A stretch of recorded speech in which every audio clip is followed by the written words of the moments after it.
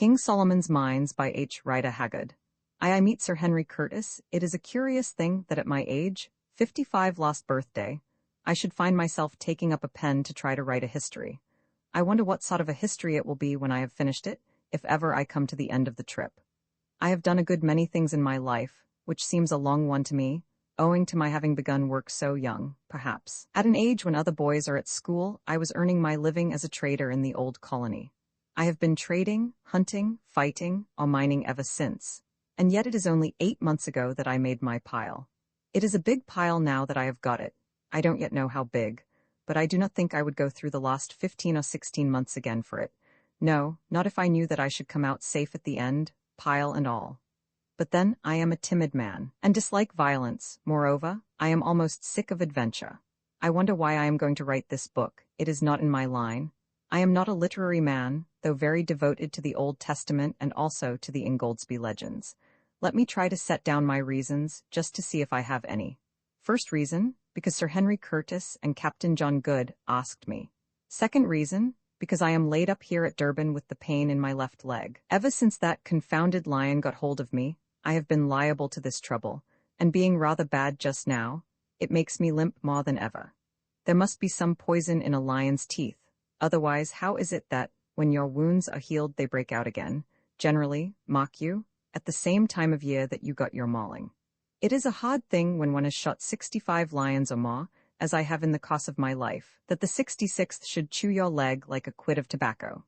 It breaks the routine of the thing, and putting other considerations aside, I am an orderly man and don't like that. This is by the way. Third reason, because I want my boy Harry, who is over there at the hospital in London studying to become a doctor, to have something to amuse him and keep him out of mischief for a week or so. Hospital work must sometimes pall and grow rather dull, for even of cutting up dead bodies there may come satiety, and as this history will not be dull, whatever else it may be, it will put a little life into things for a day or two while Harry is reading of our adventures. Fourth reason and last, because I am going to tell the strangest story that I remember. It may seem a queer thing to say, especially considering that there is no woman in it, except Fulata. Stop though. There is Gagarola, if she was a woman, and not a fiend, but she was 100 at least, and therefore not marriageable, so I don't count her. At any rate, I can safely say that there is not a petticoat in the whole history. Well, I had better come to the yoke. It is a stiff place, and I feel as though I were bogged up to the axle. But such, as the Boas say, I am sure I don't know how they spell it, softly does it. A strong team will come through at last, that is, if they are not too poor. You can never do anything with poor oxen. Now to make a start. I, Alan Quatermain, of Durban, natal gentleman, make oath and say, that's how I headed my deposition before the magistrate about poor Kiva's and Ventvirgil's sad deaths. But somehow it doesn't seem quite the right way to begin a book. And besides, am I a gentleman? What is a gentleman? I don't quite know, and yet I have had to do with niggers. No, I will scratch out that word, niggers, for I do not like it. I've known natives who are, and so you will say, Harry, my boy, before you have done with this tale, and I have known mean whites with lots of money and fresh out from home, too, who ain't. At any rate, I was born a gentleman, though I have been nothing but a poor traveling trader and hunter all my life. Whether I have remained so I know not, you must judge of that. Heaven knows I've tried. I have killed many men in my time, yet I have never slain wantonly or stained my hand in innocent blood, but only in self-defense. The Almighty gave us our lives, and I suppose He meant us to defend them. At least I have always acted on that, and I hope it will not be brought up against me when my clock strikes. There, it is a cruel and a wicked world, and for a timid man, I have been mixed up in a great deal of fighting. I cannot tell the rights of it, but at any rate I have never stolen, though once I cheated a Kaffir out of a herd of cattle. But then he had done me a dirty turn, and it has troubled me ever since into the bargain.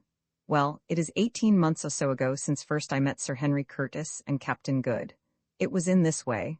I had been up elephant hunting beyond Bamangwato, and had met with bad luck. Everything went wrong that trip, and to top up with I got the fever badly. So soon as I was well enough, I trekked down to the diamond fields, sold such ivory as I had, together with my wagon and oxen, discharged my hunters, and took the postcart to the Cape. After spending a week in Cape Town, finding that they overcharged me at the hotel, and having seen everything there was to see, including the botanical gardens, which seemed to me likely to confer a great benefit on the country, and the new Houses of Parliament, which I expect will do nothing of the sort, I determined to go back to Natal by the Dunkeld, then lying at the docks waiting for the Edinburgh Castle due in from England. I took my berth and went aboard, and that afternoon, the Natal passengers from the Edinburgh Castle transhipped, and we weighed and put to sea. Among these passengers who came on board were two who excited my curiosity. One, a gentleman of about 30, was perhaps the biggest-chested and longest-armed man I ever saw. He had yellow hair, a thick yellow beard, clear-cut features, and large gray eyes set deep in his head. I never saw a finer-looking man, and somehow he reminded me of an ancient Dane. Not that I know much of ancient Danes, though I knew a modern Dane who did me out of 10 pounds, but I remember once seeing a picture of some of those gentry, who, I take it, were a kind of white Zulus. They were drinking out of big horns, and their long hair hung down their backs. As I looked at my friend standing there by the companion ladder, I thought that if he only let his grow a little, put one of those chain shirts onto his great shoulders, and took hold of a battle-axe and a horn mug, he might have sat as a model for that picture. And by the way, it is a curious thing, and just shows how the blood will out. I discovered afterwards that Sir Henry Curtis, for that was the big man's name, is of Danish blood. Point 2, he also reminded me strongly of somebody else, but at the time I could not remember who it was. The other man, who stood talking to Sir Henry, was stout and dark, and of quite a different cut. I suspected at once that he was a naval officer. I don't know why, but it is difficult to mistake a Navy man. I have gone shooting trips with several of them in the course of my life, and they have always proved themselves the best and bravest and nicest fellows I ever met, though sadly given, some of them, to the use of profane language. I asked a page or two back, "What is a gentleman?" I'll answer the question now. A Royal Naval officer is, in a general sort of way, though of course there may be a black sheep among them here and there. I fancy it is just the wide seas and the breath of God's winds that wash their hearts and blow the bitterness out of their minds and make them what men ought to be. Well, to return, I proved right again. I ascertained that the dock man was a naval officer, a lieutenant of 31, who, after 17 years' service, had been turned out of Her Majesty's employ with the barren honor of a commander's rank, because it was impossible that he should be promoted. This is what people who serve the Queen have to expect, to be shot out into the cold world to find a living just when they are beginning really to understand their work and to reach the prime of life. I suppose they don't mind it, but for my own part, I had rather earn my bread as a hunter. One's halfpence are as scarce perhaps, but you do not get so many kicks. The officer's name I found out, by referring to the passengers' lists, was Good Captain John Good. He was broad, of medium height, dark, stout, and rather a curious man to look at. He was so very neat and so very clean-shaved, and he always wore an eyeglass in his right eye. It seemed to grow there, for it had no string, and he never took it out except to wipe it. At first I thought he used to sleep in it, but afterwards I found that this was a mistake. He put it in his trousers pocket when he went to bed, together with his false teeth, of which he had 2 beautiful sets that, my own being none of the best, have often caused me to break the 10th commandment. But I am anticipating. Soon after we had got under way, evening closed in, and brought with it very dirty weather.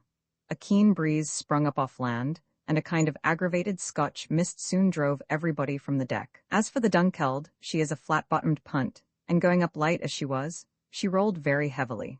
It almost seemed as though she would go right over, but she never did. It was quite impossible to walk about, so I stood near the engines where it was warm and amused myself with watching the pendulum, which was fixed opposite to me, swinging slowly backwards and forwards as the vessel rolled, and marking the angle she touched at each lurch. "That pendulum's wrong. It is not properly weighted," suddenly said a somewhat testy voice at my shoulder. Looking round, I saw the naval officer whom I had noticed when the passengers came aboard. "Indeed, now what makes you think so?" I asked. "Think so? I don't think at all. Why there," as she righted herself after a roll, "if the ship had really rolled to the degree that thing pointed to, then she would never have rolled again, that's all. But it is just like these merchant skippers, they are always so confoundedly careless." Just then the dinner bell rang, and I was not sorry, for it is a dreadful thing to have to listen to an officer of the Royal Navy when he gets on to that subject. I only know one worse thing, and that is to hear a merchant skipper express his candid opinion of officers of the Royal Navy. Captain Good and I went down to dinner together, and there we found Sir Henry Curtis already seated. He and Captain Good were placed together, and I sat opposite to them. The captain and I soon fell into talk about shooting and whatnot, he asking me many questions, for he is very inquisitive about all sorts of things, and I answering them as well as I could. Presently he got onto elephants. "Ah, sir," called out somebody who was sitting near me, "you've reached the right man for that. Hunter Quatermain should be able to tell you about elephants if anybody can." Sir Henry, who had been sitting quite quiet listening to our talk, started visibly. "Excuse me, sir," he said, leaning forward across the table and speaking in a low, deep voice, a very suitable voice, it seemed to me, to come out of those great lungs. "Excuse me, sir, but is your name Alan Quatermain?" I said that it was. The big man made no further remark, but I heard him mutter "fortunate" into his beard. Presently dinner came to an end, and as we were leaving the saloon, Sir Henry strolled up and asked me if I would come into his cabin to smoke a pipe. I accepted, and he led the way to the Dunkeld deck cabin, and a very good cabin it was. It had been 2 cabins, but when Sir Garnet Wolseley, or one of those big swells, went down the coast in the Dunkeld, they knocked away the partition and have never put it up again. There was a sofa in the cabin, and a little table in front of it. Sir Henry sent the steward for a bottle of whiskey, and the 3 of us sat down and lit our pipes. "Mr. Quatermain," said Sir Henry Curtis, when the man had brought the whiskey and lit the lamp, "the year before last about this time, you were, I believe, at a place called Bamangwato, to the north of the Transvaal." "I was," I answered, rather surprised that this gentleman should be so well acquainted with my movements, which were not, so far as I was aware, considered of general interest. "You were trading there, were you not?" put in Captain Good in his quick way. "I was. I took up a wagon load of goods, made a camp outside the settlement, and stopped till I had sold them." Sir Henry was sitting opposite to me in a Madeira chair, his arms leaning on the table. He now looked up, fixing his large grey eyes full upon my face. There was a curious anxiety in them, I thought. "Did you happen to meet a man called Neville there?" "Oh, yes, he outspanned alongside of me for a fortnight to rest his oxen before going on to the interior. I had a letter from a lawyer a few months back, asking me if I knew what had become of him, which I answered to the best of my ability at the time." "Yes," said Sir Henry, "your letter was forwarded to me. You said in it that the gentleman called Neville left Bamangwato at the beginning of May in a wagon with a driver, a Volupa, and a Kaffir hunter called Jim, announcing his intention of trekking if possible as far as Inyati, the extreme trading post in the Matable country, where he would sell his wagon and proceed on foot. You also said that he did sell his wagon. For 6 months afterwards, you saw the wagon in the possession of a Portuguese trader, who told you that he had bought it at Inyati from a white man whose name he had forgotten, and that he believed the white man with the native servant had started off for the interior on a shooting trip." "Yes." Then came a pause. "Mr. Quatermain," said Sir Henry suddenly, "I suppose you know or can guess nothing more of the reasons of Mr. Neville's journey to the northward, or as to what point that journey was directed?" "I heard something," I answered, and stopped. The subject was one which I did not care to discuss. Sir Henry and Captain Good looked at each other, and Captain Good nodded. "Mr. Quatermain," went on the farmer, "I am going to tell you a story and ask your advice, and perhaps your assistance. The agent who forwarded me your letter told me that I might rely on it implicitly, as you were," he said, "well known and universally respected in Natal, and especially noted for your discretion." I bowed and drank some whiskey and water to hide my confusion, for I am a modest man, and Sir Henry went on. "Mr. Neville was my brother." "Oh," I said, starting, for now I knew of whom Sir Henry had reminded me when first I saw him. His brother was a much smaller man and had a dark beard, but now that I thought of it, he possessed eyes of the same shade of grey, and with the same keen look in them. The features, too, were not unlike. "He was," went on Sir Henry, "my only and younger brother. Until 5 years ago, I do not suppose that we were ever a month away from each other. But just about 5 years ago a misfortune befell us, as sometimes does happen in families. We quarrelled bitterly, and I behaved unjustly to my brother in my anger." Here Captain Good nodded his head vigorously to himself. The ship gave a big roll just then, so that the looking-glass, which was fixed opposite us to starboard, was for a moment nearly over our heads, and as I was sitting with my hands in my pockets and staring upwards, I could see him nodding like anything. "As I dare say you know," went on Sir Henry, "if a man dies intestate and has no property but land, real property it is called in England, it all descends to his eldest son. It so happened that just at the time when we quarrelled our father died intestate. He had put off making his will until it was too late. The result was that my brother, who had not been brought up to any profession, was left without a penny. Of course it would have been my duty to provide for him, but at the time the quarrel between us was so bitter that I did not, to my shame I say it, and he sighed deeply, offer to do anything. It was not that I grudged him justice, but I waited for him to make advances, and he made none. I am sorry to trouble you with all this, Mr. Quatermain, but I must to make things clear, good? Quite so, said the captain. Mr. Quatermain will, I am sure, keep this history to himself. Of course, said I, for I rather pride myself on my discretion, for which, as Sir Henry had heard, I have some repute. Well, went on Sir Henry, my brother had a few £100 to his account at the time.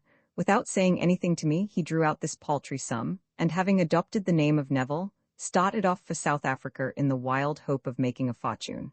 This I learned afterwards. Some 3 years passed, and I heard nothing of my brother, though I wrote several times. Doubtless the letters never reached him, but as time went on, I grew more and more troubled about him. I found out, Mr. Quatermain, that blood is thicker than water. That's true, said I, thinking of my boy Harry. I found out, Mr. Quatermain, that I would have given half my fortune to know that my brother George, the only relation I possess, was safe and well, and that I should see him again. But you never did, Curtis? Jerked out Captain Good, glancing at the big man's face. Well, Mr. Quatermain, as time went on I became more and more anxious to find out if my brother was alive or dead, and if alive to get him home again. I set inquiries on foot, and your letter was one of the results. So far as it went it was satisfactory, for it showed that till lately George was alive, but it did not go far enough. So, to cut a long story short, I made up my mind to come out and look for him myself, and Captain Good was so kind as to come with me. Yes, said the captain. Nothing else to do, you see, turned out by my lords of the Admiralty to starve on half pay, and now perhaps, sir, you will tell us what you know or have heard of the gentleman called Neville. The witch hunt. On reaching our hut I motioned to Infadus to enter with us. Now, Infadus, I said, we would speak with thee. Let my lords say on. It seems to us, Infadus, that Twala the king is a cruel man. It is so, my lords, alas, the land cries out because of his cruelties. Tonight ye shall see. It is the great witch hunt, and many will be smelt out as wizards and slain. No man's life is safe. If the king covets a man's cattle, or a man's wife, or if he fears a man that he should excite a rebellion against him, then Gagool, whom you saw, or some of the witch-finding women whom she has taught, will smell that man out as a wizard, and he will be killed. Many must die before the moon grows pale tonight. It is ever so. Perhaps I too shall be killed. As yet I have been spared because I am skilled in war, and am beloved by the soldiers, but I know not how long I have to live. The land groans at the cruelties of Twala the king. It is wearied of him and his red ways. Then why is it, Infadus, that the people do not cast him down? Nay, my lords, he is the king, and if he were killed Scragga would reign in his place, and the heart of Scragga is blacker than the heart of Twala his father. If Scragga were king his yoke upon our neck would be heavier than the yoke of Twala. If Amotu had never been slain, or if Ignosi his son had lived, it might have been otherwise, but they are both dead. How knowest thou that Ignosi is dead? Said a voice behind us. We looked round astonished to see who spoke. It was Umbopa. What meanest thou, boy? Asked Infadus. Who told thee to speak? Listen, Infadus, was the answer, and I will tell thee a story. Years ago the king Amotu was killed in this country and his wife fled with the boy Ignosi. Is it not so? It is so. It was said that the woman and her son died upon the mountains. Is it not so? It is even so. Well, it came to pass that the mother and the boy Ignosi did not die. They crossed the mountains and were led by a tribe of wandering desert men across the sands beyond, till at last they came to water and grass and trees again. How knowest thou this? Listen. They traveled on and on, many months' journey, till they reached a land where a people called the Amazulu, who also are of the Kukwena stock, live by Wa, and with them they tarried many years, till at length the mother died. Then the son Ignosi became a wanderer again, and journeyed into a land of wonders, where white people live, and for many more years he learned the wisdom of the white people. It is a pretty story, said Infadus incredulously. For years he lived there working as a servant and a soldier, but holding in his heart all that his mother had told him of his own place, and casting about in his mind to find how he might journey thither to see his people and his father's house before he died. For long years he lived and waited, and at last the time came, as it ever comes to him who can wait for it, and he met some white men who would seek this unknown land, and joined himself to them. The white men started and traveled on, seeking for one who is lost. They crossed the burning desert, they crossed the snow-clad mountains, and at last reached the land of the Kukwenas, and there they found thee, O Infadus. Surely thou art mad to talk thus, said the astonished old soldier. Thou thinkest so, see I will show thee, O my uncle. I am Ignosi, rightful king of the Cuquenas. Then with a single movement Umbopa slipped off his mucha or girdle and stood naked before us. Look, he said. What is this? And he pointed to the picture of a great snake tattooed in blue round his middle, its tail disappearing into its open mouth, just above where the thighs are set into the body. Infadus looked, his eyes starting nearly out of his head. Then he fell upon his knees.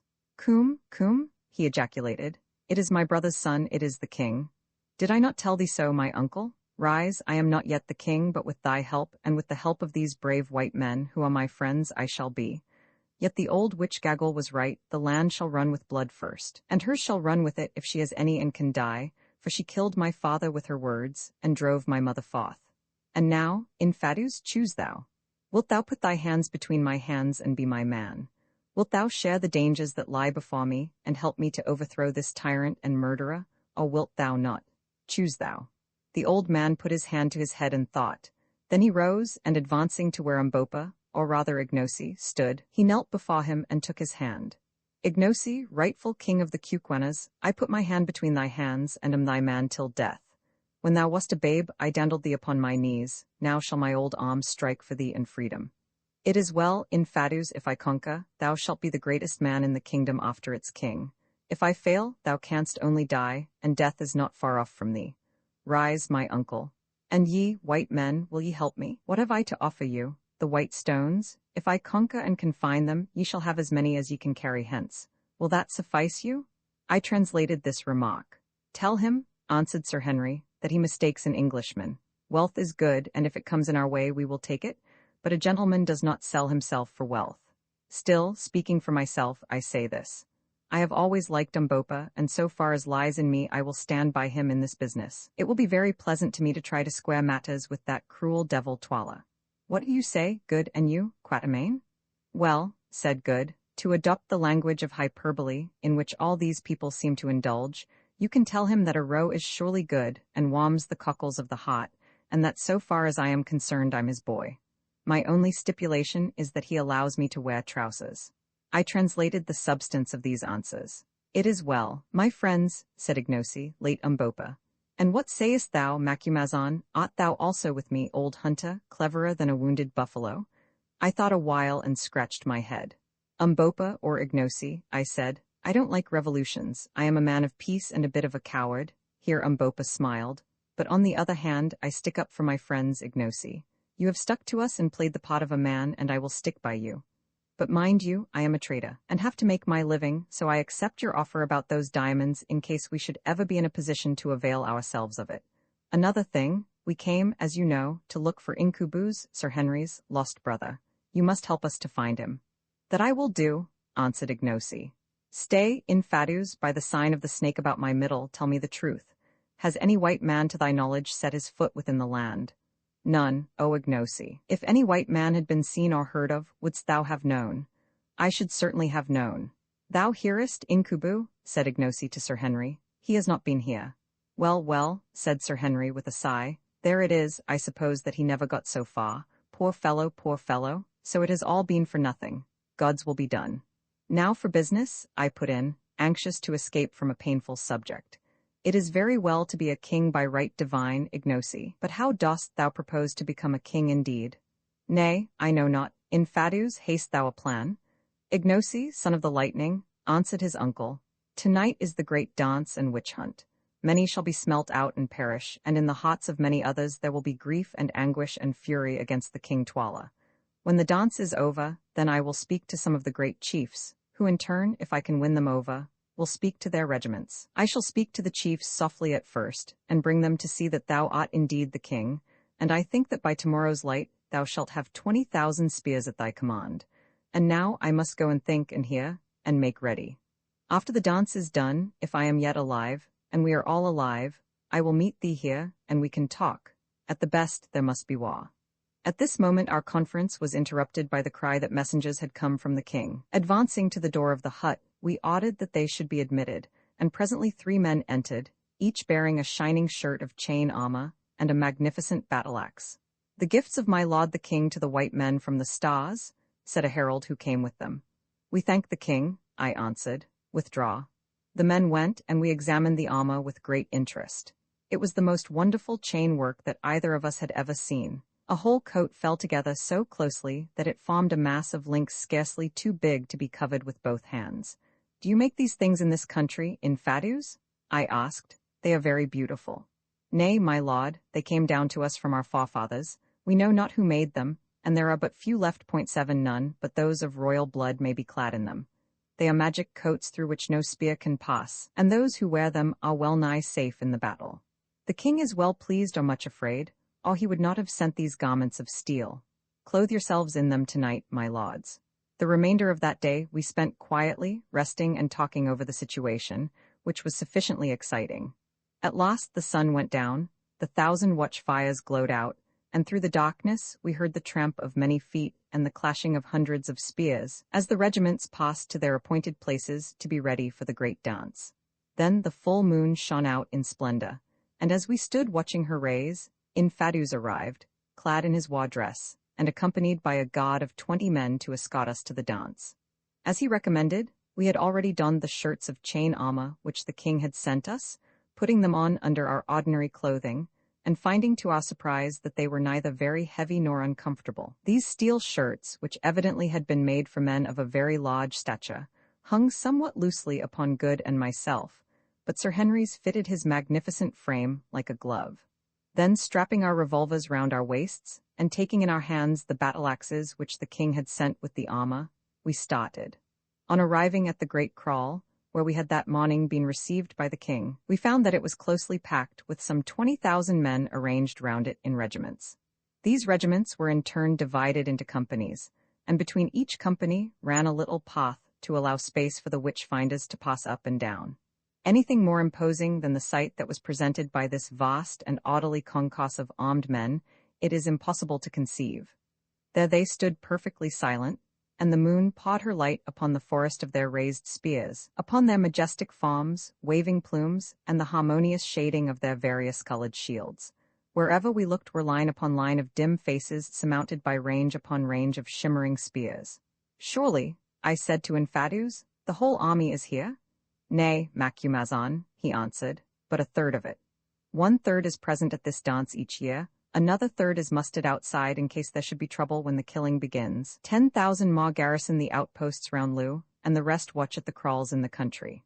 Thou seest it is a great people." "They are very silent," said Good, and indeed the intense stillness among such a vast concourse of living men was almost overpowering. "What says Bauguin?" asked Infadus. I translated. "Those over whom the shadow of death is hovering are silent," he answered grimly. "Will many be killed?" "Very many." "It seems," I said to the others, "that we are going to assist at a gladiatorial show arranged regardless of expense." Sir Henry shivered, and Good said he wished that we could get out of it. "Tell me," I asked Infadus, "are we in danger?" "I know not, my lords, I trust not, but do not seem afraid. If ye live through the night, all may go well with you. The soldiers murmur against the king."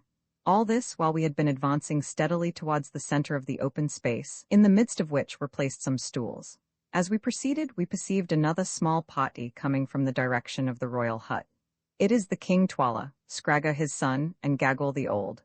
And see, with them are those who slay," said Infadus, pointing to a little group of about a dozen gigantic and savage-looking men, armed with spears in one hand and heavy carries in the other. The king seated himself upon the center stool, Gaggle crouched at his feet, and the others stood behind him. "Greeting, white lords," Twala cried as we came up. "Be seated, waste not precious time. The night is all too short for the deeds that must be done. Ye come in a good hour, and shall see a glorious show.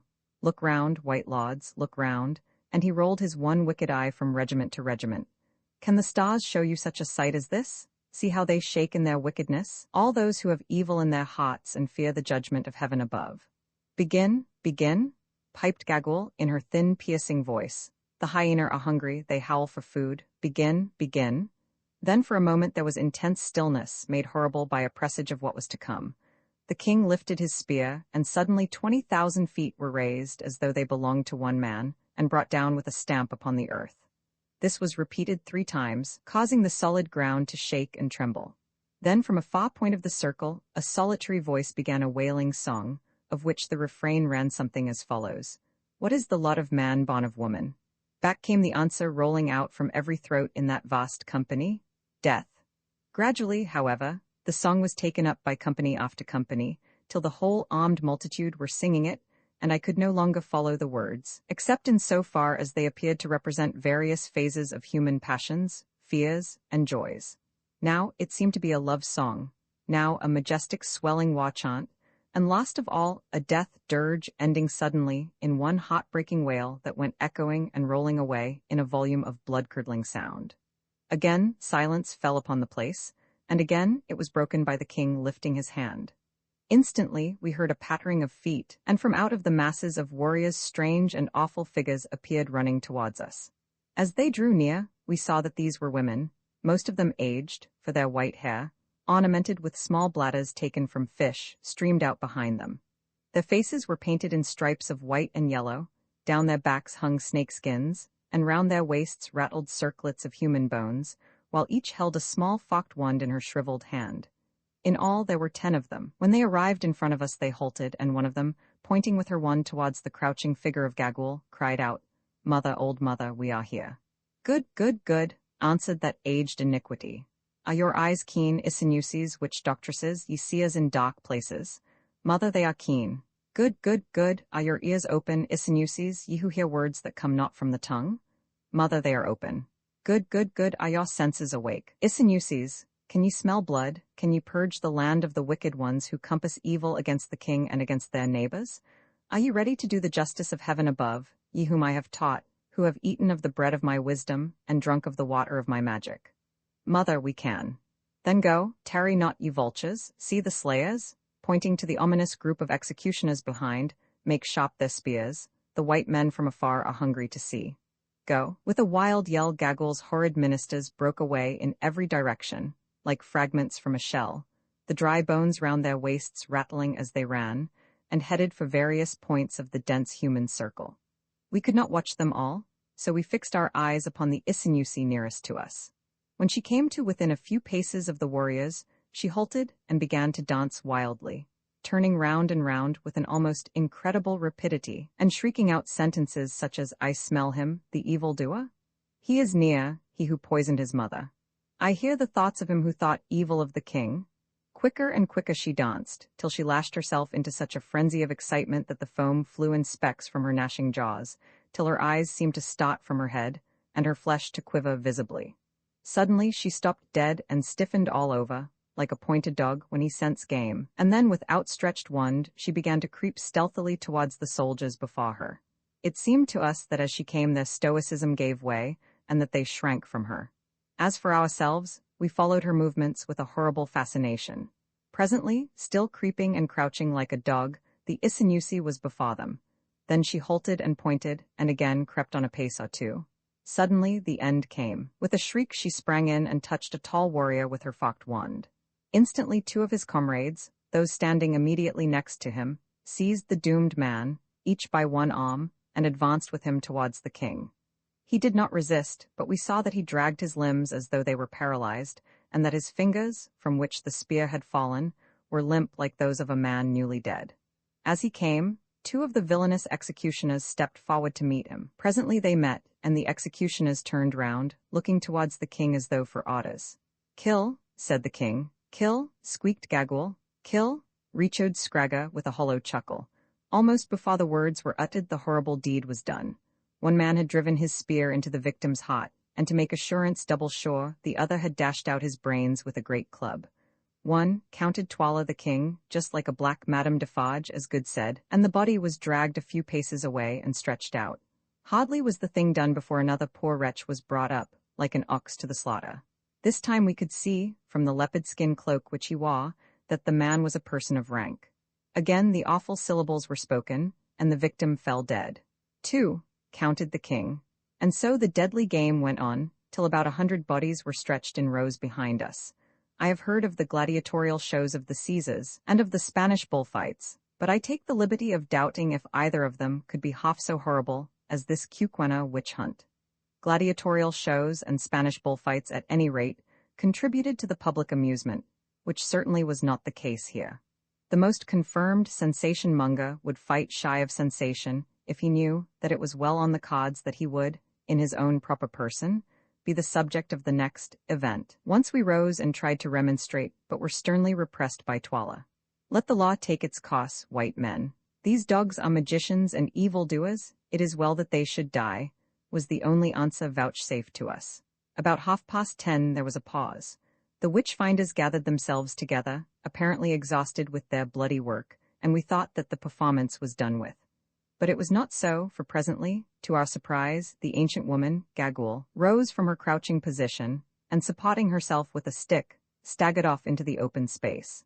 It was an extraordinary sight to see this frightful vulture-headed old creature, bent nearly double with extreme age, gather strength by degrees, until at last she rushed about almost as actively as her ill-omened pupils.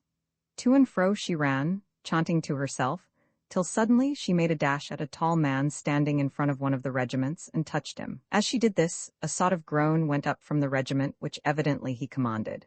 But 2 of its officers seized him all the same, and brought him up for execution. We learned afterwards that he was a man of great wealth and importance, being indeed a cousin of the king. He was slain, and Twala counted 103.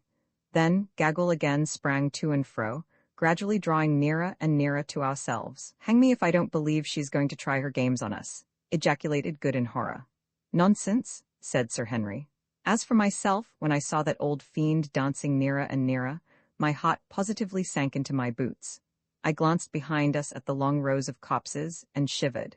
Nearer and nearer waltzed Gagul, looking for all the world like an animated crooked stick or comma, her horrid eyes gleaming and glowing with a most unholy lustre. Nearer she came, and yet nearer, every creature in that vast assemblage watching her movements with intense anxiety.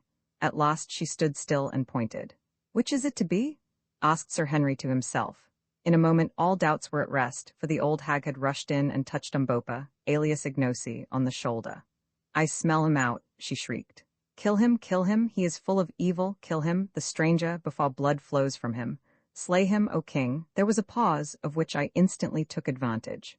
"O king," I called out, rising from my seat, "this man is the servant of thy guests, he is their dog. Whosoever sheds the blood of our dog sheds our blood. By the sacred law of hospitality I claim protection for him. Gagul, mother of the witch-finders, has smelt him out, he must die, white men," was the sullen answer. "Nay, he shall not die," I replied. "He who tries to touch him shall die indeed. Seize him." Rod Twala to the executioners, who stood round red to the eyes with the blood of their victims. They advanced towards us, and then hesitated. As for Ignosi, he clutched his spear, and raised it as though determined to sell his life dearly.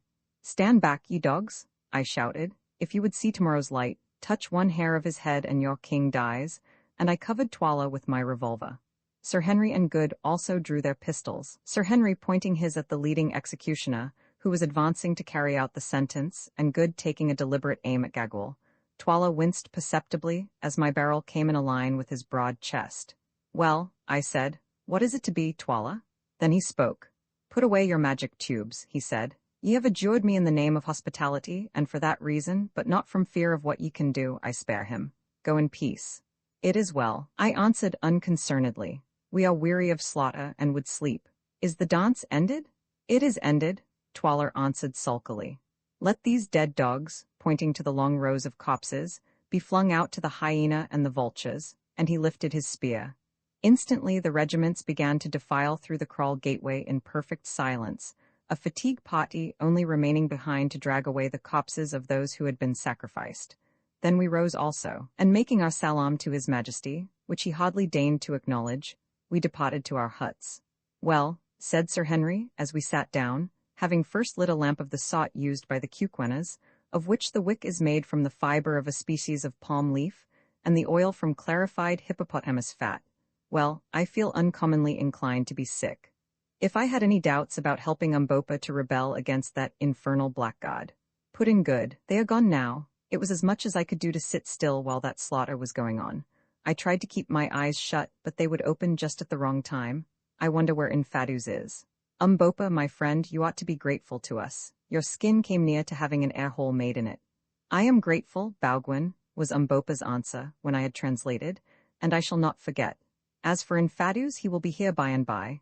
We must wait." So we lit our pipes and waited. Roman 11, we give a sign for a long while, 2 hours, I should think. We sat there in silence, being too overwhelmed by the recollection of the horrors we had seen to talk.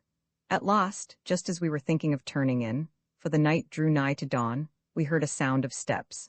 Then came the challenge of a sentry posted at the kraal gate, which apparently was answered, though not in an audible tone, for the steps still advanced. And in another second, Infadus had entered the hut, followed by some half-dozen stately-looking chiefs. "My lords," he said, "I have come according to my word. My lords and Ignosi, rightful king of the Kuquenas, I have brought with me these men," pointing to the row of chiefs, "who are great men among us, having each one of them the command of 3,000 soldiers, that live but to do their bidding, under the kings.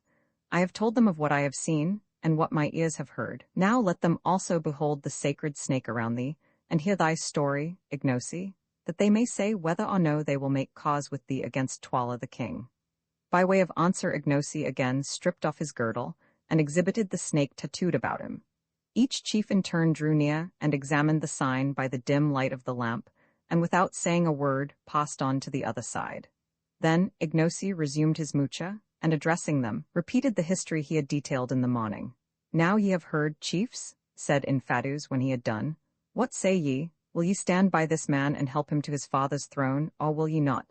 The land cries out against Twala, and the blood of the people flows like the waters in spring. Ye have seen tonight. 2 other chiefs there were with whom I had it in my mind to speak, and where are they now? The hyena howl over their corpses. Soon shall ye be as they are if ye strike not. Choose then, my brothers." The eldest of the 6 men, a short, thick-set warrior with white hair, stepped forward a pace and answered, "Thy words are true, Infadus, the land cries out. My own brother is among those who died tonight, but this is a great matter, and the thing is hard to believe. How know we that if we lift our spears it may not be for a thief and a liar? It is a great matter, I say, of which none can see the end. For of this be sure, blood will flow in rivers before the deed is done. Many will still cleave to the king, for men worship the sun that still shines bright in the heavens, rather than that which has not risen. These white men from the stars, their magic is great, and Ignosi is under the cover of their wing. If he be indeed the rightful king, let them give us a sign, and let the people have a sign, that all may see. So shall men cleave to us, knowing of a truth that the white man's magic is with them. Ye have the sign of the snake, I answered. My lord, it is not enough. The snake may have been placed there since the man's childhood. Show us a sign, and it will suffice, but we will not move without a sign. The others gave a decided assent, and I turned in perplexity to Sir Henry and Good, and explained the situation. "I think that I have it," said Good exultingly. "Ask them to give us a moment to think." I did so, and the chiefs withdrew. So soon as they had gone, Good went to the little box where he kept his medicines, unlocked it, and took out a notebook, in the fly-leaves of which was an almanac. "Now look here, you fellows, isn't tomorrow the 4th of June?" he said. We had kept a careful note of the days, so were able to answer that it was. "Very good. Then here we have it, 4 June. Total eclipse of the moon commences at 8:15 Greenwich time, visible in Tenerife, South Africa, etc. There's a sign for you. Tell them we will darken the moon tomorrow night." The idea was a splendid one. Indeed, the only weak spot about it was a fear lest Good's almanac might be incorrect. If we made a false prophecy on such a subject, our prestige would be gone forever, and so would Ignosi's chance of the throne of the Kuquenas. "Suppose that the almanac is wrong," suggested Sir Henry to Good, who was busily employed in working out something on a blank page of the book. "I see no reason to suppose anything of the sort," was his answer. "Eclipses always come up to time, at least that is my experience of them, and it especially states that this one will be visible in South Africa. I have worked out the reckonings as well as I can, without knowing our exact position, and I make out that the eclipse should begin here about 10 o'clock tomorrow night, and last till 12:30. For an hour and a half or so, there should be almost total darkness." "Well," said Sir Henry, "I suppose we had better risk it." I acquiesced, though doubtfully, for eclipses are queer cattle to deal with. It might be a cloudy night, for instance, or our dates might be wrong, and sent Umbopa to summon the chiefs back. Presently they came, and I addressed them thus. "Great men of the Kuquenas, and thou, Infadus, listen. We love not to show our powers, for to do so is to interfere with the cause of nature, and to plunge the world into fear and confusion.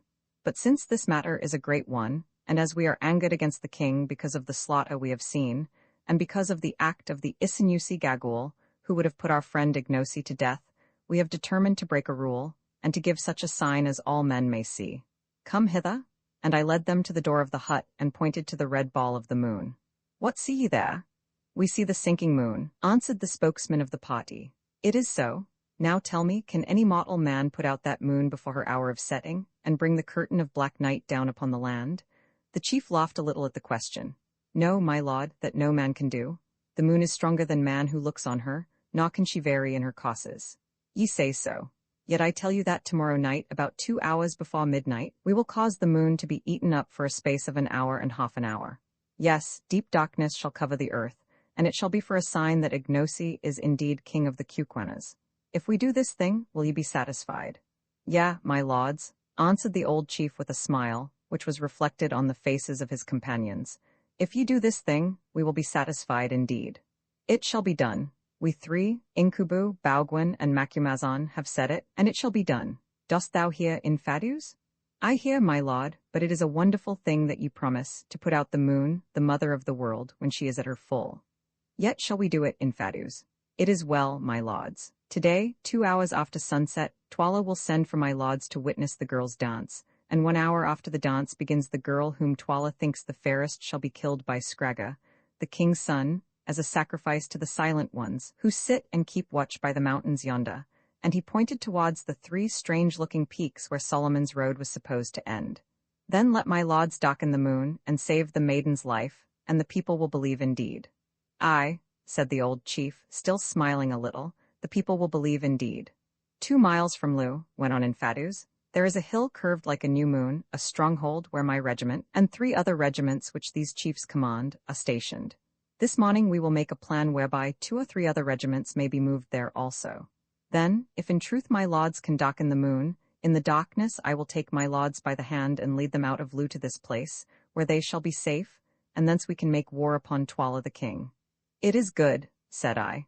Let leave us to sleep a while, and to make ready our magic. Infadus rose, and, having saluted us, departed with the chiefs. My friends, said Ignosi, so soon as they were gone, can ye do this wonderful thing, or were ye speaking empty words to the captains? We believe that we can do it, Umbopa, Ignosi, I mean. It is strange, he answered, and had ye not been Englishmen I would not have believed it, but I have learned that English gentlemen tell no lies. If we live through the matter, be sure that I will repay you. Ignosi, said Sir Henry, promise me one thing. I will promise, Incubu, my friend, even before I hear it, answered the big man with a smile. What is it? This, that if ever you come to be king of this people, you will do away with the smelling out of wizards such as we saw last night, and that the killing of men without trial shall no longer take place in the land. Ignosi thought for a moment after I had translated this request, and then answered, The ways of black people are not as the ways of white men. Incubu, nor do we value life so highly, yet I will promise. If it be in my power to hold them back, the witch-finders shall hunt no more, nor shall any man die the death without trial or judgment. That's a bargain, then, said Sir Henry, and now let us get a little rest. Thoroughly wearied out, we were soon sound asleep, and slept till Ignosi woke us about 11 o'clock. Then we rose, washed, and ate a hearty breakfast. After that we went outside the hut and walked about, amusing ourselves with examining the structure of the Cuquena huts and observing the customs of the women. I hope that eclipse will come off, said Sir Henry presently. If it does not, it will soon be all up with us, I answered mournfully. For so sure as we are living men, some of those chiefs will tell the whole story to the king, and then there will be another sort of eclipse, and one that we shall certainly not like. Returning to the hut we ate some dinner, and passed the rest of the day in receiving visits of ceremony and curiosity. At length the sun set, and we enjoyed a couple of hours of such quiet as our melancholy forebodings would allow to us. Finally, about 8:30, a messenger came from Twala to bid us to the great annual dance of girls, which was about to be celebrated. Hastily we put on the changed shirts that the king had sent us, and taking our rifles and ammunition with us, so as to have them handy in case we had to fly, as suggested by Infadus, we started boldly enough, though with inward fear and trembling. The great space in front of the king's kraal bore a very different appearance from that which it had presented on the previous evening. In place of the grim ranks of serried warriors were company after company of Cuquena girls, not overdressed, so far as clothing went, but each crowned with a wreath of flowers, and holding a palm leaf in one hand and a white arum lily in the other. In the center of the open moonlit space sat Twala the king, with old Gagul at his feet, attended by Infadus, the boy Scragga, and 12 gods. There were also present about a score of chiefs, amongst whom I recognized most of our friends of the night before. Twala greeted us with much apparent cordiality, though I saw him fix his one eye viciously on Umbopa. "Welcome, white men from the stars," he said. "This is another sight from that which your eyes gazed on by the light of last night's moon, but it is not so good a sight. Girls are pleasant, and were it not for such as these," and he pointed round him, "we should none of us be here this day, but men are better. Kisses and the tender words of women are sweet, but the sound of the clashing of the spears of warriors, and the smell of men's blood, are sweet afar. Would ye have wives from among our people, white men? If so, choose the fairest here, and ye shall have them, as many as ye will." And he paused for an answer. As the prospect did not seem to be without attractions for Good, who, like most sailors, is of a susceptible nature, being elderly and wise, foreseeing the endless complications that anything of the sort would involve, for women bring trouble so surely as the night follows the day, I put in a hasty answer, "Thanks to thee, O king, but we white men wed only with white women like ourselves. Your maidens are fair, but they are not for us." The king laughed. "It is well. In our land there is a proverb which runs, women's eyes are always bright, whatever the color, and another that says, love her who is present, for be sure she who is absent is false to thee. But perhaps these things are not so in the stars. In a land where men are white, all things are possible. So be it. White men, the girls will not go begging. Welcome again, and welcome too, thou black one. If Gaggle here had won her way, thou wouldst have been stiff and cold by now. It is lucky for thee that thou too camest from the stars, ha, ha? I can kill thee before thou killest me, O king, was Ignosi's calm answer, and thou shalt be stiff before my limbs cease to bend. Twala started. Thou speakest boldly, boy, he replied angrily. Presume not too far. He may well be bold in whose lips are truth. The truth is a sharp spear which flies home and misses not. It is a message from the stars, O king. Twala scowled, and his one eye gleamed fiercely, but he said nothing more. Let the dance begin, he cried, and then the flower-crowned girls sprang forward in companies, singing a sweet song and waving the delicate palms and white lilies. On they danced, looking faint and spiritual in the soft, sad light of the risen moon, now whirling round and round, now meeting in mimic warfare, swaying, eddying here and there, coming forward, falling back in an awed confusion delightful to witness. At last they paused, and a beautiful young woman sprang out of the ranks and began to pirouette in front of us with a grace and vigor which would have put most ballet girls to shame. At length she retired exhausted, and another took her place, then another and another, but none of them, either in grace, skill, or personal attractions, came up to the first. When the chosen girls had all danced, the king lifted his hand.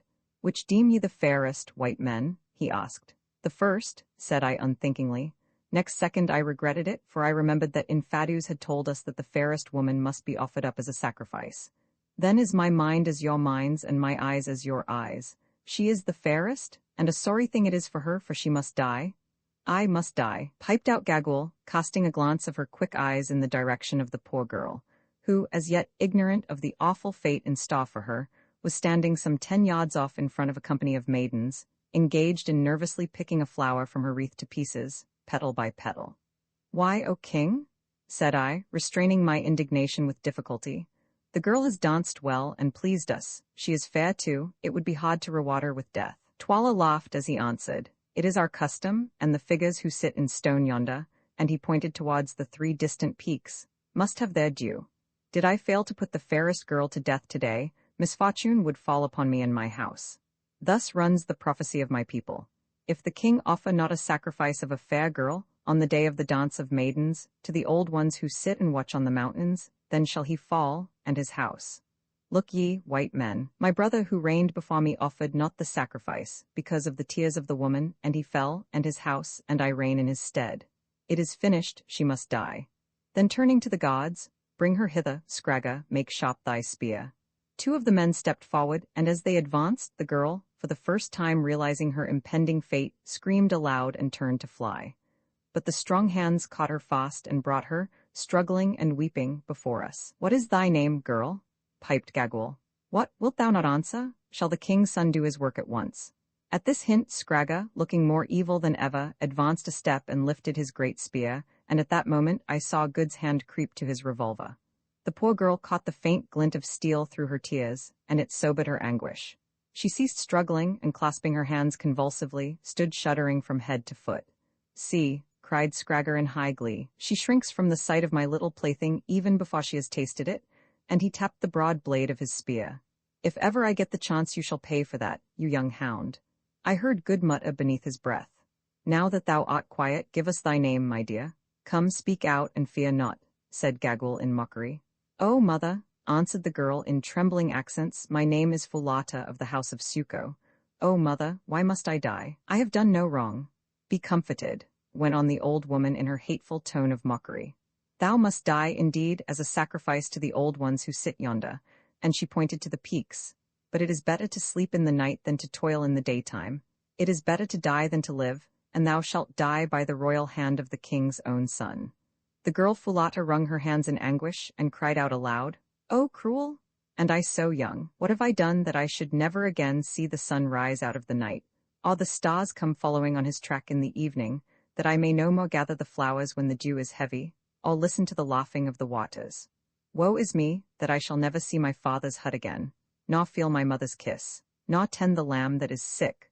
Woe is me, that no lover shall put his arm around me and look into my eyes, nor shall men children be born of me? Oh, cruel, cruel. And again she wrung her hands and turned her tear-stained, flower-crowned face to heaven, looking so lovely in her despair, for she was indeed a beautiful woman, that assuredly the sight of her would have melted the hearts of any less cruel than were the three fiends before us. Prince Arthur's appeal to the ruffians who came to blind him was not more touching than that of this savage girl. But it did not move Gagul or Gagul's master, though I saw signs of pity among the gods behind, and on the faces of the chiefs, and as for Good, he gave a fierce snort of indignation, and made a motion as though to go to her assistance. With all a woman's quickness, the doomed girl interpreted what was passing in his mind, and by a sudden movement flung herself before him, and clasped his beautiful white legs with her hands. Oh, white father from the stars, she cried, throw over me the mantle of thy protection. Let me creep into the shadow of thy strength, that I may be saved. Oh, keep me from these cruel men and from the mercies of Gagul. All right, my hottie, I'll look after you, sang out Good in nervous Saxon.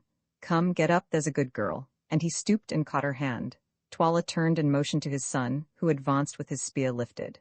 Now's your time, whispered Sir Henry to me. What are you waiting for? I am waiting for that eclipse, I answered. I have had my eye on the moon for the last half-hour, and I never saw it look healthier. Well, you must risk it now, or the girl will be killed. Twaller is losing patience. Recognizing the force of the argument, and having cast one more despairing look at the bright face of the moon, for never did the most ardent astronomer with a theory to prove await a celestial event with such anxiety, I stepped with all the dignity that I could command between the prostrate girl and the advancing spear of Scragga. King, I said, it shall not be. We will not endure this thing. Let the girl go in safety. Twala rose from his seat in wrath and astonishment, and from the chiefs and serried ranks of maidens who had closed in slowly upon us, in anticipation of the tragedy, came a murmur of amazement. Shall not be? Thou white dog, that yappest at the lion in his cave, shall not be? Art thou mad? Be careful, lest this chicken's fate overtake thee, and those with thee. How canst thou save her or thyself? Who art thou that thou settest thyself between me and my will? Back, I say, Scragga, kill her? Ho, gods, seize these men. At his cry, armed men ran swiftly from behind the hut where they had evidently been placed beforehand. Sir Henry, Good, and Umbopa ranged themselves alongside of me and lifted their rifles. Stop, I shouted boldly, though at the moment my heart was in my boots.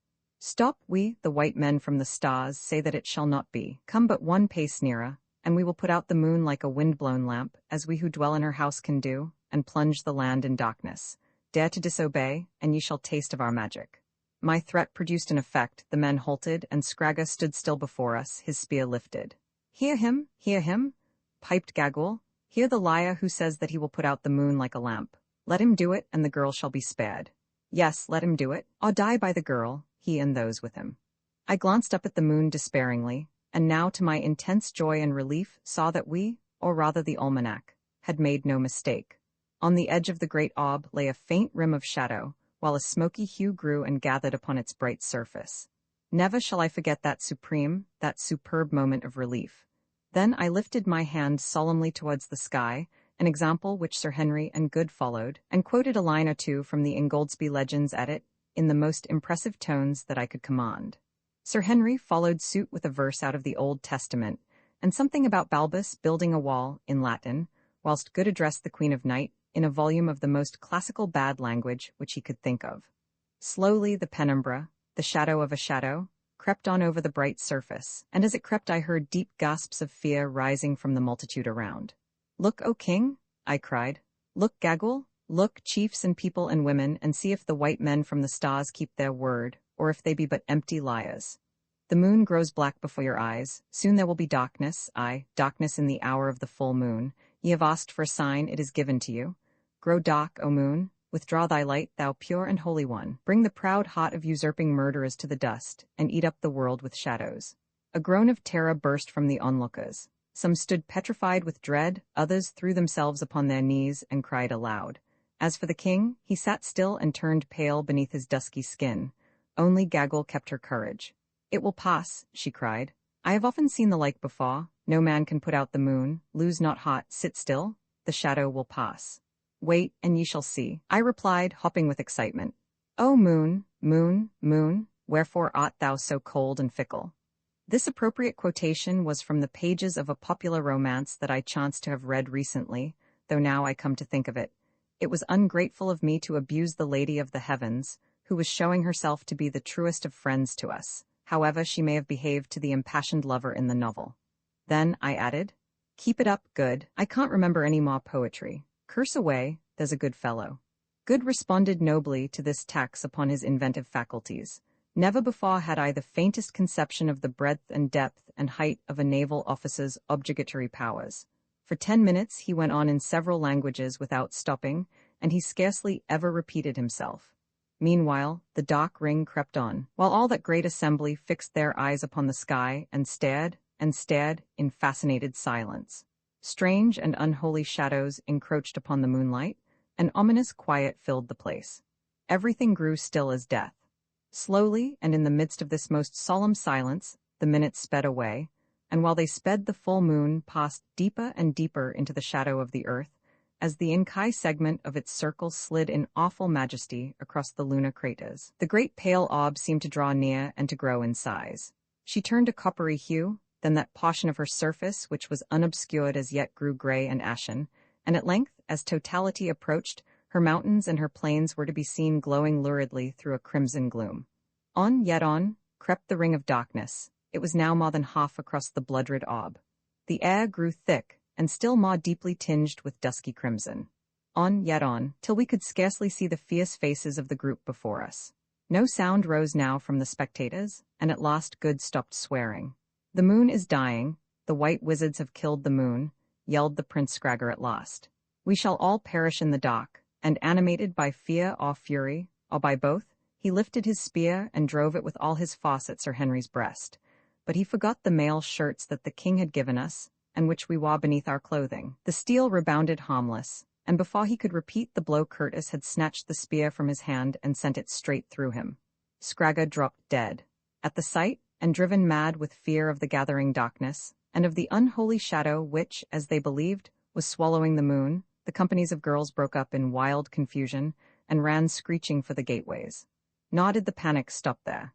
The king himself, followed by his guards, some of the chiefs, and Gagul, who hobbled away after them with marvelous alacrity, fled for the huts, so that in another minute we ourselves, the would-be victim Fulata, Infadus, and most of the chiefs who had interviewed us on the previous night, were left alone upon the scene, together with the dead body of Scragga. "Now, chiefs," I said, "we have given you the sign. If ye are satisfied, let us fly swiftly to the place of which ye spoke. The charm cannot now be stopped. It will work for an hour and the half of an hour. Let us cover ourselves in the darkness." "Come," said Infadus, turning to go, an example which was followed by the odd captains, ourselves, and the girl Fulata, whom Good took by the arm. Before we reached the gate of the kraal, the moon went out utterly, and from every quarter of the firmament the stars rushed forth into the Inkai sky. Holding each other by the hand, we stumbled on through the darkness. Roman 12 before the battle, luckily for us, Infadus and the chiefs knew all the paths of the great town perfectly, so that we passed by sideways unmolested, and notwithstanding the gloom we made fair progress. For an hour more we journeyed on, till at length the eclipse began to pass, and that edge of the moon which had disappeared the first became again visible. Suddenly, as we watched, there burst from it a silver streak of light, accompanied by a wondrous ruddy glow, which hung upon the blackness of the sky like a celestial lamp, and a wild and lovely sight it was.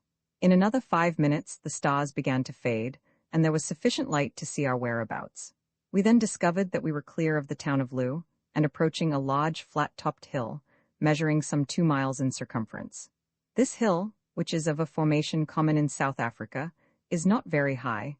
Indeed, its greatest elevation is scarcely more than 200 feet, but it is shaped like a horseshoe, and its sides are rather precipitous and strewn with boulders.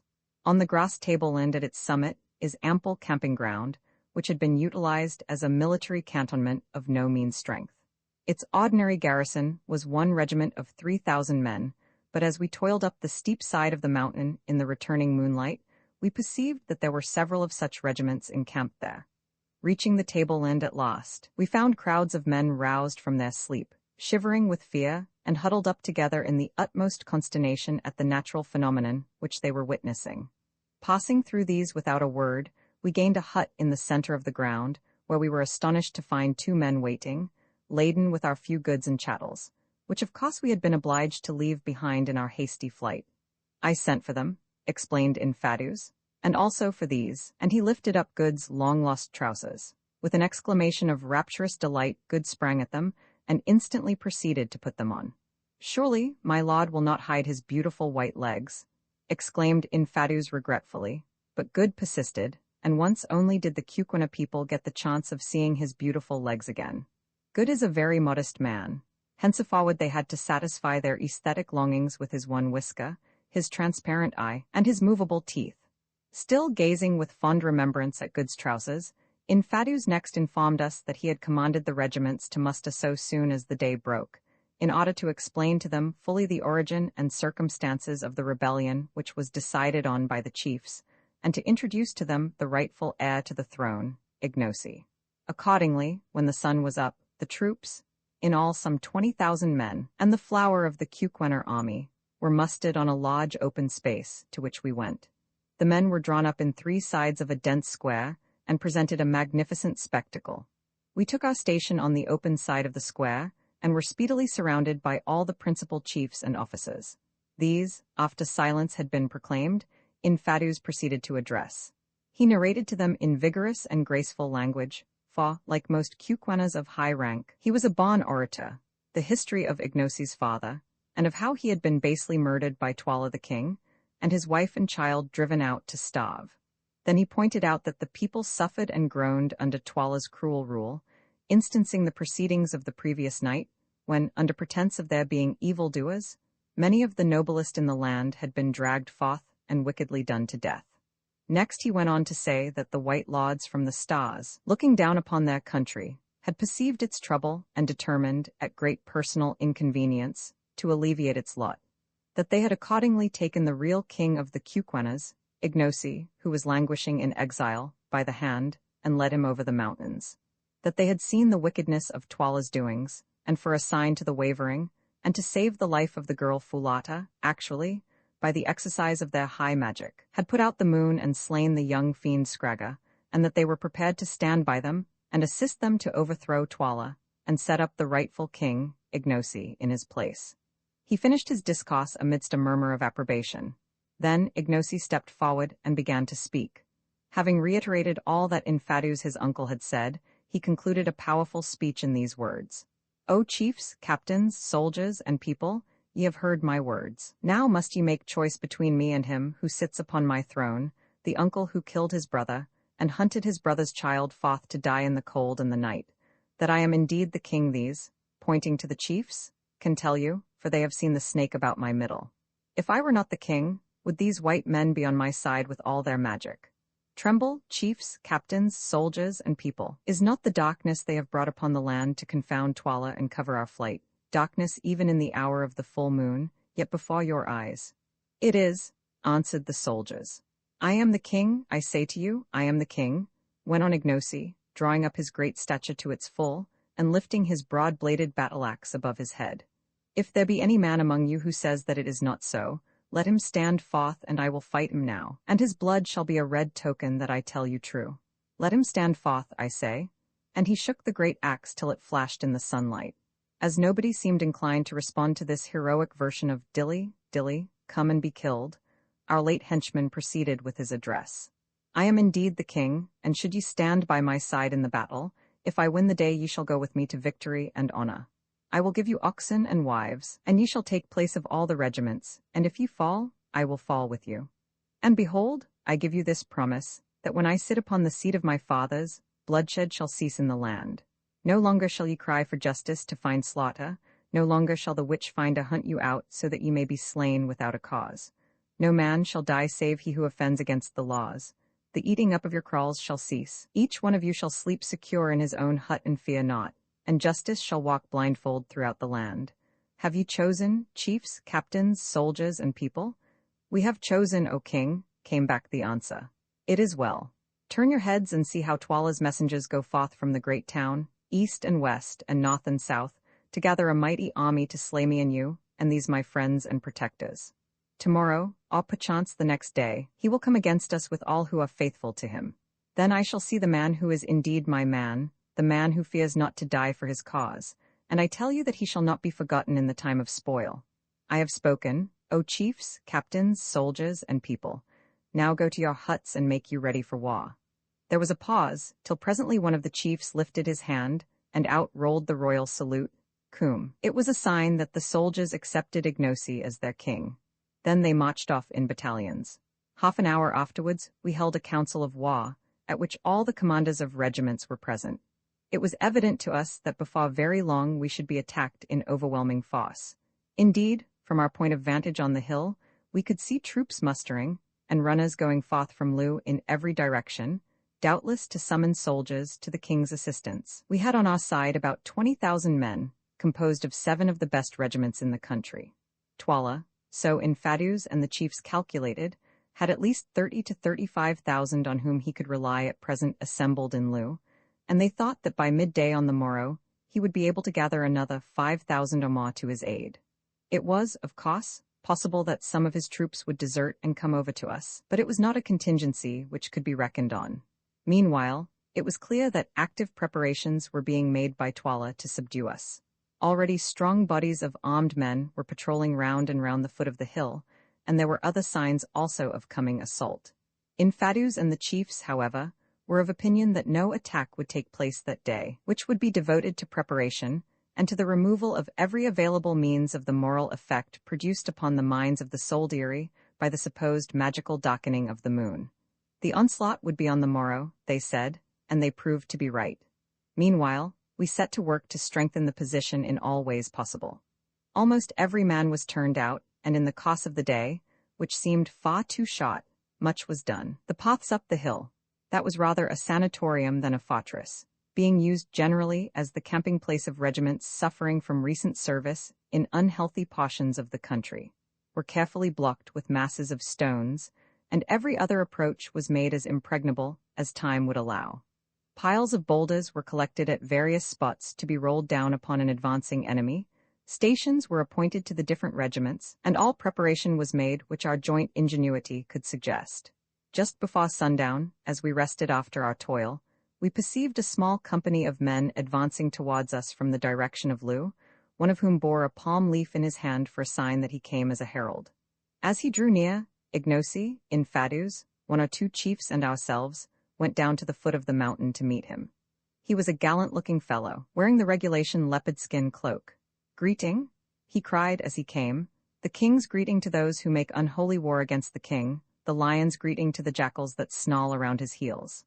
"Speak," I said. "These are the king's words. Surrender to the king's mercy ere a worse thing befall you. Already the shoulder has been torn from the black bull, and the king drives him bleeding about the camp." "Ain't what are Twala's terms?" I asked from curiosity. "His terms are merciful, worthy of a great king. These are the words of Twala, the one-eyed, the mighty, the husband of 1,000 wives, lord of the Kuquenas, keeper of the great road, Solomon's road, beloved of the strange ones who sit in silence at the mountains yonder, the 3 witches, calf of the black cow, elephant whose tread shakes the earth, terror of the evil-doer, ostrich whose feet devour the desert, huge one, black one, wise one, king from generation to generation. These are the words of Twala. I will have mercy and be satisfied with a little blood. 1 in every 10 shall die, the rest shall go free, but the white man Inkubu, who slew Scragga my son, and the black man his servant, who pretends to my throne, and Infadus my brother, who brews rebellion against me, these shall die by torture as an offering to the silent ones. Such are the merciful words of Twala.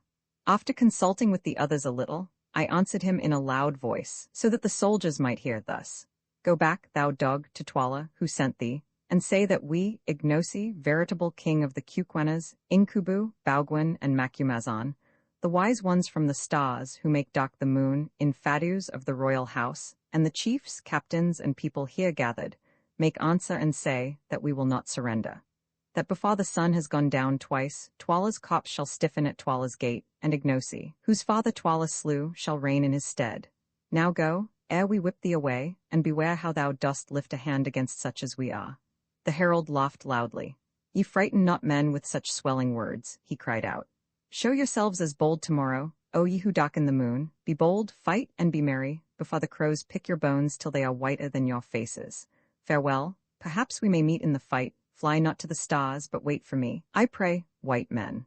With this shaft of sarcasm he retired, and almost immediately the sun sank.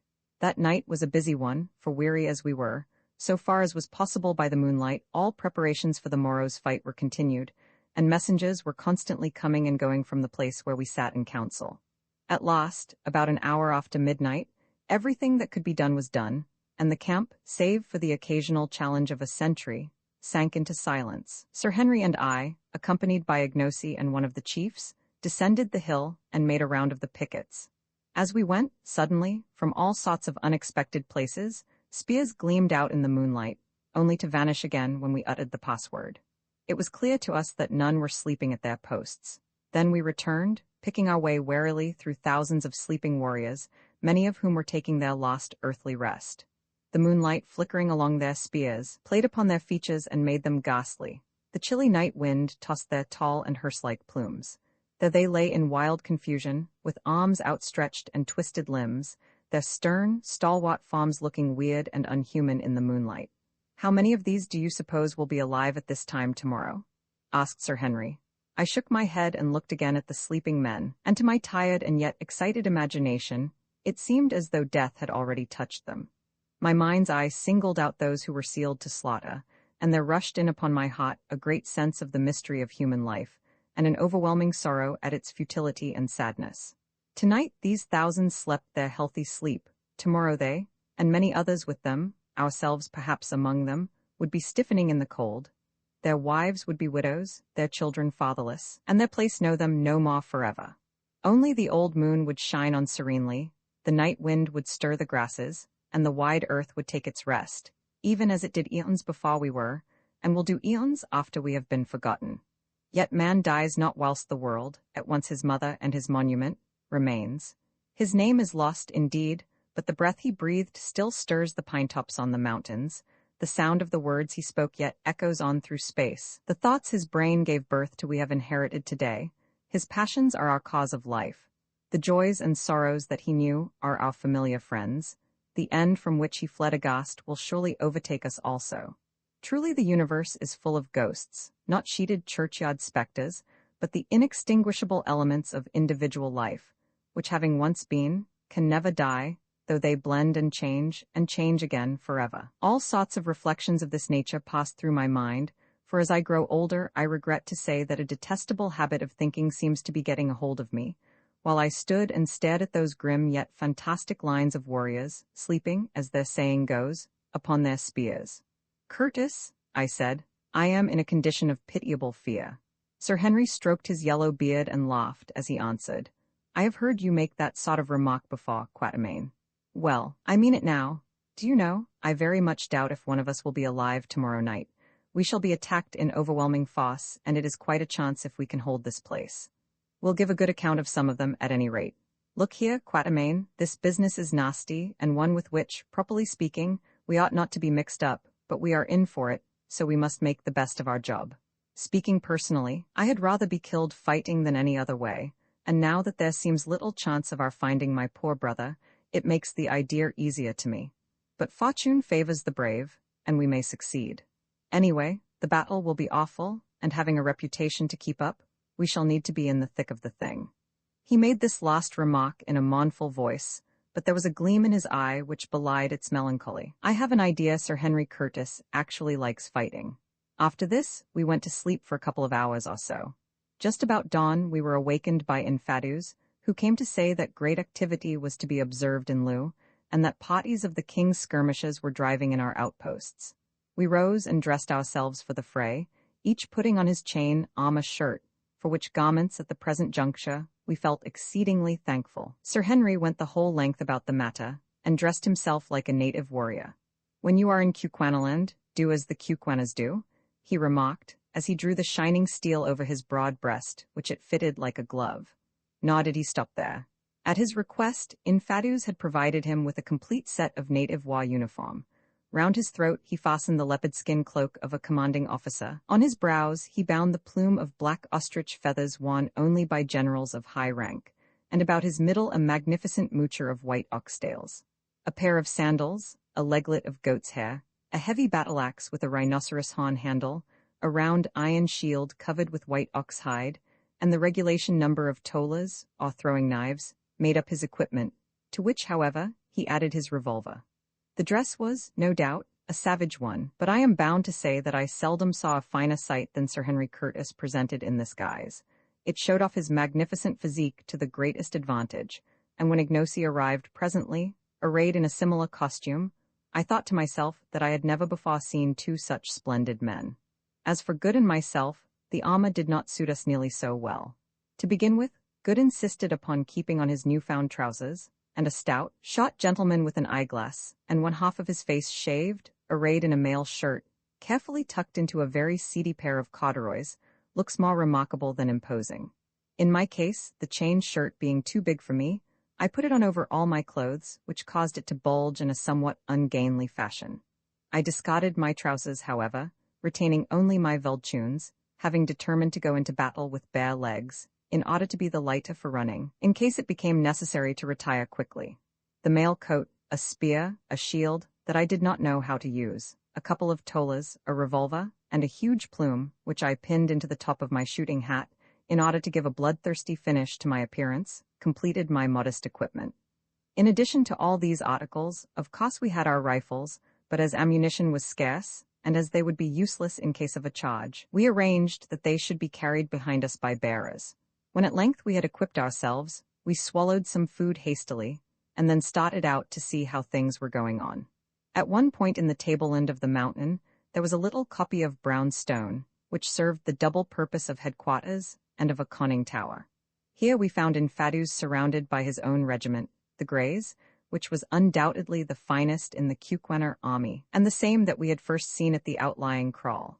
This regiment, now 3,500 strong, was being held in reserve, and the men were lying down on the grass in companies, and watching the king's forces creep out of Loo in long, ant-like columns. There seemed to be no end to the length of these columns, 3 in all, and each of them numbering, as we judged, at least 11 or 12,000 men. As soon as they were clear of the town, the regiments formed up. Then one body marched off to the right, one to the left, and the third came on slowly towards us.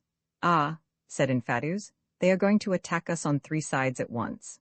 This seemed rather serious news, for our position on the top of the mountain, which measured 1.5 miles in circumference, being an extended one, it was important to us to concentrate our comparatively small defending force as much as possible. But since it was impossible for us to dictate in what way we should be assailed, we had to make the best of it, and accordingly sent orders to the various regiments to prepare to receive the separate onslaughts. Roman 13 The attack slowly, and without the slightest appearance of haste or excitement, the 3 columns crept on.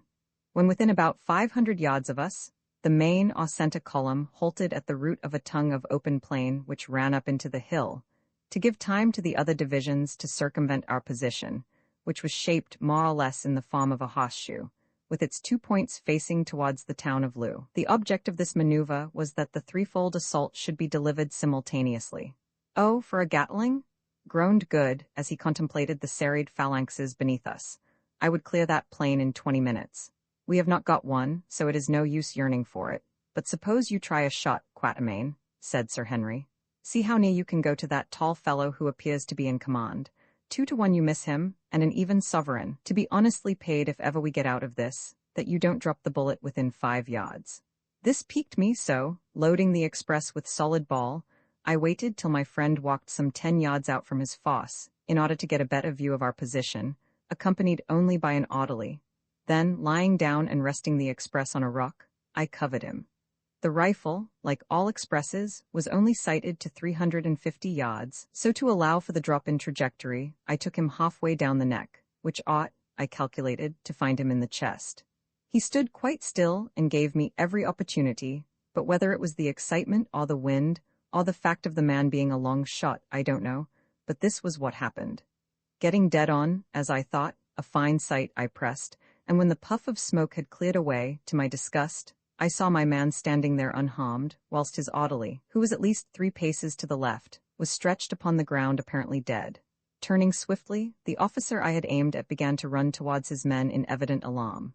"Bravo, Quatermain," sang out Good, "you've frightened him."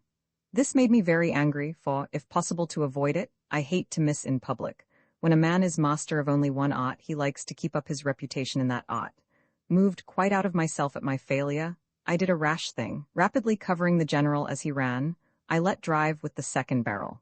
Instantly, the poor man threw up his arms and fell forward onto his face. This time I had made no mistake, and I say it as a proof of how little we think of others when our own safety, pride, or reputation is in question. I was brute enough to feel delighted at the sight. The regiments who had seen the feat cheered wildly at this exhibition of the white man's magic, which they took as an omen of success, while the fosse the general had belonged to, which indeed, as we ascertained afterwards, he had commanded, fell back in confusion. Sir Henry and Good now took up their rifles and began to fire, the latter industriously, Browning, the dense mass before him with another Winchester repeater, and I also had another shot or two, with the result, so far as we could judge, that we put some 6 or 8 men hors de combat before they were out of range. Just as we stopped firing, there came an ominous roar from our far right, then a similar roar rose on our left. The 2 other divisions were engaging us. At the sound, the mass of men before us opened out a little, and advanced towards the hill and up the spit of bare grass land at a slow trot, singing a deep-throated song as they ran. We kept up a steady fire from our rifles as they came, Ignacy joining in occasionally, and accounted for several men, but of course we produced no more effect upon that mighty rush of armed humanity than he who throws pebbles does on the breaking wave. On they came, with a shout and the clashing of spears. Now they were driving in the pickets we had placed among the rocks at the foot of the hill. After that the advance was a little slower, for though as yet we had offered no serious opposition, the attacking fosses must climb uphill, and they came slowly to save their breath. Our first line of defense was about halfway down the side of the slope, our second 50 yards further back, while our third occupied the edge of the plateau. On they stormed, shouting their war cry, "Twala, Twala, Cheel, Cheel, Twala, Twala, Smite, Smite, Ignacy, Ignacy, Cheel, Cheel," answered our people. They were quite close now, and the tolas, or throwing knives, began to flash backwards and forwards, and now, with an awful yell, the battle closed in. To and fro swayed the mass of struggling warriors, men falling fast as leaves in an autumn wind, but before long the superior weight of the attacking fosse began to tell, and our first line of defense was slowly pressed back till it merged into the second. Here the struggle was very fierce, but again our people were driven back and up, till at length, within 20 minutes of the commencement of the fight, our third line came into action. But by this time the assailants were much exhausted, and besides had lost many men killed and wounded, and to break through that third impenetrable hedge of spears proved beyond their powers. For a while, the seething lines of savages swung backwards and forwards, in the fierce ebb and flow of battle, and the issue was doubtful. Sir Henry watched the desperate struggle with a kindling eye, and then without a word he rushed off, followed by Good, and flung himself into the hottest of the fray. As for myself, I stopped where I was. The soldiers caught sight of his tall form as he plunged into battle, and there rose a cry of "Nanzier incubu, Nanzier unkungan clovo." Here is the elephant, Cheel, Cheel. From that moment the end was no longer in doubt. Inch by inch, fighting with splendid gallantry, the attacking fosse was pressed back down the hillside, till at last it retreated upon its reserves in something like confusion.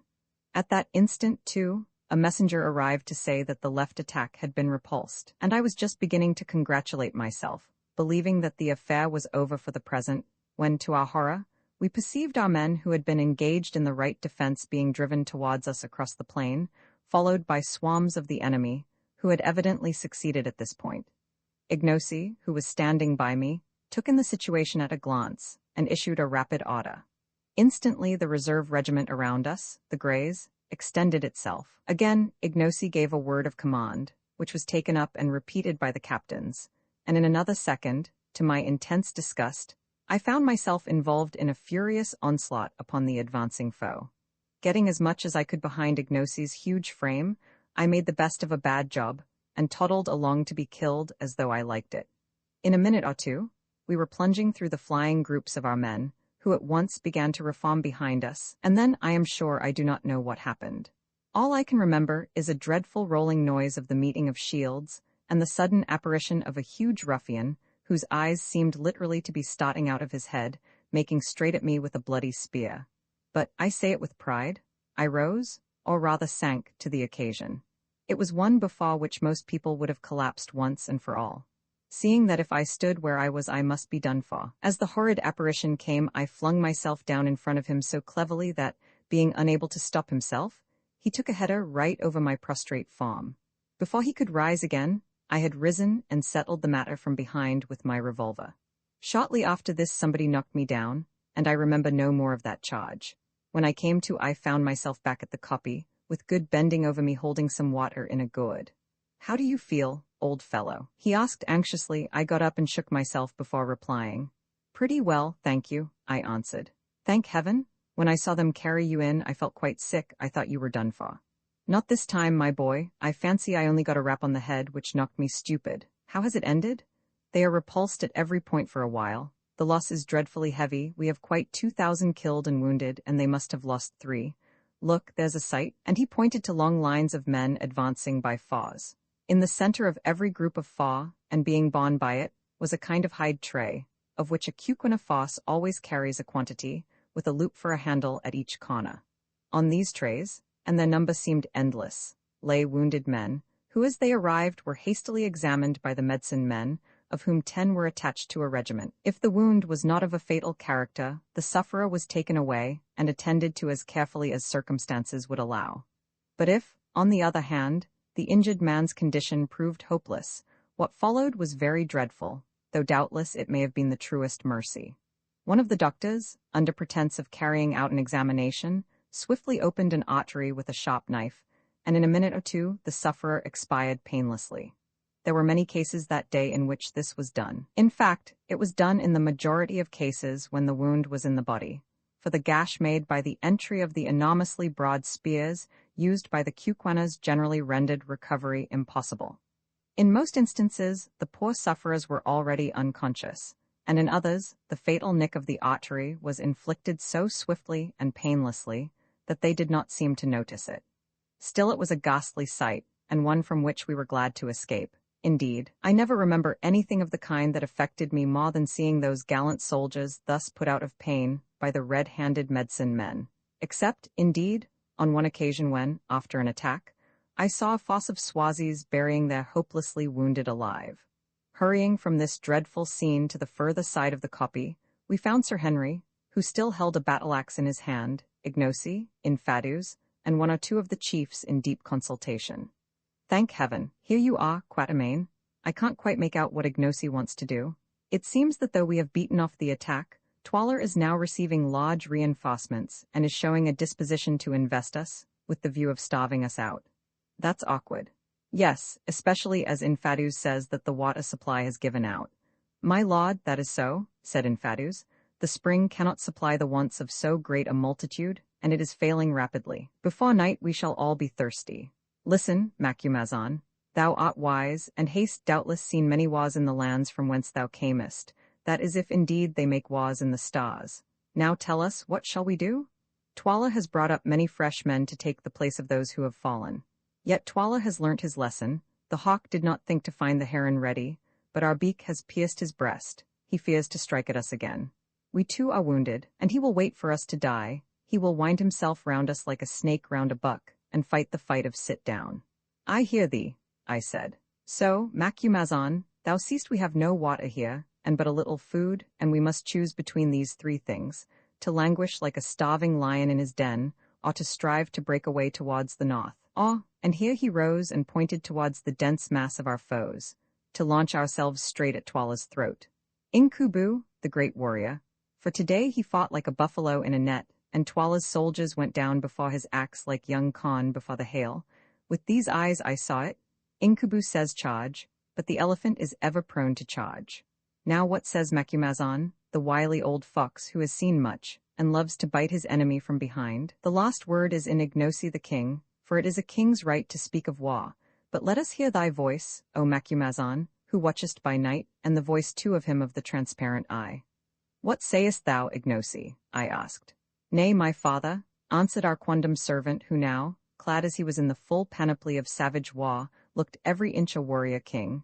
Do thou speak, and let me, who am but a child in wisdom beside thee, hearken to thy words. Thus adjured, after taking hasty counsel with Good and Sir Henry, I delivered my opinion briefly to the effect that, being trapped, our best chance, especially in view of the failure of our water supply, was to initiate an attack upon Twala's fosses. Then I recommended that the attack should be delivered at once, before our wounds grew stiff, and also before the sight of Twala's overpowering fosse caused the hearts of our soldiers to wax small like fat before a fire. Otherwise, I pointed out, some of the captains might change their minds and, making peace with Twala, desert to him, or even betray us into his hands. This expression of opinion seemed, on the whole, to be favorably received. Indeed, among the Kukwenas, my utterances met with a respect which has never been accorded to them before or since. But the real decision as to our plans lay with Ignosi, who, since he had been recognized as rightful king, could exercise the almost unbounded rights of sovereignty, including, of course, the final decision on matters of generalship, and it was to him that all eyes were now turned. At length, after a pause, during which he appeared to be thinking deeply, he spoke. Inkubu, Macumazahn and Baugwin, brave white men and my friends, Infadus, my uncle and chiefs, my heart is fixed. I will strike at Twala this day, and set my fortunes on the blow, and my life and your lives also. Listen, thus will I strike. Ye see how the hill curves round like the half-moon, and how the plain runs like a green tongue towards us within the curve? We see, I answered. Good, it is now midday, and the men eat and rest after the toil of battle. When the sun has turned and travelled a little way towards the darkness, let thy regiment, my uncle, advance with one other down to the green tongue, and it shall be that when Twala sees it he will hurl his fosse at it to crush it. But the spot is narrow, and the regiments can come against thee one at a time only. So may they be destroyed one by one, and the eyes of all Twala's army shall be fixed upon a struggle the like of which has not been seen by living man. And with thee, my uncle, shall go Inkubu my friend, that when Twala sees his battle-axe flashing in the first rank of the greys, his heart may grow faint, and I will come with the second regiment, that which follows thee, so that if ye are destroyed, as it might happen, there may yet be a king left to fight for, and with me shall come Macumazahn the wise. It is well, O king, said Infadus, apparently contemplating the certainty of the complete annihilation of his regiment with perfect calmness. Truly, these Kukwenas are a wonderful people. Death has no terrors for them when it is incurred in the cause of duty. And whilst the eyes of the multitude of Twala's soldiers are thus fixed upon the fight, went on Ignosi, behold, 1/3 of the men who are left alive to us, i.e. about 6,000, shall creep along the right horn of the hill and fall upon the left flank of Twala's fosse, and 1/3 shall creep along the left horn and fall upon Twala's right flank. And when I see that the horns are ready to toss Twala, then will I, with the men who remain to me, charge home in Twala's face, and if fortune goes with us the day will be ours, and before night drives her black oxen from the mountains to the mountains, we shall sit in peace at Loo. And now let us eat and make ready, and, Infadus, do thou prepare, that the plan be carried out without fail. And stay, let my white father Baugwin go with the right horn, that his shining eye may give courage to the captains. The arrangements for attack thus briefly indicated were set in motion with a rapidity that spoke well for the perfection of the Kukwena military system. Within little more than an hour rations had been served out and devoured, the divisions were formed, the scheme of onslaught was explained to the leaders, and the whole fosse, numbering about 18,000 men, was ready to move, with the exception of a guard left in charge of the wounded. Presently Good came up to Sir Henry and myself. "Goodbye, you fellows," he said. I am off with the right wing according to orders, and so I have come to shake hands in case we should not meet again, you know," he added significantly. We shook hands in silence and not without the exhibition of as much emotion as Anglo-Saxons are wont to show.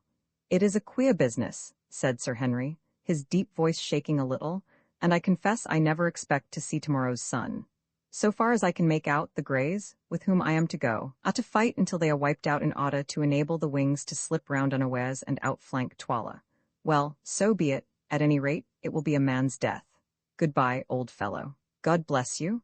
I hope you will pull through and live to collar the diamonds, but if you do, take my advice and don't have anything more to do with pretenders." In another second Good had wrung us both by the hand and gone, and then Infadus came up and led off Sir Henry to his place in the forefront of the Greys, whilst, with many misgivings, I departed with Ignosi to my station in the 2nd Attacking Regiment. Roman 14, the last stand of the Greys. In a few more minutes, the regiments destined to carry out the flanking movements had tramped off in silence, keeping carefully to the lee of the rising ground in order to conceal their advance from the keen eyes of Twala's scouts. Half an hour or more was allowed to elapse between the setting out of the horns or wings of the army before any stir was made by the Greys and their supporting regiment, known as the Buffaloes, which formed its chest, and were destined to bear the brunt of the battle.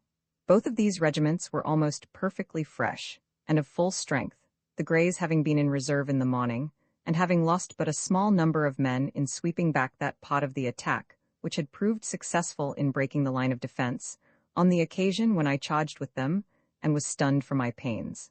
As for the Buffaloes, they had formed the third line of defense on the left, and since the attacking force at that point had not succeeded in breaking through the second, they had scarcely come into action at all. Infadus, who was a wary old general, and knew the absolute importance of keeping up the spirits of his men on the eve of such a desperate encounter, employed the pause in addressing his own regiment, the Greys, in poetical language, explaining to them the honor that they were receiving in being put thus in the forefront of the battle, and in having the great white warrior from the stars to fight with them in their ranks, and promising large rewards of cattle and promotion to all who survived in the event of Ignosi's arms being successful. I looked down the long lines of waving black plumes and stern faces beneath them, and sighed to think that within one short hour most, if not all, of those magnificent veteran warriors, not a man of whom was under 40 years of age, would be laid dead or dying in the dust. It could not be otherwise. They were being condemned, with that wise recklessness of human life which marks the great general, and often saves his forces and attains his ends, to certain slaughter, in order to give their cause and the remainder of the army a chance of success. They were foredoomed to die, and they knew the truth. It was to be their task to engage regiment after regiment of Twala's army on the narrow strip of green beneath us, till they were exterminated, or till the wings found a favorable opportunity for their onslaught. And yet they never hesitated, nor could I detect a sign of fear upon the face of a single warrior. There they were, going to certain death, about to quit the blessed light of day forever, and yet able to contemplate their doom without a tremor. Even at that moment, I could not help contrasting their state of mind with my own, which was far from comfortable, and breathing a sigh of envy and admiration. Never before had I seen such an absolute devotion to the idea of duty, and such a complete indifference to its bitter fruits. "Behold your king," ended old Infadus, pointing to Ignosi. "Go fight and fall for him, as is the duty of brave men, and cursed and shameful forever be the name of him who shrinks from death for his king, or who turns his back to the foe. Behold your king, chiefs, captains, and soldiers. Now do your homage to the sacred snake, and then follow on, that Incubu and I may show you a road to the heart of Twala's host."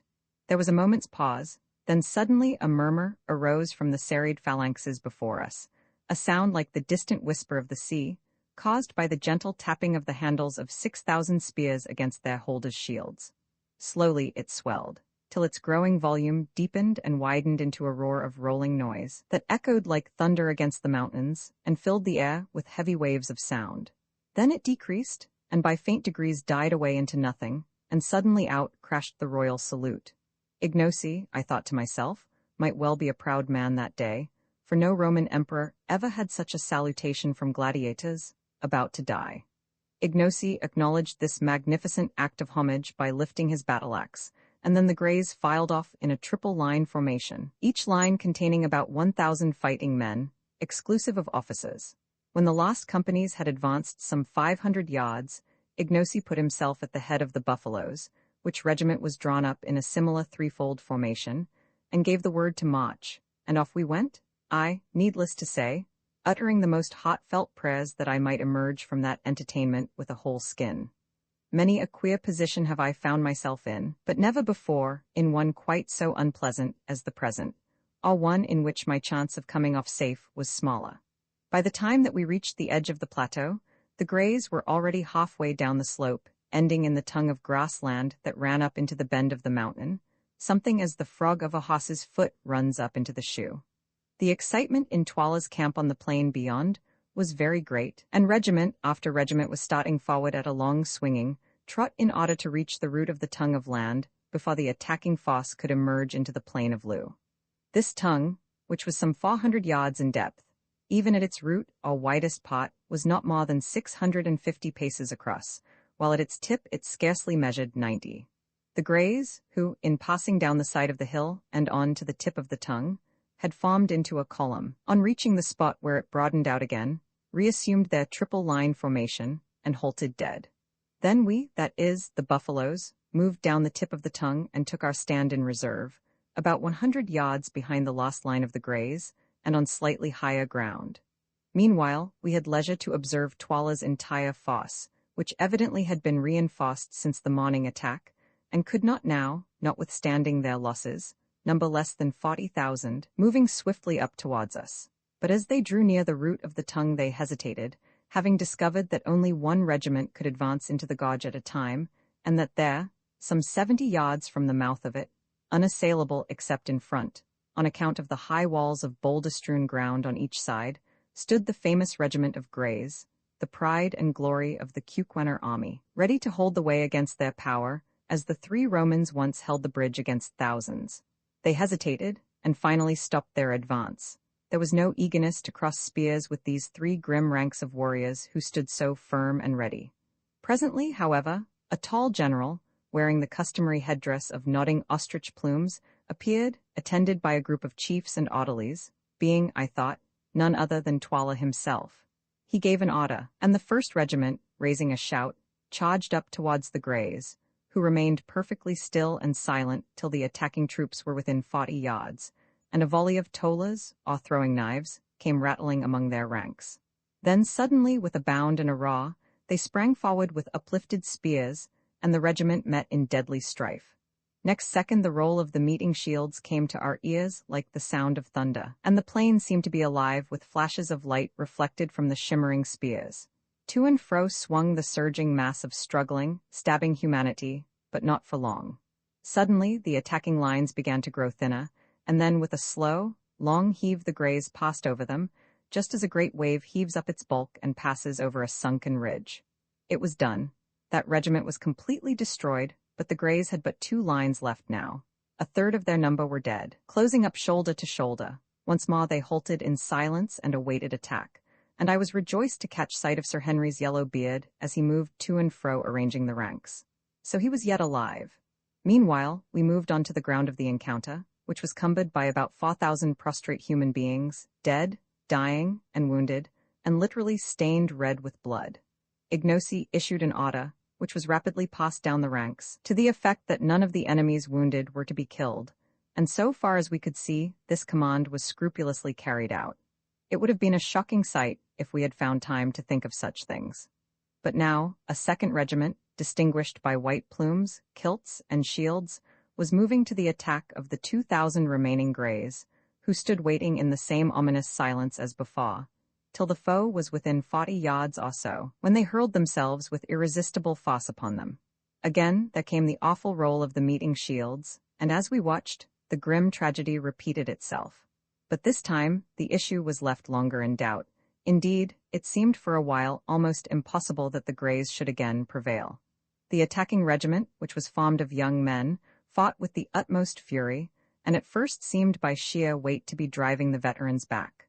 The slaughter was truly awful, hundreds falling every minute, and from among the shouts of the warriors and the groans of the dying, set to the music of clashing spears, came a continuous hissing undertone of SG, SG, the note of triumph of each victor as he passed his assegai through and through the body of his fallen foe. But perfect discipline and steady and unchanging valor can do wonders, and one veteran soldier is worth two young ones, as soon became apparent in the present case. For just when we thought that it was all over with the Greys, and were preparing to take their place so soon as they made room by being destroyed, I heard Sir Henry's deep voice ringing out through the din, and caught a glimpse of his circling battle-axe as he waved it high above his plumes. Then came a change. The Greys ceased to give. They stood still as a rock, against which the furious waves of spearmen broke again and again, only to recoil. Presently they began to move once more. Forward this time, as they had no firearms there was no smoke, so we could see it all. Another minute and the onslaught grew fainter. "Ah, these are men, indeed. They will conquer again," called out Ignacy, who was grinding his teeth with excitement at my side. "See, it is done." Suddenly, like puffs of smoke from the mouth of a cannon, the attacking regiment broke away in flying groups, their white headdresses streaming behind them in the wind, and left their opponents victors indeed, but, alas, no more a regiment. Of the gallant triple line, which 40 minutes before had gone into action 3,000 strong, there remained at most some 600 blood-spattered men. The rest were under foot. And yet they cheered and waved their spears in triumph, and then, instead of falling back upon us as we expected, they ran forward, for 100 yards or so, after the flying groups of foemen, took possession of a rising knoll of ground, and, resuming their triple formation, formed a threefold ring around its base. And there, thanks be to heaven, standing on the top of the mound for a minute, I saw Sir Henry, apparently unharmed, and with him our old friend Infadus. Then Tuala's regiments rolled down upon the doomed band, and once more the battle closed in. As those who read this history will probably long ago have gathered, I am, to be honest, a bit of a coward, and certainly in no way given to fighting, though somehow it has often been my lot to get into unpleasant positions, and to be obliged to shed man's blood. But I have always hated it, and kept my own blood as undiminished in quantity as possible, sometimes by a judicious use of my heels. At this moment, however, for the first time in my life, I felt my bosom burn with martial ardor. Warlike fragments from the Ingoldsby legends, together with numbers of sanguinary verses in the Old Testament, sprang up in my brain like mushrooms in the dark. My blood, which hitherto had been half frozen with horror, went beating through my veins, and there came upon me a savage desire to kill and spare not. I glanced round at the serried ranks of warriors behind us, and somehow, all in an instant, I began to wonder if my face looked like theirs. There they stood, the hands twitching, the lips apart, the fierce features instinct with the hungry lust of battle, and in the eyes a look like the glare of a bloodhound when after long pursuit he sights his quarry. Only Ignacy's heart, to judge from his comparative self-possession, seemed, to all appearances, to beat as calmly as ever beneath his leopard skin cloak, though even he still ground his teeth. I could bear it no longer.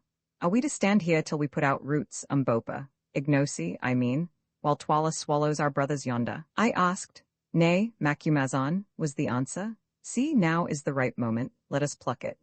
As he spoke, a fresh regiment rushed past the ring upon the little mound, and wheeling round, attacked it from the hither side. Then, lifting his battle-axe, Ignacy gave the signal to advance, and, screaming the wild Kukwena war cry, the buffaloes charged home with a rush like the rush of the sea.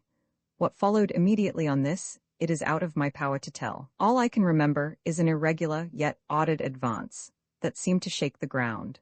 A sudden change of front and forming up on the part of the regiment against which the charge was directed. Then an awful shock, a dull roar of voices, and a continuous flashing of spears, seen through a red mist of blood.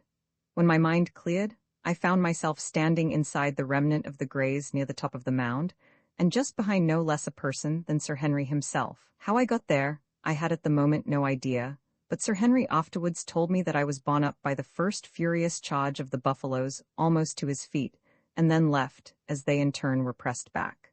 Thereon he dashed out of the circle and dragged me into shelter.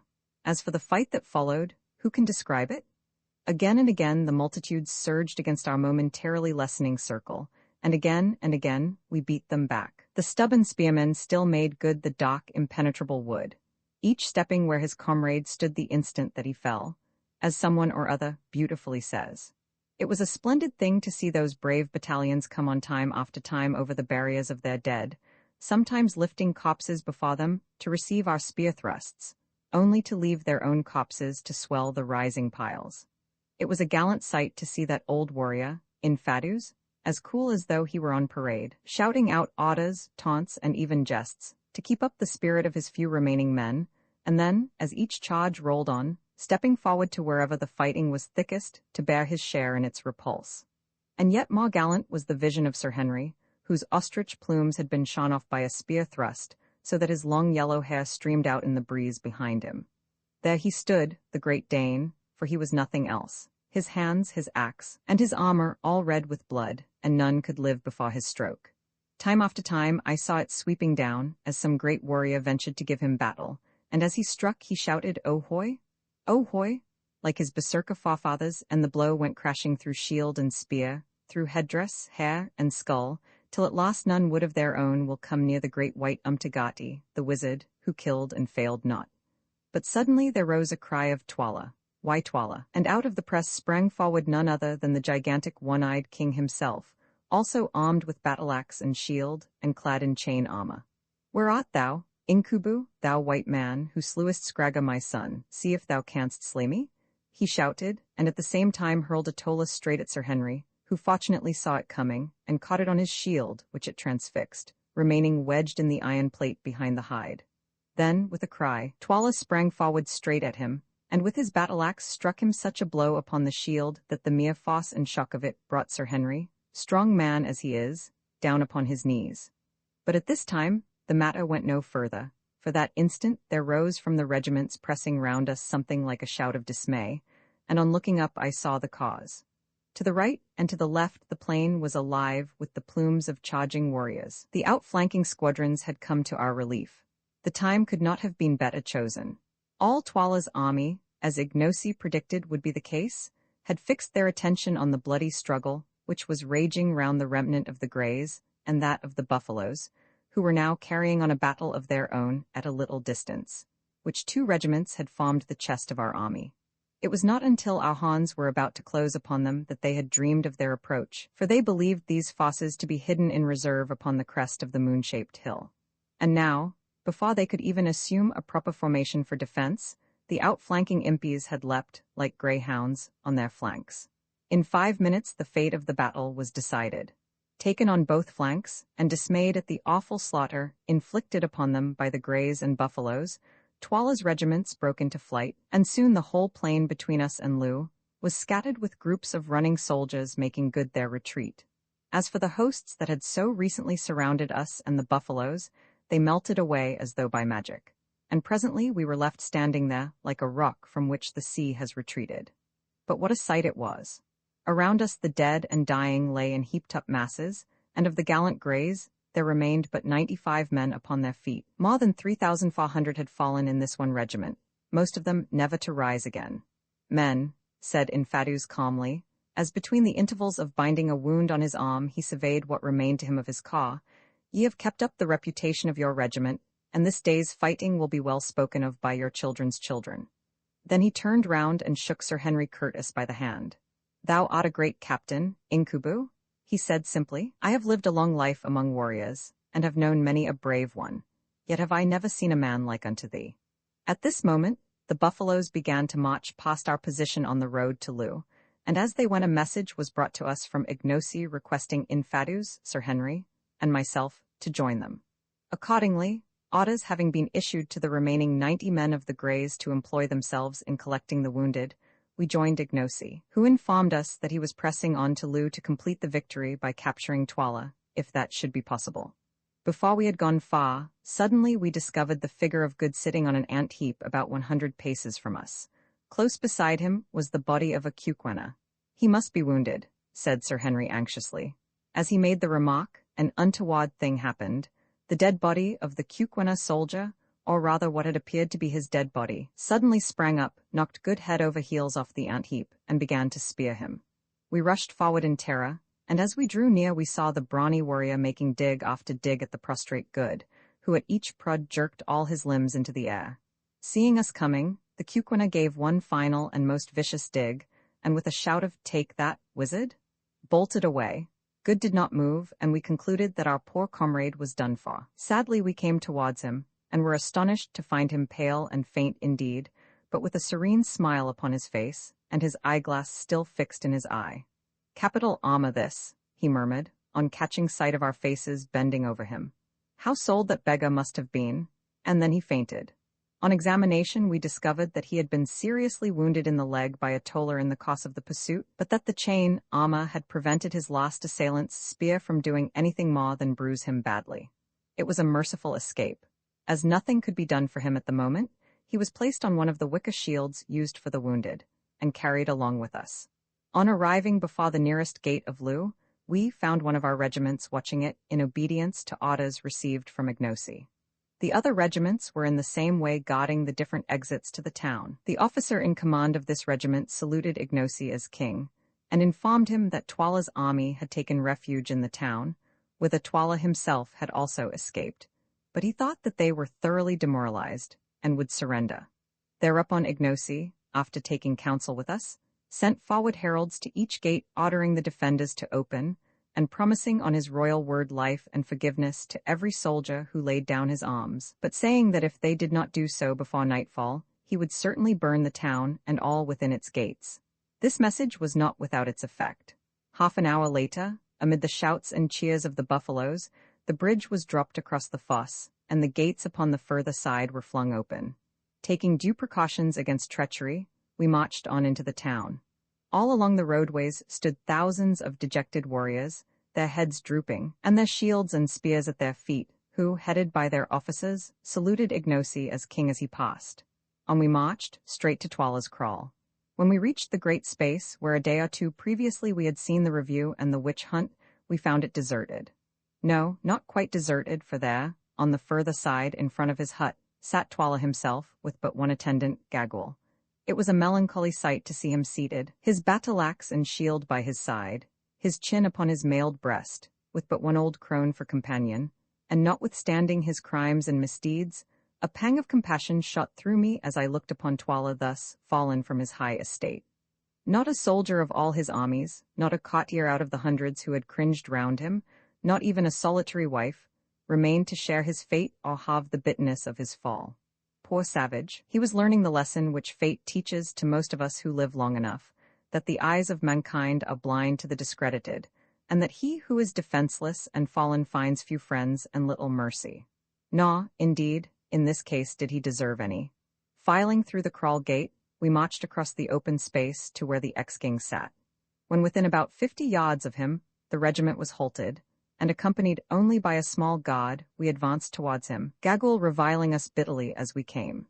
As we drew near, Twala, for the first time, lifted his plumed head and fixed his one eye, which seemed to flash with suppressed fury almost as brightly as the great diamond bound round his forehead, upon his successful rival, Ignosi. "Hail, O king," he said, with bitter mockery, "thou who hast eaten of my bread, and now by the aid of the white man's magic hast seduced my regiments and defeated mine army, hail. What fate hast thou in store for me, O king? The fate thou gavest to my father, whose throne thou hast sat on these many years," was the stern answer. "It is good. I will show thee how to die, that thou mayest remember it against thine own time. See, the sun sinks in blood," and he pointed with his battle-axe towards the setting orb. "It is well that my son should go down in its company. And now, O king, I am ready to die, but I crave the boon of the Kukwana royal house 9 to die fighting. Thou canst not refuse it, or even those cowards who fled today will hold thee shamed. It is granted. Choose, with whom wilt thou fight? Myself I cannot fight with thee, for the king fights not except in war." Twala's somber eye ran up and down our ranks, and I felt, as for a moment it rested on myself, that the position had developed a new horror. What if he chose to begin by fighting me? What chance should I have against a desperate savage 6 feet 5 high, and broad in proportion? I might as well commit suicide at once. Hastily I made up my mind to decline the combat, even if I were hooted out of Kukwanaland as a consequence. It is, I think, better to be hooted than to be quatted with a battle-axe. Presently Twala spoke. "Inkubu, what sayest thou? Shall we end what we began today, or shall I call thee coward, white, even to the liver?" "Nay," interposed Ignosi hastily, "thou shalt not fight with Inkubu." "Not if he is afraid," said Twala. Unfortunately, Sir Henry understood this remark, and the blood flamed up into his cheeks. "I will fight him," he said. "He shall see if I am afraid." "For heaven's sake," I entreated, Don't risk your life against that of a desperate man. Anybody who saw you today will know that you are brave enough. I will fight him, was the sullen answer. No living man shall call me a coward. I am ready now. And he stepped forward and lifted his axe. I wrung my hands over this absurd piece of quixotism, but if he was determined on this deed, of course I could not stop him. Fight not, my white brother, said Ignacy, laying his hand affectionately on Sir Henry's arm. Thou hast fought enough, and if aught befell thee at his hands it would cut my heart in twain. I will fight, Ignacy, was Sir Henry's answer. It is well. Incubu, thou art a brave man, it will be a good fray. Behold, Twala, the elephant is ready for thee. The ex-king laughed savagely, and stepping forward faced Curtis. For a moment they stood thus, and the light of the sinking sun caught their stalwart frames and clothed them both in fire. They were a well-matched pair. Then they began to circle round each other, their battle-axes raised. Suddenly Sir Henry sprang forward and struck a fearful blow at Twala, who stepped to one side. So heavy was the stroke that the striker half overbalanced himself, a circumstance of which his antagonist took a prompt advantage. Circling his massive battle-axe round his head, he brought it down with tremendous force. My heart jumped into my mouth. I thought that the affair was already finished. But no, with a quick upward movement of the left arm, Sir Henry interposed his shield between himself and the axe, with the result that its outer edge was shorn away, the axe falling on his left shoulder, but not heavily enough to do any serious damage. In another moment Sir Henry got in a second blow, which was also received by Twala upon his shield. Then followed blow upon blow, that were, in turn, either received upon the shields or avoided.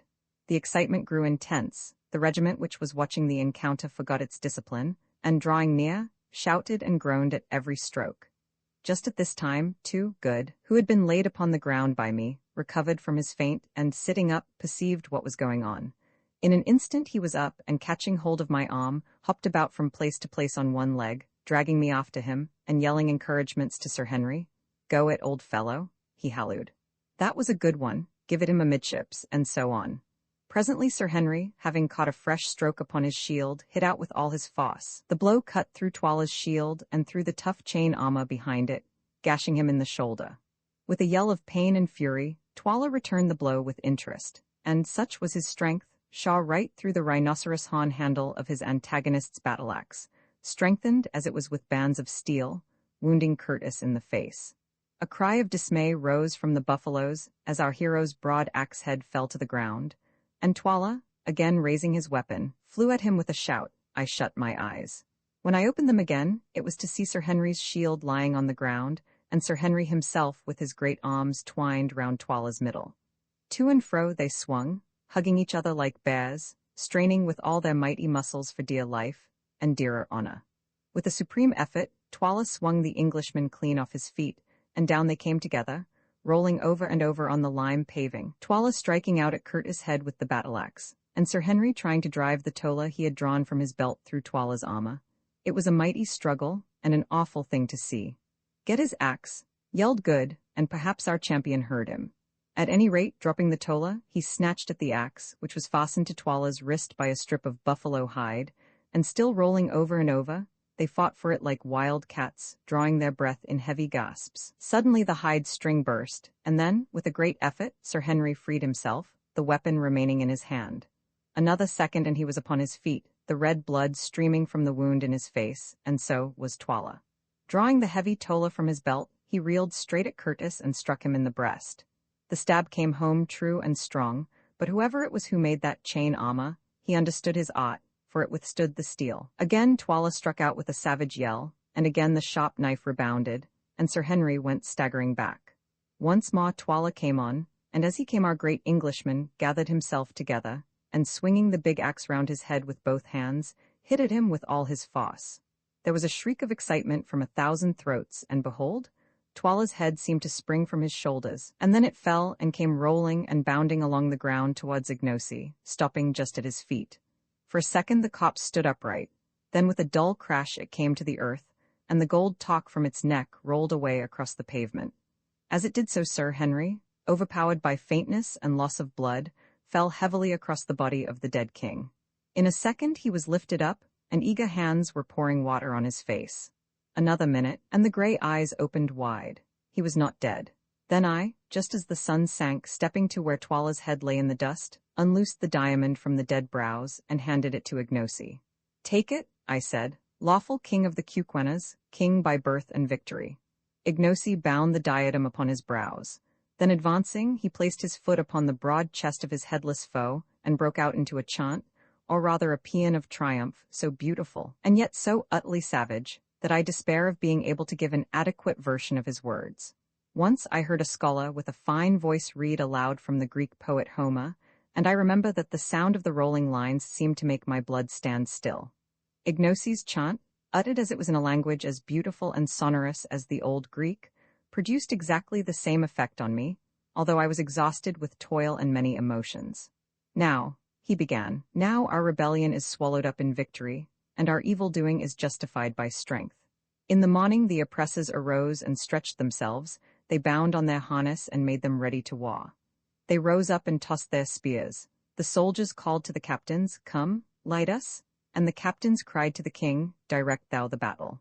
They laughed in their pride, 20,000 men, and yet at 20,000. Their plumes covered the valleys as the plumes of a bird cover her nest. They shook their shields and shouted, they shook their shields in the sunlight. They lusted for battle and were glad. They came up against me, their strong ones ran swiftly to slay me. They cried, 'Ha, ha, he is as one already dead.' Then breathed I on them, and my breath was as the breath of a wind, and lo, they were not. My lightnings pierced them. I licked up their strength with the lightning of my spears. I shook them to the ground with the thunder of my shoutings. They broke, they scattered, they were gone as the mists of the morning.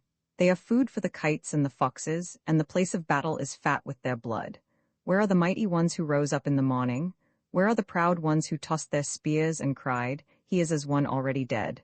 They bow their heads, but not in sleep. They are stretched out, but not in sleep. They are forgotten, they have gone into the blackness. They dwell in the dead moons. Others shall lead away their wives, and their children shall remember them no more. And I, the king, like an eagle I have found my eyrie. Behold, far have I flown in the night season, yet have I returned to my young at the daybreak.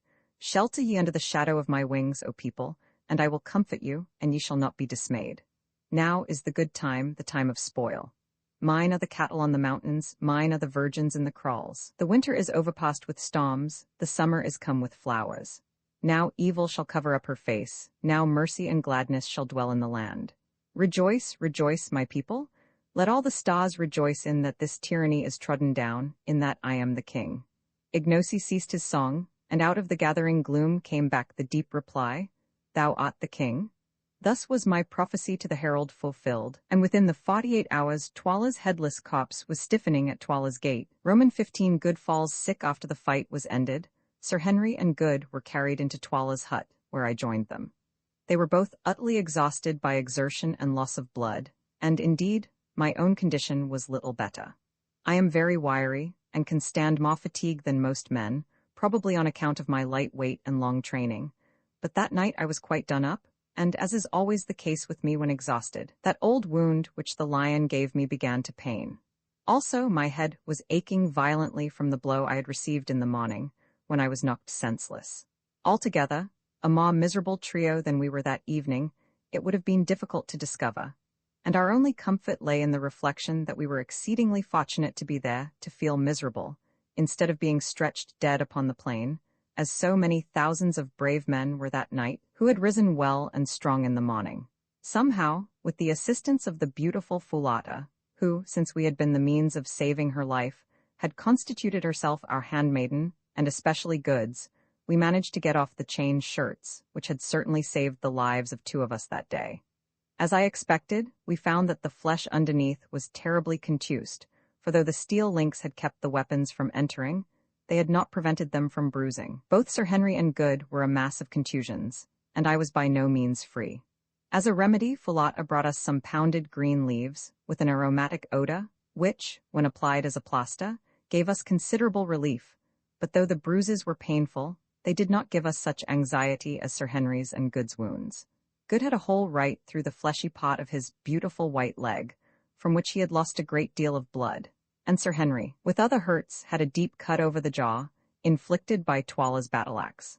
Luckily Good is a very decent surgeon, and so soon as his small box of medicines was forthcoming, having thoroughly cleansed the wounds, he managed to stitch up first Sir Henry's, and then his own pretty satisfactorily, considering the imperfect light given by the primitive Cuquena lamp in the hut.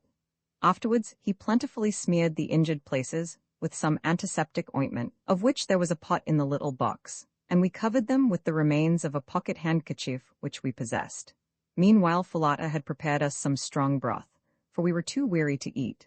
This we swallowed, and then threw ourselves down on the piles of magnificent karosses, or fur rugs, which were scattered about the dead king's great hut.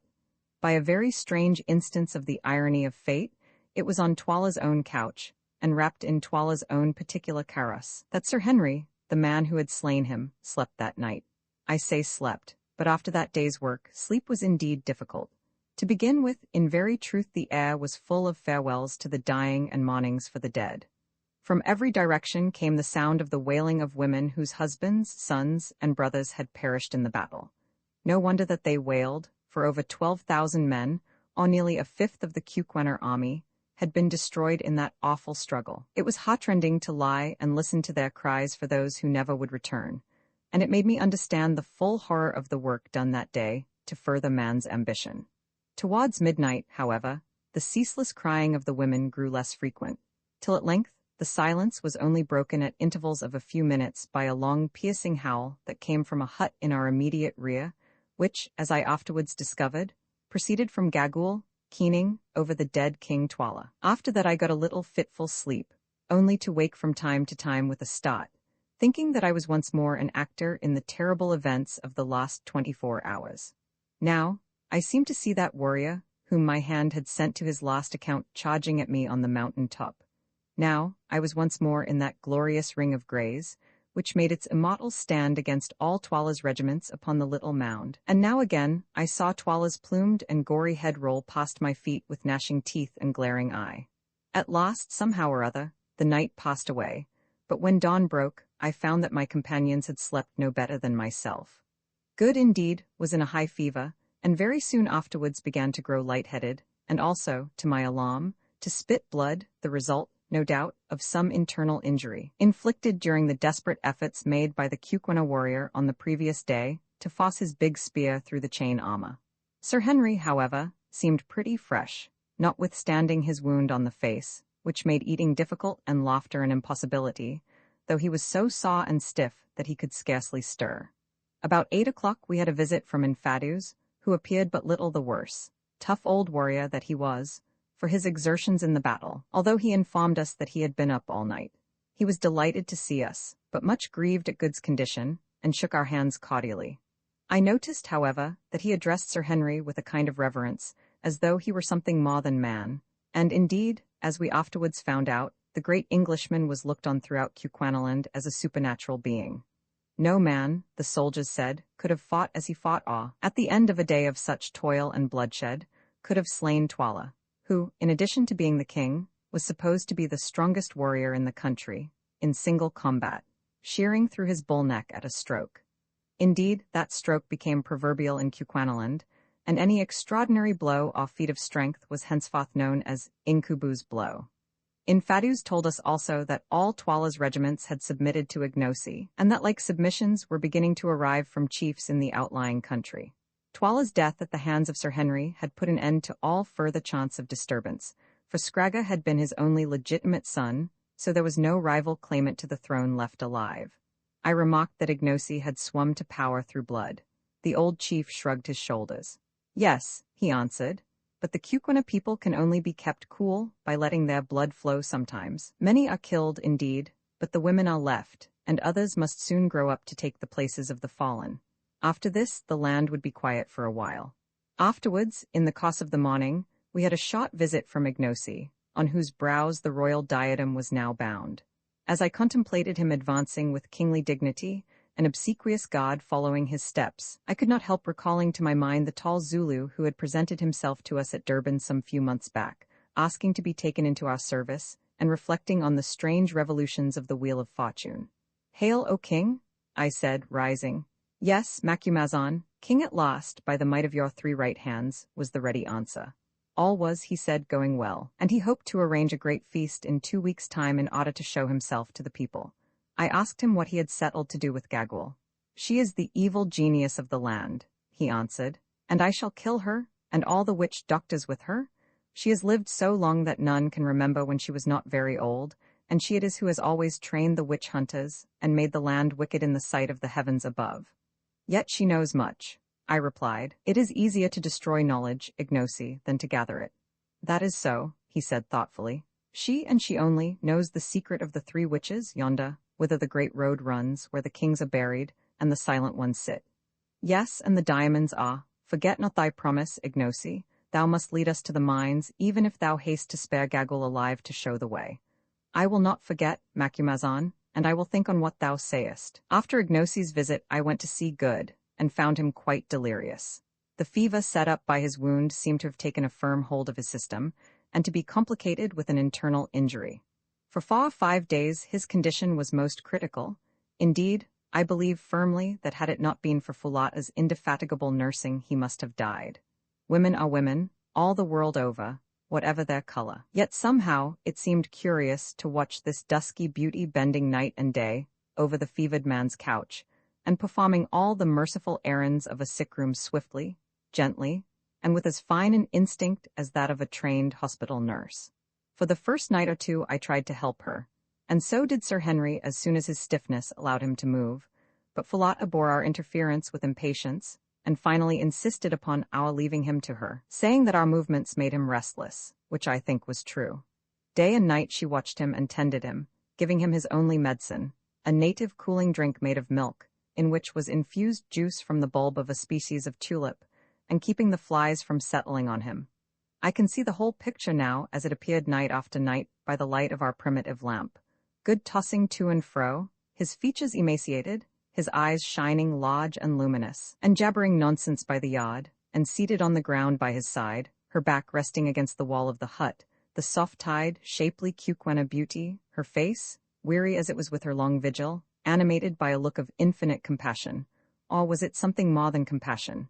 For 2 days we thought that he must die, and crept about with heavy hearts. Only Fulata would not believe it. He will live, she said. For 300 yards or more around Twala's chief hut, where the sufferer lay, there was silence. For by the king's order all who lived in the habitations behind it, except Sir Henry and myself, had been removed, lest any noise should come to the sick man's ears. One night, it was the 5th of Good's illness, as was my habit, I went across to see how he was doing before turning in for a few hours. I entered the hut carefully. The lamp placed upon the floor showed the figure of Good tossing no more, but lying quite still. So it had come at last. In the bitterness of my heart, I gave something like a sob. Hush, H, came from the patch of dark shadow behind Good's head. Then, creeping closer, I saw that he was not dead, but sleeping soundly, with Fulata's tape of fingers clasped tightly in his poor white hand. The crisis had passed, and he would live. He slept like that for 18 hours, and I scarcely liked to say it, for fear I should not be believed, but during the entire period did this devoted girl sit by him, fearing that if she moved and drew away her hand it would wake him. What she must have suffered from cramp and weariness, to say nothing of want of food, nobody will ever know. But it is the fact that, when at last he woke, she had to be carried away. Her limbs were so stiff that she could not move them. After the turn had once been taken, Good's recovery was rapid and complete. It was not till he was nearly well that Sir Henry told him of all he owed to Fulata, and when he came to the story of how she sat by his side for 18 hours, fearing lest by moving she should wake him, the honest sailor's eyes filled with tears.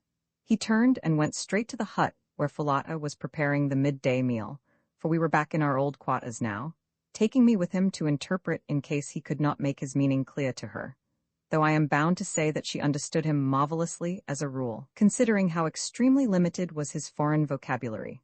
"Tell her," said Good, "that I owe her my life, and that I will never forget her kindness to my dying day."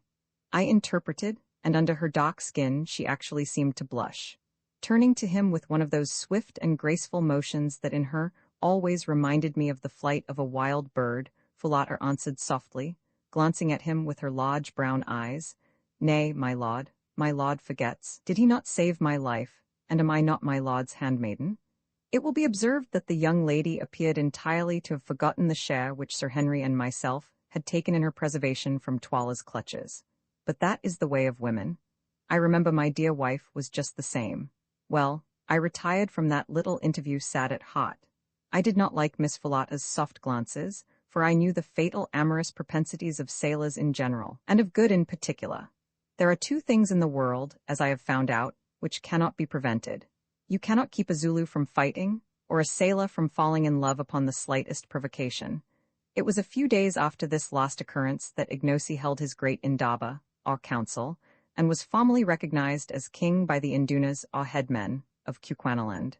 The spectacle was a most imposing one, including as it did a grand review of troops. On this day, the remaining fragments of the Greys were formally paraded, and in the face of the army thanked for their splendid conduct in the battle.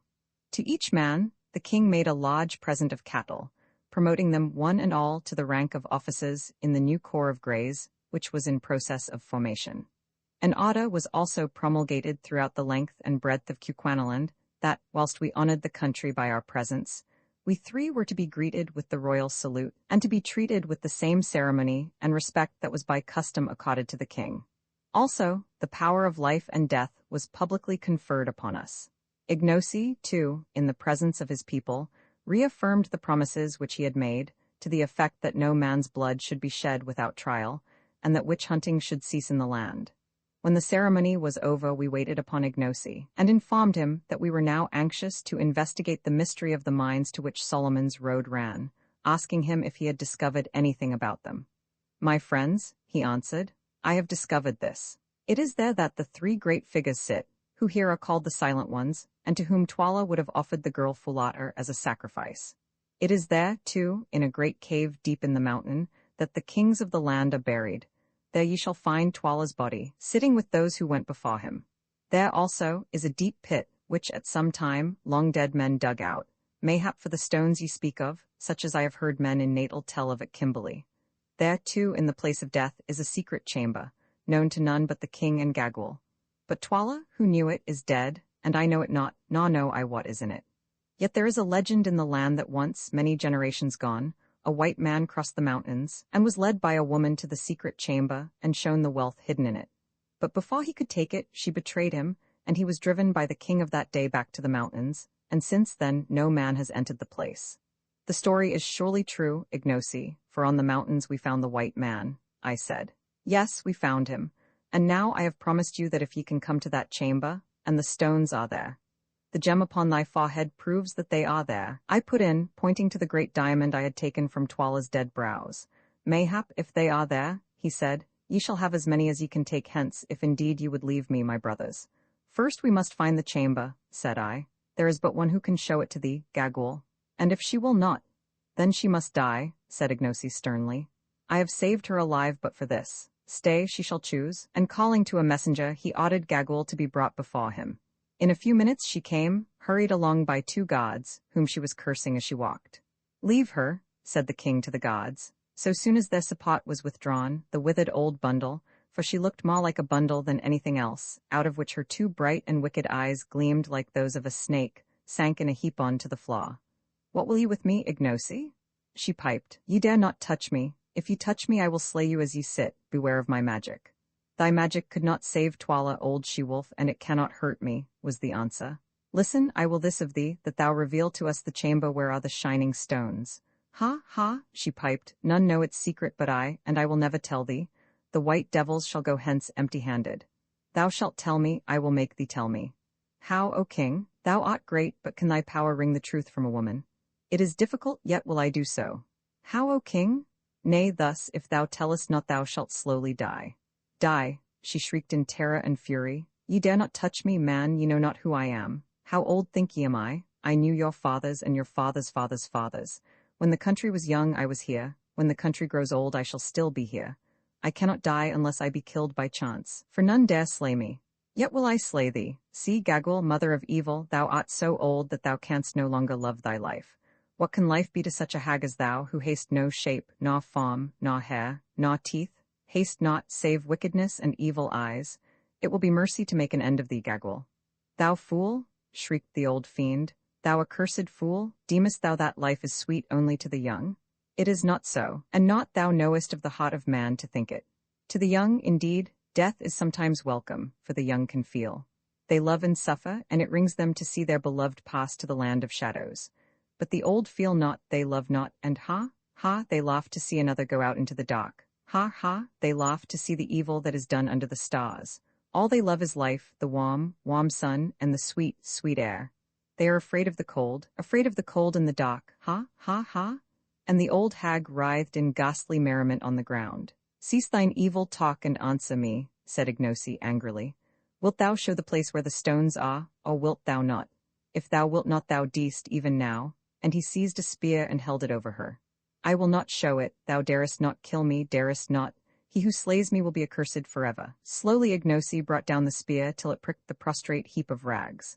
With a wild yell Gaggle sprang to her feet, then fell again and rolled upon the floor. Nay, I will show thee.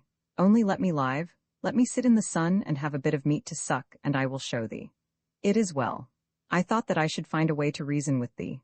Tomorrow shalt thou go within Fadus and my white brothers to the place, and beware how thou failest, for if thou showest it not, then thou shalt slowly die. I have spoken. I will not fail, Ignosi, I always keep my word. Ha, ha, ha. Once before a woman showed the chamber to a white man, and behold, evil befell him, and here her wicked eyes glinted. Her name was Gaggle also, perchance I was that woman. Thou least, I said, that was 10 generations gone. Mayhap, when one lives long one forgets, perhaps it was my mother's mother who told me. Surely her name was Gaggle also. But mock, you will find in the place where the bright things are a bag of hide full of stones. The man filled that bag, but he never took it away. Evil befell him, I say, evil befell him? Perhaps it was my mother's mother who told me. It will be a merry journey. We can see the bodies of those who died in the battle as we go. Their eyes will be gone by now, and their ribs will be hollow.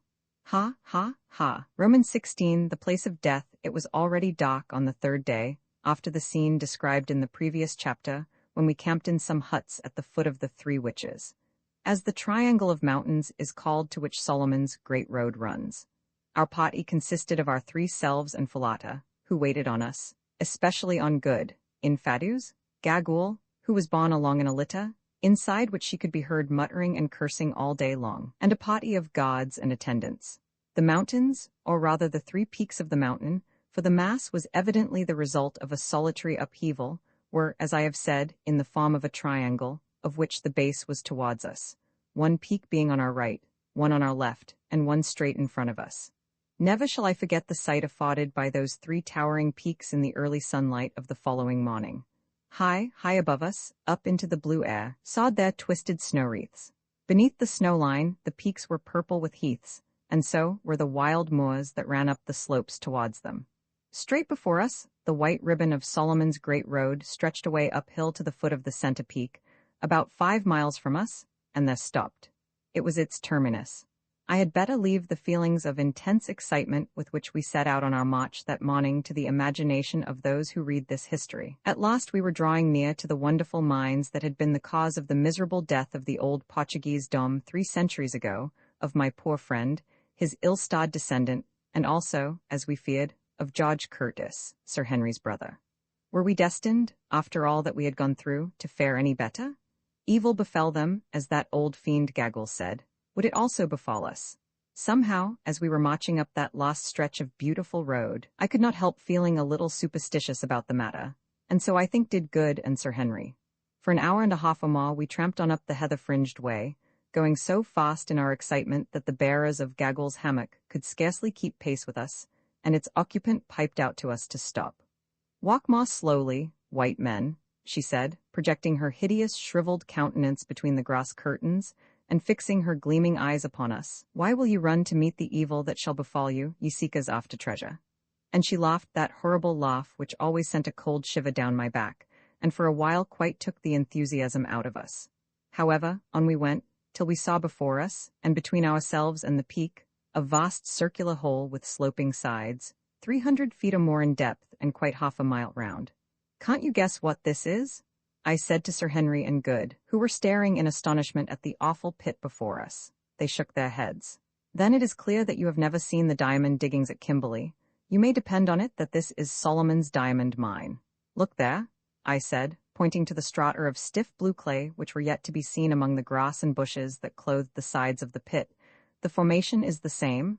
I'll be bound that if we went down there, we should find pipes of soapy brecciated rock. Look, too," and I pointed to a series of wan, flat slabs of stone that were placed on a gentle slope below the level of a watercourse, which in some past age had been cut out of the solid rock. If those are not tables once used to wash the stuff, I'm a Dutchman. At the edge of this vast hole, which was none other than the pit marked on the old Dom's map, the great road branched into two and circumvented it. In many places, by the way, this surrounding road was built entirely out of blocks of stone, apparently with the object of supporting the edges of the pit and preventing falls of reef. Along this path we pressed, driven by curiosity to see what were the three towering objects which we could discern from the hither side of the great gulf. As we drew near, we perceived that they were colossi of some sort or another, and rightly conjectured that before us sat the three silent ones that are held in such awe by the Kukwena people.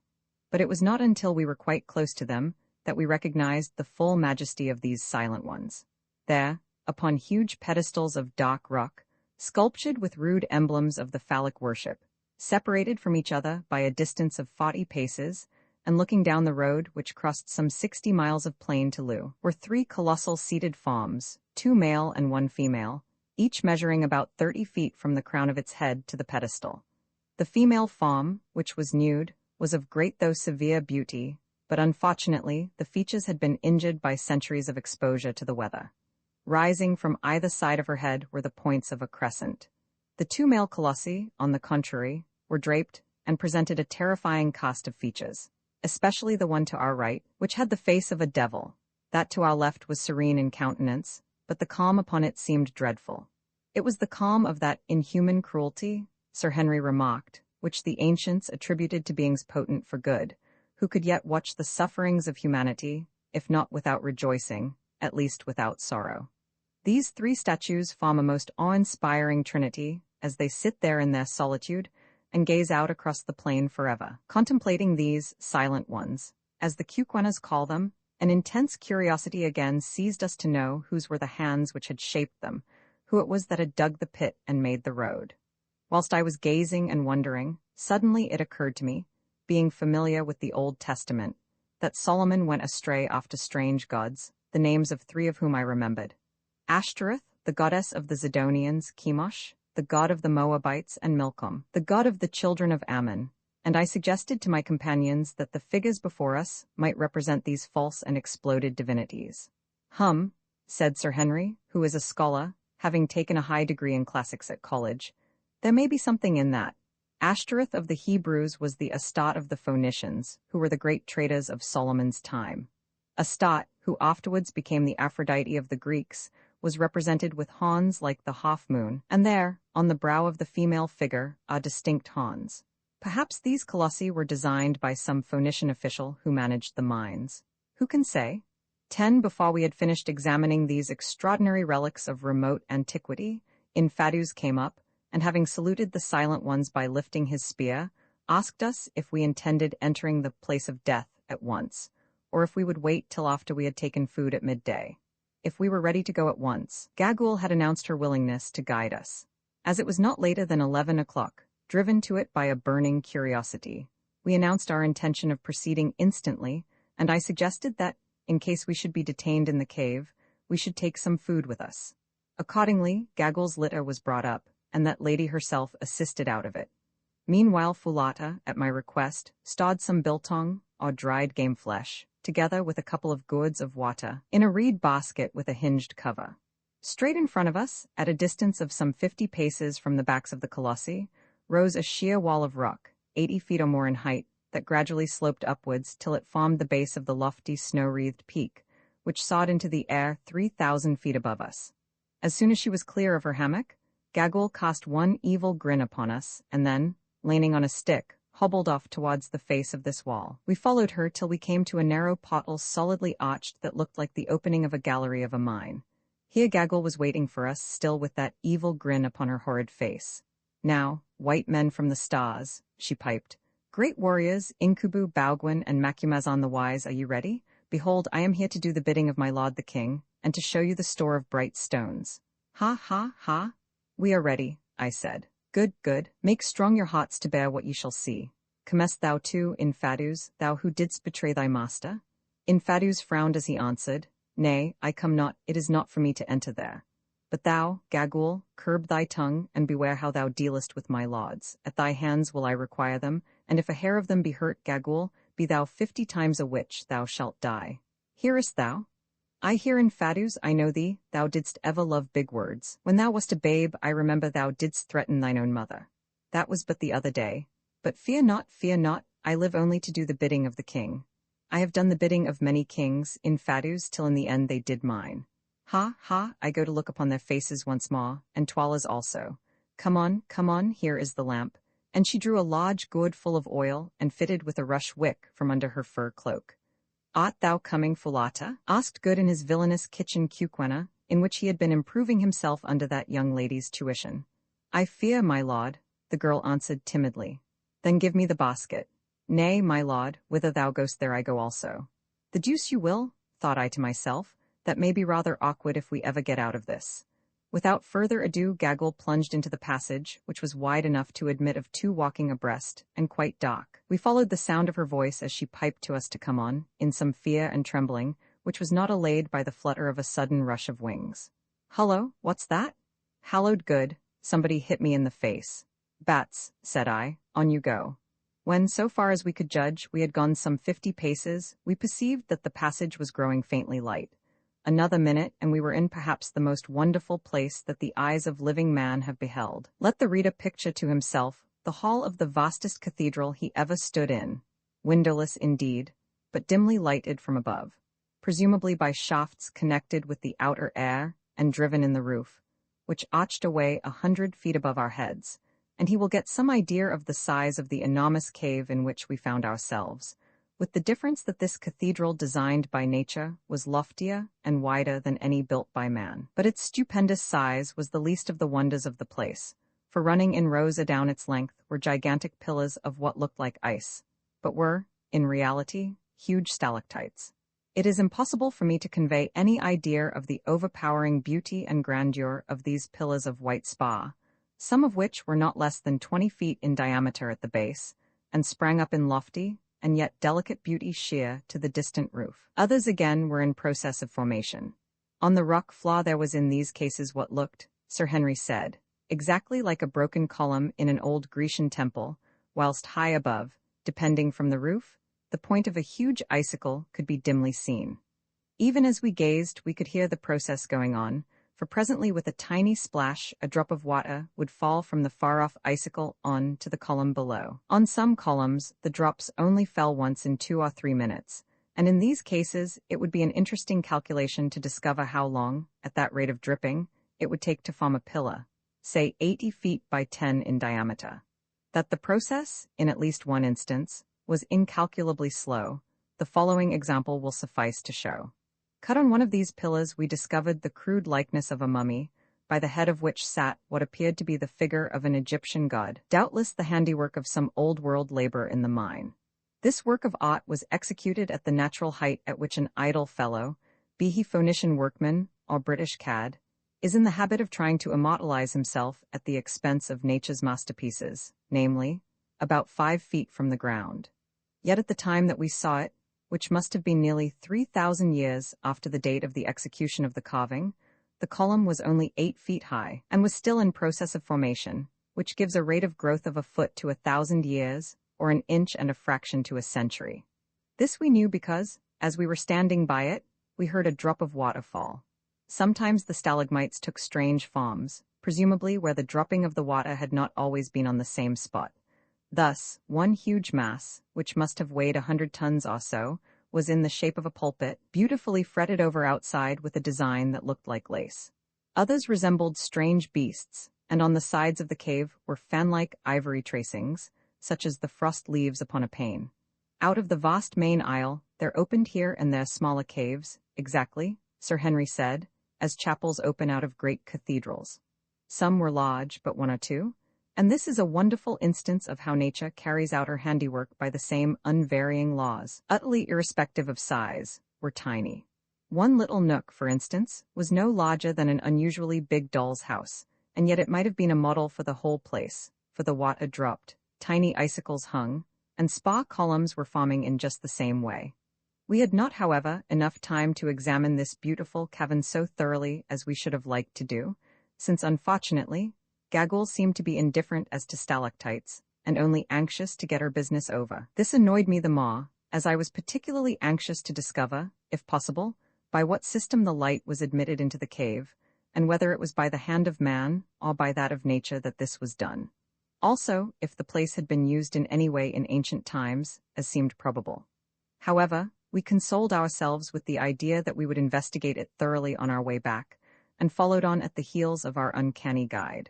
On she led us, straight to the top of the vast and silent cave, where we found another doorway, not arched as the first was, but square at the top, something like the doorways of Egyptian temples. "Are you prepared to enter the place of death, white men?" asked Gagul, evidently with a view to making us feel uncomfortable. "Laid on, Macduff," said Good solemnly, trying to look as though he was not at all alarmed, as indeed we all did except Folletta, who caught Good by the arm for protection. "This is getting rather ghastly," said Sir Henry, peeping into the dark passageway. "Come on, Quatermain, seniors priors. We mustn't keep the old lady waiting." And he politely made way for me to lead the van, for which inwardly I did not bless him. Tap tap went old Gaggle's stick down the passage as she trotted along, chuckling hideously, and still overcome by some unaccountable presentiment of evil, I hung back. "Come, get on, old fellow," said Good, "or we shall lose our fair guide." Thus adjured, I started down the passage, and after about 20 paces found myself in a gloomy apartment some 40 feet long, by 30 broad, and 30 high, which in some past age evidently had been hollowed, by hand labor, out of the mountain. This apartment was not nearly so well lighted as the vast stalactite ante-cave, and at the first glance all I could discern was a massive stone table running down its length, with a colossal white figure at its head, and life-sized white figures all round it. Next I discovered a brown thing, seated on the table in the center, and in another moment my eyes grew accustomed to the light, and I saw what all these things were, and was tailing out of the place as hard as my legs could carry me. I am not a nervous man in a general way, and very little troubled with superstitions, of which I have lived to see the folly, but I am free to own that this sight quite upset me, and had it not been that Sir Henry caught me by the collar and held me, I do honestly believe that in another 5 minutes I should have been outside the stalactite cave, and that a promise of all the diamonds in Kimberley would not have induced me to enter it again. But he held me tight, so I stopped because I could not help myself. Next second, however, his eyes became accustomed to the light, and he let go of me, and began to mop the perspiration off his forehead. As for Good, he swore feebly, while Folletta threw her arms round his neck and shrieked. Only Gagul chuckled loud and long. It was a ghastly sight. There at the end of the long stone table, holding in his skeleton fingers a great white spear, sat Death himself, shaped in the form of a colossal human skeleton, 15 feet or more in height. High above his head he held the spear, as though in the act to strike. One bony hand rested on the stone table before him, in the position a man assumes on rising from his seat, whilst his frame was bent forward so that the vertebra of the neck and the grinning, gleaming skull projected towards us and fixed its hollow eyeplaces upon us, the jaws a little open, as though it were about to speak. "Great heavens," said I faintly at last, "what can it be?" "And what are those things?" asked Good, pointing to the white company round the table. "And what on earth is that thing?" said Sir Henry, pointing to the brown creature seated on the table. He, laughed Gagul. "To those who enter the hall of the dead, evil comes. He, ha. Come, Incubu, brave in battle, come and see him thou slewest." And the old creature caught Curtis' coat in her skinny fingers and led him away towards the table. We followed. Presently she stopped and pointed at the brown object seated on the table. Sir Henry looked and started back with an exclamation, and no wonder, for there, quite naked, the head which Curtis' battle-axe had shone from the body resting on its knees, was the gaunt corpse of Twala, the last king of the Cuquenas. Yes, there, the head perched upon the knees, it sat in all its ugliness, the vertebra projecting a full inch above the level of the shrunken flesh of the neck, for all the world like a black double of Hamilton Tig, .11, over the surface of the copse, there was gathered a thin, glossy film that made its appearance yet more appalling, for which we were, at the moment, quite unable to account, till presently we observed that from the roof of the chamber the water fell steadily, drip, drop, drip, onto the neck of the copse, whence it ran down over the entire surface, and finally escaped into the ruck through a tiny hole in the table. Then I guessed what the film was. Twala's body was being transformed into a stalactite. A look at the white forms seated on the stone bench which ran round that ghastly bod confirmed this view. They were human bodies indeed, or rather they had been human, now they were stalactites. This was the way in which the Kukwena people had from time immemorial preserved their royal dead. They petrified them. What the exact system might be, if there was any, beyond the placing of them for a long period of years under the drip, I never discovered, but there they sat, iced over and preserved forever by the siliceous fluid. Anything more awe-inspiring than the spectacle of this long line of departed royalties. There were 27 of them, the last being Ignosi's father, wrapped, each of them, in a shroud of ice-like spar, through which the features could be dimly discovered, and seated round that inhospitable bod, with death himself for a host. It is impossible to imagine that the practice of thus preserving their kings must have been an ancient one, is evident from the number, which, allowing for an average reign of 15 years, supposing that every king who reigned was placed here, an improbable thing, as some are sure to have perished in battle far from home, would fix the date of its commencement at 4¼ centuries back. But the colossal death, who sits at the head of the bod, is far older than that, and, unless I am much mistaken, owes his origin to the same artist who designed the 3 colossi. He is hewn out of a single stalactite, and, looked at as a work of art, is most admirably conceived and executed. Good, who understands such things, declared that, so far as he could see, the anatomical design of the skeleton is perfect down to the smallest bones.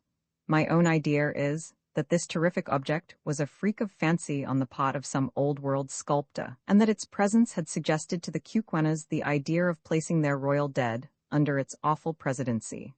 Or perhaps it was set there to frighten away any marauders who might have designs upon the treasure chamber beyond. I cannot say. All I can do is to describe it as it is, and the reader must form his own conclusion. Such, at any rate, was the White Death, and such were the White Dead. Romans 17 Solomon's treasure chamber, while we were engaged in recovering from our fright, and in examining the grisly wonders of the place of death, Gagul had been differently occupied. Somehow or other, for she was marvelously active when she chose, she had scrambled on to the great table, and made her way to where our departed friend Twala was placed under the drip to see, suggested good, how he was pickling, or for some dark purpose of her own. Then, after bending down to kiss his icy lips as though in affectionate greeting, she hobbled back, stopping now and again to address the remark, the tenor of which I could not catch, to one or other of the shrouded forms, just as you or I might welcome an old acquaintance. Having gone through this mysterious and horrible ceremony, she squatted herself down on the table immediately under the White Death, and began, so far as I could make out, to offer up prayers. The spectacle of this wicked creature pouring out supplications, evil ones no doubt, to the arch-enemy of mankind, was so uncanny that it caused us to hasten our inspection. Now, Gagul, said I, in a low voice, somehow one did not dare to speak above a whisper in that place, lead us to the chamber. The old witch promptly scrambled down from the table. My lords are not afraid? She said, leering up into my face. Light on. Good, my lords, and she hobbled round to the back of the great death. Here is the chamber, let my lords light the lamp and enter, and she placed the gourd full of oil upon the floor, and leaned herself against the side of the cave. I took out a match, of which we had still a few in a box, and lit a rush wick, and then looked for the doorway, but there was nothing before us except the solid rock. Gagul grinned. The way is there, my lords, ha, ha, ha. Do not jest with us, I said sternly. I jest not, my lords, see? And she pointed at the rock. As she did so, on holding up the lamp we perceived that a mass of stone was rising slowly from the floor and vanishing into the rock above, where doubtless there is a cavity prepared to receive it. The mass was of the width of a good-sized daw, about 10 feet high, and not less than 5 feet thick. It must have weighed at least 20 or 30 tons, and was clearly moved upon some simple balance principle of counterweights, probably the same as that by which the opening and shutting of an ordinary modern window is arranged. How the principle was set in motion, of course none of us saw. Gagul was careful to avoid this, but I have little doubt that there was some very simple lever, which was moved ever so little by pressure at a secret spot, thereby throwing additional weight on to the hidden counterbalances, and causing the monolith to be lifted from the ground. Very slowly and gently, the great stone raised itself, till at last it had vanished altogether, and a dark hole presented itself to us in the place which the daw had filled.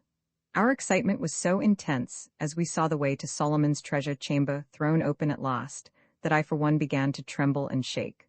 Would it prove a hoax after all? I wondered. Or was old Da Silvestre right? Were there vast hoards of wealth hidden in that dark place, hoards which would make us the richest men in the whole world? We should know in a minute or two.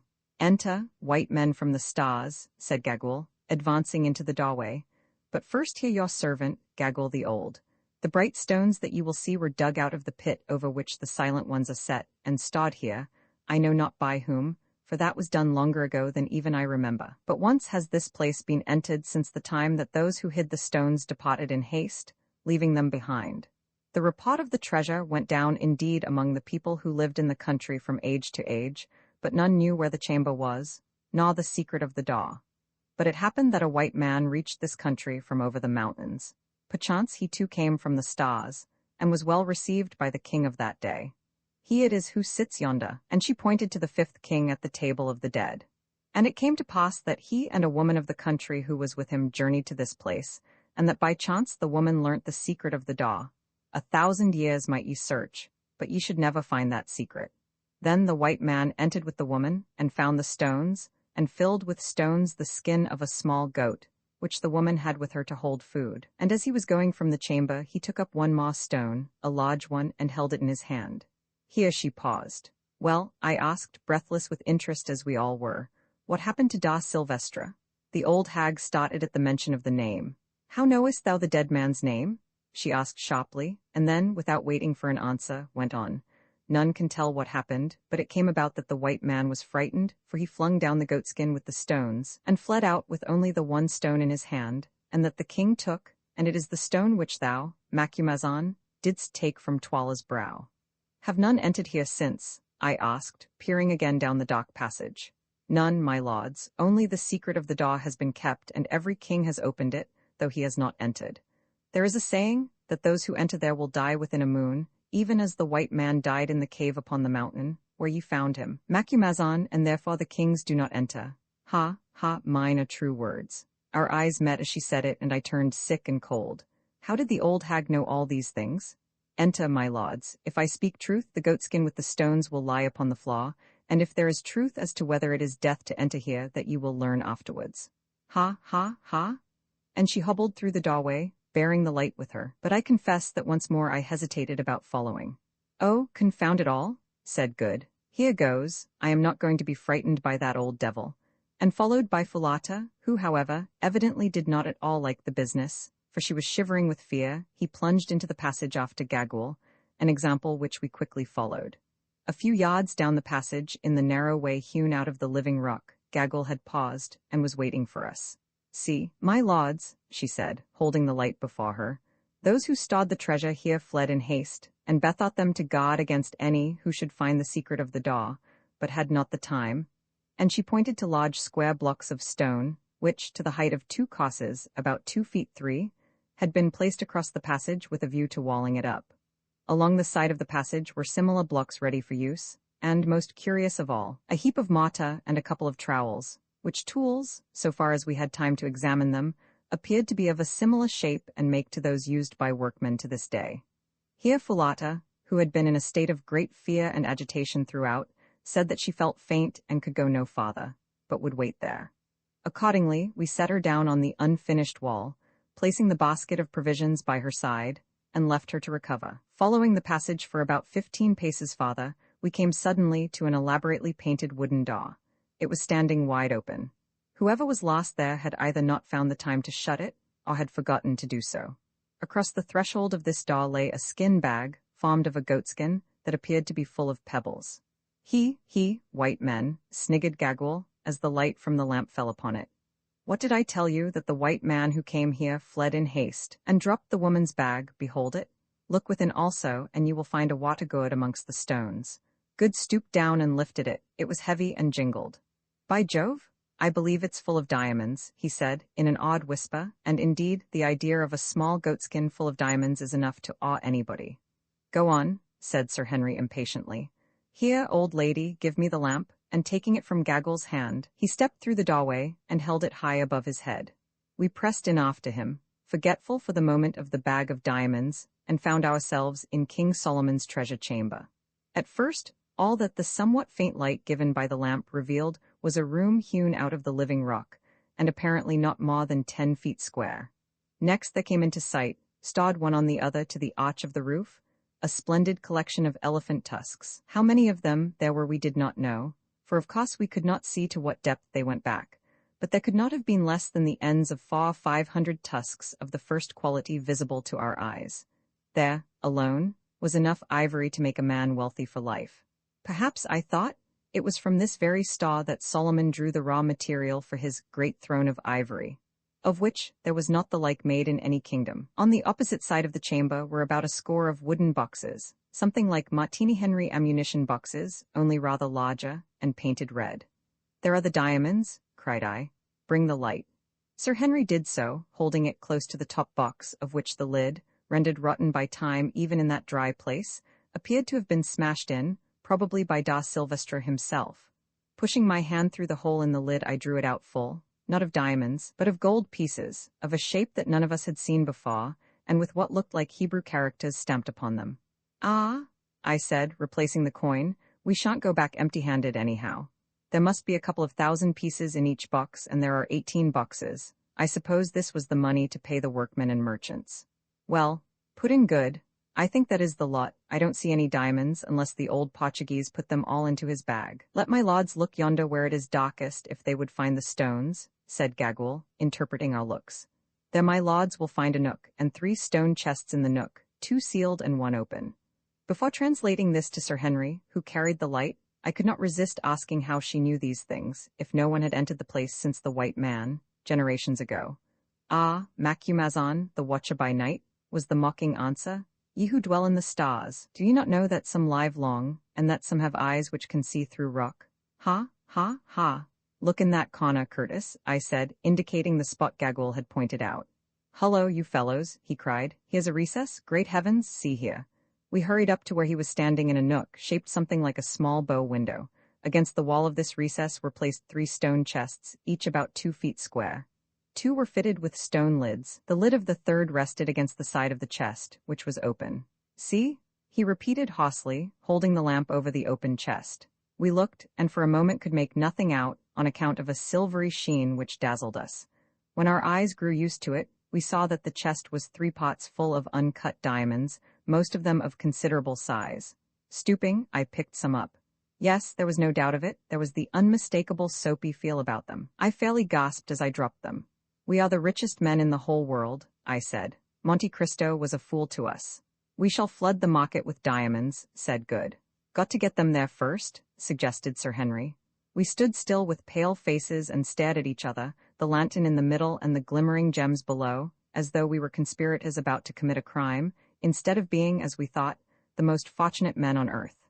He, cackled old Gagool behind us as she flitted about like a vampire bat. "There are the bright stones you love, white men, as many as you will. Take them, run them through your fingers, eat of them, he, drink of them, ha, ha." At that moment there was something so ridiculous to my mind at the idea of eating and drinking diamonds that I began to laugh outrageously, an example which the others followed, without knowing why. There we stood and shrieked with laughter over the gems that were ours, which had been found for us thousands of years ago by the patient delvers in the great hole yonder, and stawed for us by Solomon's long-dead overseer, whose name, perchance, was written in the characters stamped on the faded wax that yet adhered to the lids of the chest. Solomon never got them, nor David, or da Silvestre, nor anybody else. We had got them. There before us were millions of pounds worth of diamonds, and thousands of pounds worth of gold and ivory only waiting to be taken away. Suddenly the fit passed off, and we stopped laughing. "Open the other chests, white men," croaked Gagool. "There are surely more therein. Take your fill, white lords, ha, ha, take your fill." Thus adjured, we set to work to pull up the stone lids on the other 2 first, not without a feeling of sacrilege breaking the seals that fastened them. Horror, they were full to the brim, at least. The second one was, no wretched burglarious da Silvestre had been filling goatskins out of that. As for the third chest, it was only about a fourth full, but the stones were all picked ones, none less than 20 carats, and some of them as large as pigeon eggs. A good many of these bigger ones, however, we could see by holding them up to the light, were a little yellow, off-colored, as they call it at Kimberley. What we did not see, however, was the look of fearful malevolence that old Gagool favored us with as she crept like a snake, out of the treasure chamber and down the passage towards the door of solid rock. "Hark!" cried cry upon cry comes ringing up the vaulted path. It is Fulata's voice. "Oh, Bauguin, help, help, the stone falls. Leave go, girl, then. Help, help, she has stabbed me." By now we are running down the passage, and this is what the light from the lamp shows us. The door of the ruck is closing down slowly. It is not 3 feet from the floor. Near it struggle Fulata and Gagul. The red blood of the farmer runs to her knee, but still the brave girl holds the old witch, who fights like a wild cat. Ah, she is free. Fulata falls, and Gagul throws herself on the ground to twist like a snake through the crack of the closing stone. She is under? Ah, God, too late, too late. The stone nips her, and she yells in agony.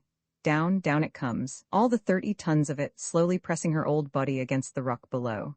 Shriek upon shriek, such as we have never heard, then a long, sickening crunch, and the door was shut just as, rushing down the passage, we hurled ourselves against it. It was all done in 4 seconds. Then we turned to Fulata. The poor girl was stabbed in the body, and I saw that she could not live long. "Ah, Bauguin, I die," gasped the beautiful creature. "She crept out, Gagul, I did not see her. I was faint, and the door began to fall, then she came back, and was looking up the path. I saw her come in through the slowly falling door, and caught her and held her, and she stabbed me, and I die, Bauguin." Poor girl, poor girl. Good cried in his distress, and then, as he could do nothing else, he fell to kissing her. "Bauguin," she said after a pause, "is Macumazahn there? It grows so dark, I cannot see." "Here I am, Fulata." "Macumazahn, be my tongue for a moment, I pray thee, for Bauguin cannot understand me, and before I go into the darkness, I would speak to him a word." "Say on, Fulata, I will render it." "Say to my lord Bauguin that I love him, and that I am glad to die, because I know that he cannot cumber his life with such as I am, for the sun may not mate with the darkness, nor the white with the black. Say that since I saw him, at times I have felt as though there were a bird in my bosom, which would one day fly hence and sing elsewhere. Even now, though I cannot lift my hand and my brain grows cold, I do not feel as though my heart were dying. It is so full of love that it could live 10,000 years and yet be young. Say that if I live again, mayhap I shall see him in the stars, and that I will search them all, though perchance there I should still be black and he would still be white. Say nay, Macumazahn, say no more, save that I love. Oh, hold me closer. Bauguin, I cannot feel thine arms. Oh, oh, she is dead, she is dead," muttered Good, rising in grief, the tears running down his honest face. "You need not let that trouble you, old fellow," said Sir Henry. "Eh?" exclaimed Good. "What do you mean?" "I mean that you will soon be in a position to join her. Man, don't you see that we are buried alive?" Until Sir Henry uttered these words, I do not think that the full horror of what had happened had come home to us, preoccupied as we were with the sight of poor Fulata's end. But now we understood. The ponderous mass of rock had closed, probably forever, for the only brain which knew its secret was crushed to powder beneath its weight. This was a door that none could hope to force with anything short of dynamite in large quantities, and we were on the wrong side. For a few minutes we stood horrified, there over the corpse of Fulata. All the manhood seemed to have gone out of us. The first shock of this idea of the slow and miserable end that awaited us was overpowering. We saw it all now. That fiend Gagul had planned this snare for us from the first. It would have been just the jest that her evil mind would have rejoiced in, the idea of the 3 white men, whom, for some reason of her own, she had always hated, slowly perishing of thirst and hunger in the company of the treasure they had coveted. Now I saw the point of that sneer of hers about eating and drinking the diamonds. Probably somebody had tried to serve the poor old Dom in the same way, when he abandoned the skin full of jewels. "This will never do," said Sir Henry hoarsely. "The lamp will soon go out. Let us see if we can't find the spring that works the rock." We sprang forward with desperate energy, and standing in a bloody ooze, began to feel up and down the door and the sides of the passage. But no knob or spring could we discover. "Depend on it," I said. "It does not work from the inside. If it did, Gagul would not have risked trying to crawl underneath the stone." It was the knowledge of this that made her try to escape at all hazards, curse her. "At all events," said Sir Henry, with a hard little laugh, "retribution was swift. Hers was almost as awful an end as ours is likely to be. We can do nothing with the door. Let us go back to the treasure room." We turned and went, and as we passed it, I perceived by the unfinished wall across the passage the basket of food which poor Fulata had carried. I took it up and brought it with me to the accursed treasure chamber that was to be our grave. Then we returned and reverently bore in Fulata's corpse, laying it on the floor by the boxes of coin. Next we seated ourselves, leaning our backs against the 3 stone chests which contained the priceless treasure. Let us divide the food, said Sir Henry, so as to make it last as long as possible. Accordingly we did so. It would, we reckoned, make 4 infinitesimally small meals for each of us, enough, say, to support life for a couple of days. Besides the biltong, or dried game flesh, there were 2 gourds of water, each of which held not more than a quart.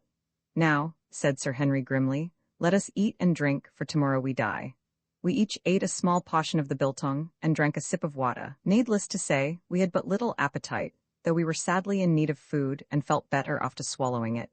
Then we got up and made a systematic examination of the walls of our prison house, in the faint hope of finding some means of exit, sounding them and the floor carefully.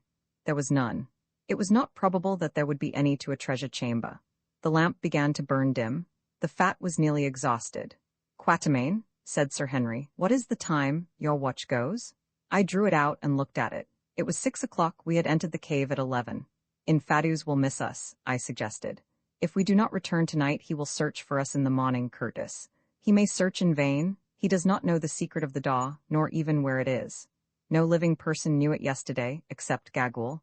Today no one knows it. Even if he found the door, he could not break it down. All the Cuquener army could not break through 5 feet of living rock.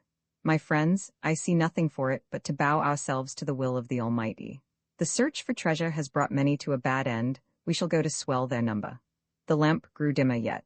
Presently it flared up and showed the whole scene in strong relief, the great mass of white tusks, the boxes of gold, the copse of the poor Fulata stretched before them, the goatskin full of treasure, the dim glimmer of the diamonds, and the wild, wan faces of us 3 white men seated there awaiting death by starvation. Then the flames sank and expired. Roman 18, we abandon hope. I can give no adequate description of the horrors of the night which followed.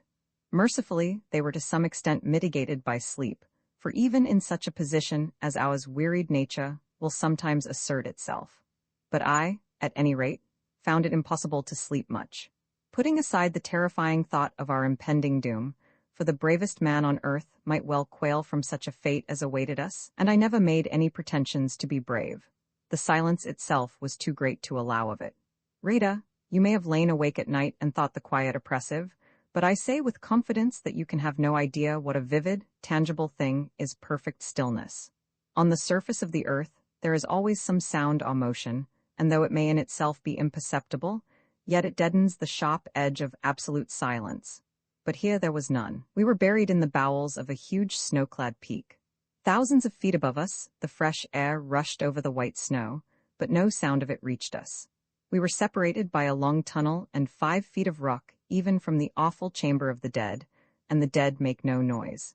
Did we not know it who lay by poor Fulata's side? The crashing of all the artillery of earth and heaven could not have come to our ears in our living tomb. We were cut off from every echo of the world.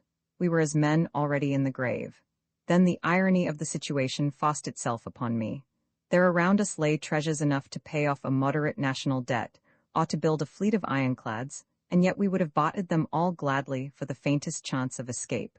Soon, doubtless, we should be rejoiced to exchange them for a bit of food or a cup of water, and after that, even for the privilege of a speedy close to our sufferings. Truly wealth, which men spend their lives in acquiring, is a valueless thing at the last. And so the night wore on.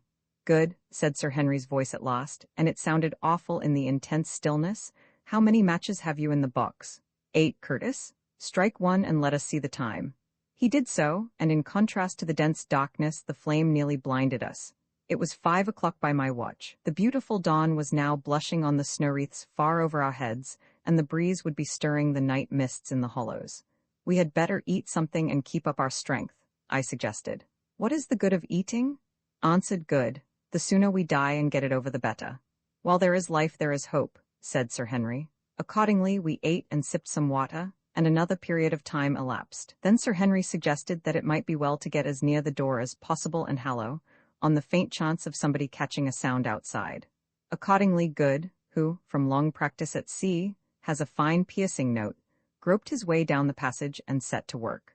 I must say that he made a most diabolical noise. I never heard such yells, but it might have been a mosquito buzzing for all the effect they produced. After a while he gave it up and came back very thirsty, and had to drink. Then we stopped yelling, as it encroached on the supply of water. So we sat down once more against the chests of useless diamonds in that dreadful inaction, which was one of the hottest circumstances of our fate, and I am bound to say that, for my part, I gave way in despair. Laying my head against Sir Henry's broad shoulder, I burst into tears, and I think that I heard Good gulping away on the other side, and swearing hoarsely at himself for doing so. Ah, how good and brave that great man was! Had we been two frightened children, and he our nurse, he could not have treated us more tenderly. Forgetting his own share of miseries, he did all he could to soothe our broken nerves, telling stories of men who had been in somewhat similar circumstances and miraculously escaped. And when these failed to cheer us, pointing out how, after all, it was only anticipating an end which must come to us all, that it would soon be over, and that death from exhaustion was a merciful one, which is not true. Then, in a diffident sort of way, as once before I had heard him do, he suggested that we should throw ourselves on the mercy of a higher power, which for my part I did with great vigor. His is a beautiful character, very quiet but very strong. And so somehow the day went as the night had gone, if, indeed, one can use these terms where all was densest night, and when I lit a match to see the time it was 7 o'clock. Once more we ate and drank, and as we did so an idea occurred to me. "How is it," said I, "that the air in this place keeps fresh? It is thick and heavy, but it is perfectly fresh." "Great heavens," said Good, starting up, "I never thought of that. It can't come through the stone door, for it's airtight, if ever a door was. It must come from somewhere. If there were no current of air in the place, we should have been stifled or poisoned when we first came in. Let us have a look." It was wonderful what a change this mere spark of hope wrought in us. In a moment, we were all three groping about on our hands and knees, feeling for the slightest indication of a draught. Presently my otter received a check. I put my hand on something cold. It was dead Fulata's face. For an hour or more we went on feeling about, till at last Sir Henry and I gave it up in despair, having been considerably hurt by constantly knocking our heads against tusks, chests, and the sides of the chamber. But Good still persevered, saying, with an approach to cheerfulness, that it was better than doing nothing. "I say, you fellows," he said presently, in a constrained sort of voice, "come here." Needless to say, we scrambled towards him quickly enough. "Quatermain, put your hand here where mine is. Now, do you feel anything? I think I feel her coming up. Now listen." He rose and stamped upon the place, and a flame of hope shot up in our hearts. It rang hollow. With trembling hands I lit a match. I had only 3 left, and we saw that we were in the angle of the far corner of the chamber, a fact that accounted for our not having noticed the hollow sound of the place during our former exhaustive examination. As the match burnt, we scrutinized the spot. There was a join in the solid rock floor, and, great heavens, there, let in level with the rock, was a stone ring. We said no word, we were too excited, and our hearts beat too wildly with hope to allow us to speak. Good had a knife, at the back of which was one of those hooks that are made to extract stones from horses' hoofs. He opened it and scratched round the ring with it. Finally he worked it under, and levered it away gently for fear of breaking the hook. The ring began to move. Being of stone, it had not rusted fast in all the centuries it had lain there, as would have been the case had it been of iron. Presently it was upright. Then he thrust his hands into it and tugged with all his force, but nothing budged. "Let me try," I said impatiently, for the situation of the stone, right in the angle of the corner, was such that it was impossible for two to pull at once. I took hold and strained away, but no results.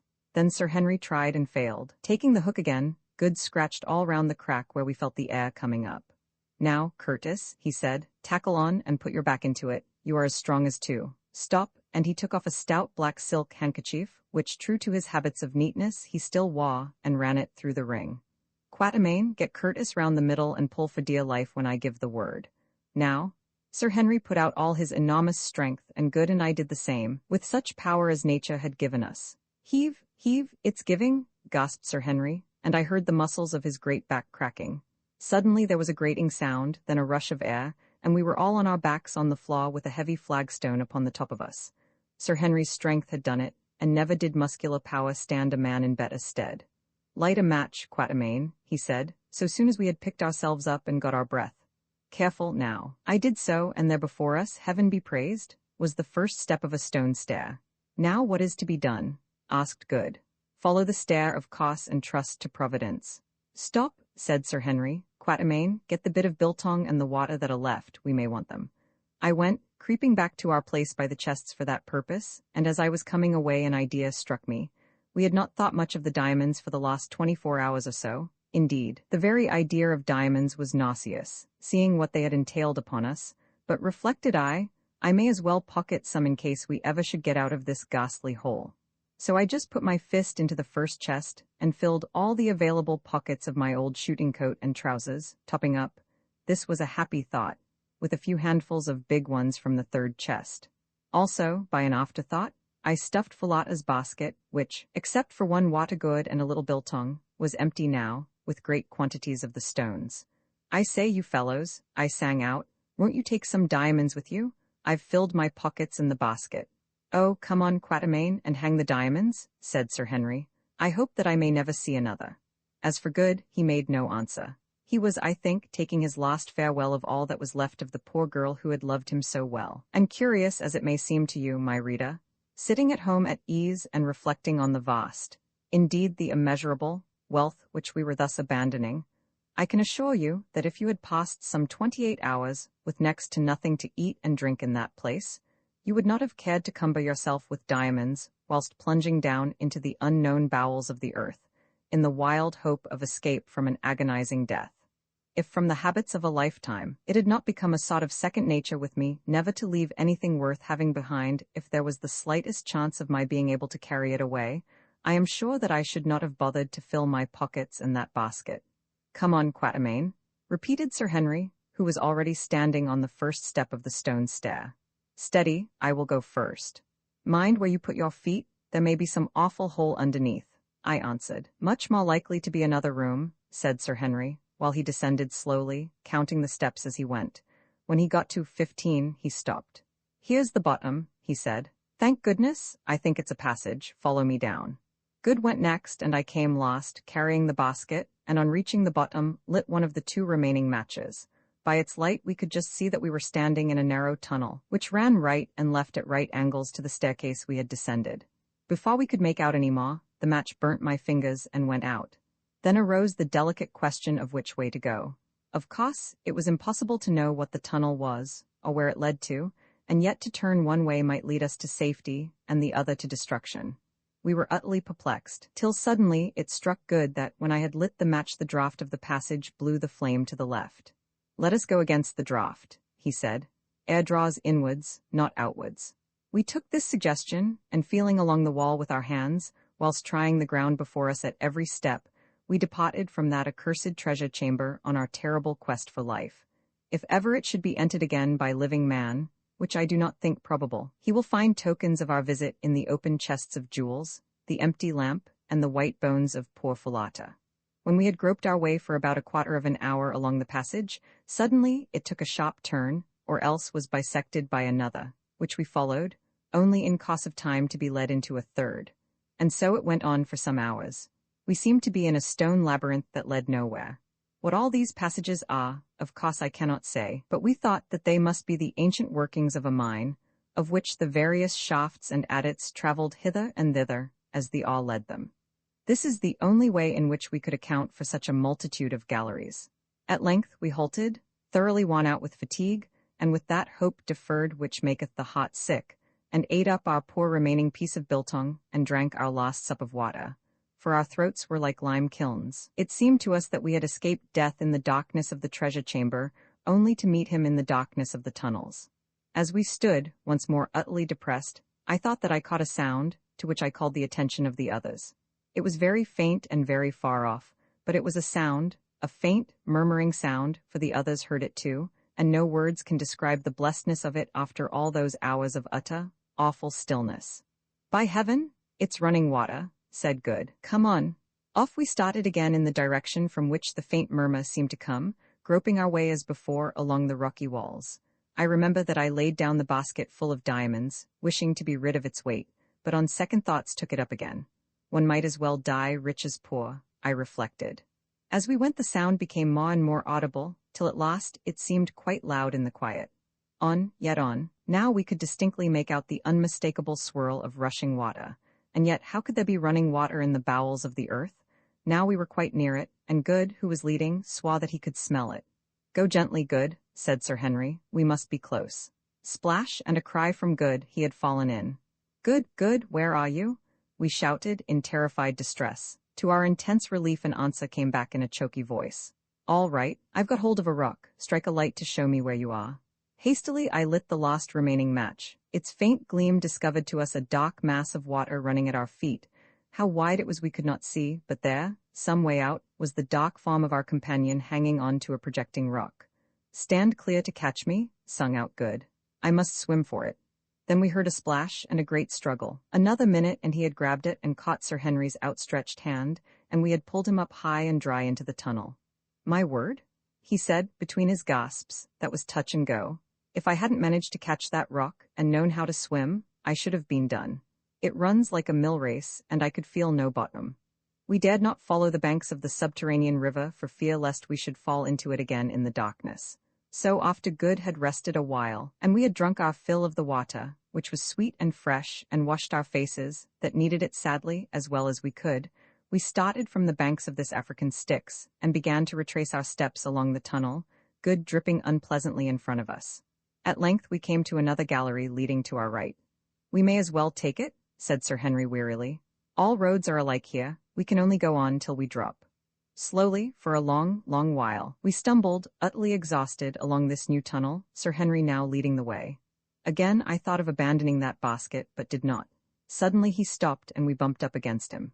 Look, he whispered, is my brain going, or is that light? We stared with all our eyes, and there, yes there, far ahead of us was a faint, glimmering spot, no larger than a cottage window pane. It was so faint that I doubt if any eyes, except those which, like ours, had for days seen nothing but blackness, could have perceived it at all. With a gasp of hope we pushed on. In 5 minutes there was no longer any doubt, it was a patch of faint light. A minute more and a breath of real live air was fanning us. On we struggled. All at once the tunnel narrowed. Sir Henry went on his knees. Smaller yet it grew, till it was only the size of a large fox's earth. It was earth now, mind you, the rock had ceased. A squeeze, a struggle, and Sir Henry was out, and so was Good, and so was I, dragging Fulata's basket after me, and there above us were the blessed stars, and in our nostrils was the sweet air. Then suddenly something gave, and we were all rolling over and over, and over through grass and bushes and soft, wet soil. The basket caught in something and I stopped. Sitting up I hallooed lustily. An answering shout came from below, where Sir Henry's wild career had been checked by some level ground. I scrambled to him, and found him unhurt, though breathless. Then we looked for Good. A little way off we discovered him also, hammed in a forked root. He was a good deal knocked about, but soon came to himself. We sat down together, there on the grass, and the revulsion of feeling was so great that really I think we cried with joy. We had escaped from that awful dungeon, which was so near to becoming our grave. Surely some merciful power guided our footsteps to the jackal hole, for that is what it must have been, at the termination of the tunnel. And see, yonder on the mountains the dawn we had never thought to look upon again was blushing rosy red. Presently the grey light stole down the slopes, and we saw that we were at the bottom, or rather, nearly at the bottom, of the vast pit in front of the entrance to the cave. Now we could make out the dim forms of the 3 colossi who sat upon its verge. Doubtless those awful passages, along which we had wandered the livelong night, had been originally in some way connected with the great diamond mine. As for the subterranean river in the bowels of the mountain, heaven only knows what it is, or whence it flows, or whither it goes. I, for one, have no anxiety to trace its course. Lighter it grew, and lighter yet. We could see each other now, and such a spectacle as we presented I have never set eyes on before or since. Gaunt-cheeked, hollow-eyed wretches, smeared all over with dust and mud, bruised, bleeding, the long fear of imminent death yet written on our countenances, we were indeed a sight to frighten the daylight. And yet it is a solemn fact that Good's eyeglass was still fixed in Good's eye. I doubt whether he had ever taken it out at all. Neither the darkness, nor the plunge in the subterranean river, nor the roll down the slope, had been able to separate Good and his eyeglass. Presently we rose, fearing that our limbs would stiffen if we stopped there longer, and commenced with slow and painful steps to struggle up the sloping sides of the great pit. For an hour or more, we toiled steadfastly up the blue clay, dragging ourselves on by the help of the roots and grasses with which it was clothed. But now, I had no more thought of leaving the basket. Indeed, nothing but death should have parted us. At last it was done, and we stood by the great road, on that side of the pit which is opposite to the colossi. At the side of the road, 100 yards off, a fire was burning in front of some huts, and round the fire were figures. We staggered towards them, supporting one another, and halting every few paces. Presently one of the figures rose, saw us and fell onto the ground, crying out for fear. Infadus, it is we thy friends. He rose, he ran to us, staring wildly, and still shaking with fear. Oh, my lords, it is indeed you come back from the dead. Come back from the dead. And the old warrior flung himself down before us, and clasping Sir Henry's knees, he wept aloud for joy. Roman 19 Ignatius farewell, 10 days from that eventful morning, found us once more in our old quarters at Loo. And, strange to say, but little the worse for our terrible experience, except that my stubbly hair came out of the treasure cave about 3 shades grayer than it went in, and that good Neva was quite the same after Fulata's death, which seemed to move him very greatly. I am bound to say, looking at the thing from the point of view of an oldish man of the world, that I consider her removal was a fortunate occurrence, since otherwise, complications would have been sure to ensue. The poor creature was no ordinary native girl, but a person of great, I had almost said stately, beauty, and of considerable refinement of mind. But no amount of beauty or refinement could have made an entanglement between Good and herself a desirable occurrence, for, as she herself put it, can the sun mate with the darkness, or the white with the black? I need hardly state that we never again penetrated into Solomon's treasure chamber. After we had recovered from our fatigues, a process which took us 48 hours, we descended into the great pit in the hope of finding the hole by which we had crept out of the mountain, but with no success. To begin with, rain had fallen and obliterated our spoor. And what is more, the sides of the vast pit were full of ant bear and other holes. It was impossible to say to which of these we owed our salvation. Also, on the day before we started back to Loo, we made a further examination of the wonders of the stalactite cave, and, drawn by a kind of restless feeling, even penetrated once more into the chamber of the dead. Passing beneath the spear of the white death, we gazed, with sensations which it would be quite impossible for me to describe, at the mass of rock that had shut us off from escape, thinking the while of priceless treasures beyond, of the mysterious old hag whose flattened fragments lay crushed beneath it, and of the fair girl of whose tomb it was the portal. I say gazed at the rock, for examine as we could find no traces of the join of the sliding door, nor, indeed, could we hit upon the secret, now utterly lost, that worked it, though we tried for an hour or more. It is certainly a marvelous bit of mechanism, characteristic, in its massive and yet inscrutable simplicity, of the age which produced it, and I doubt if the world has such another to show.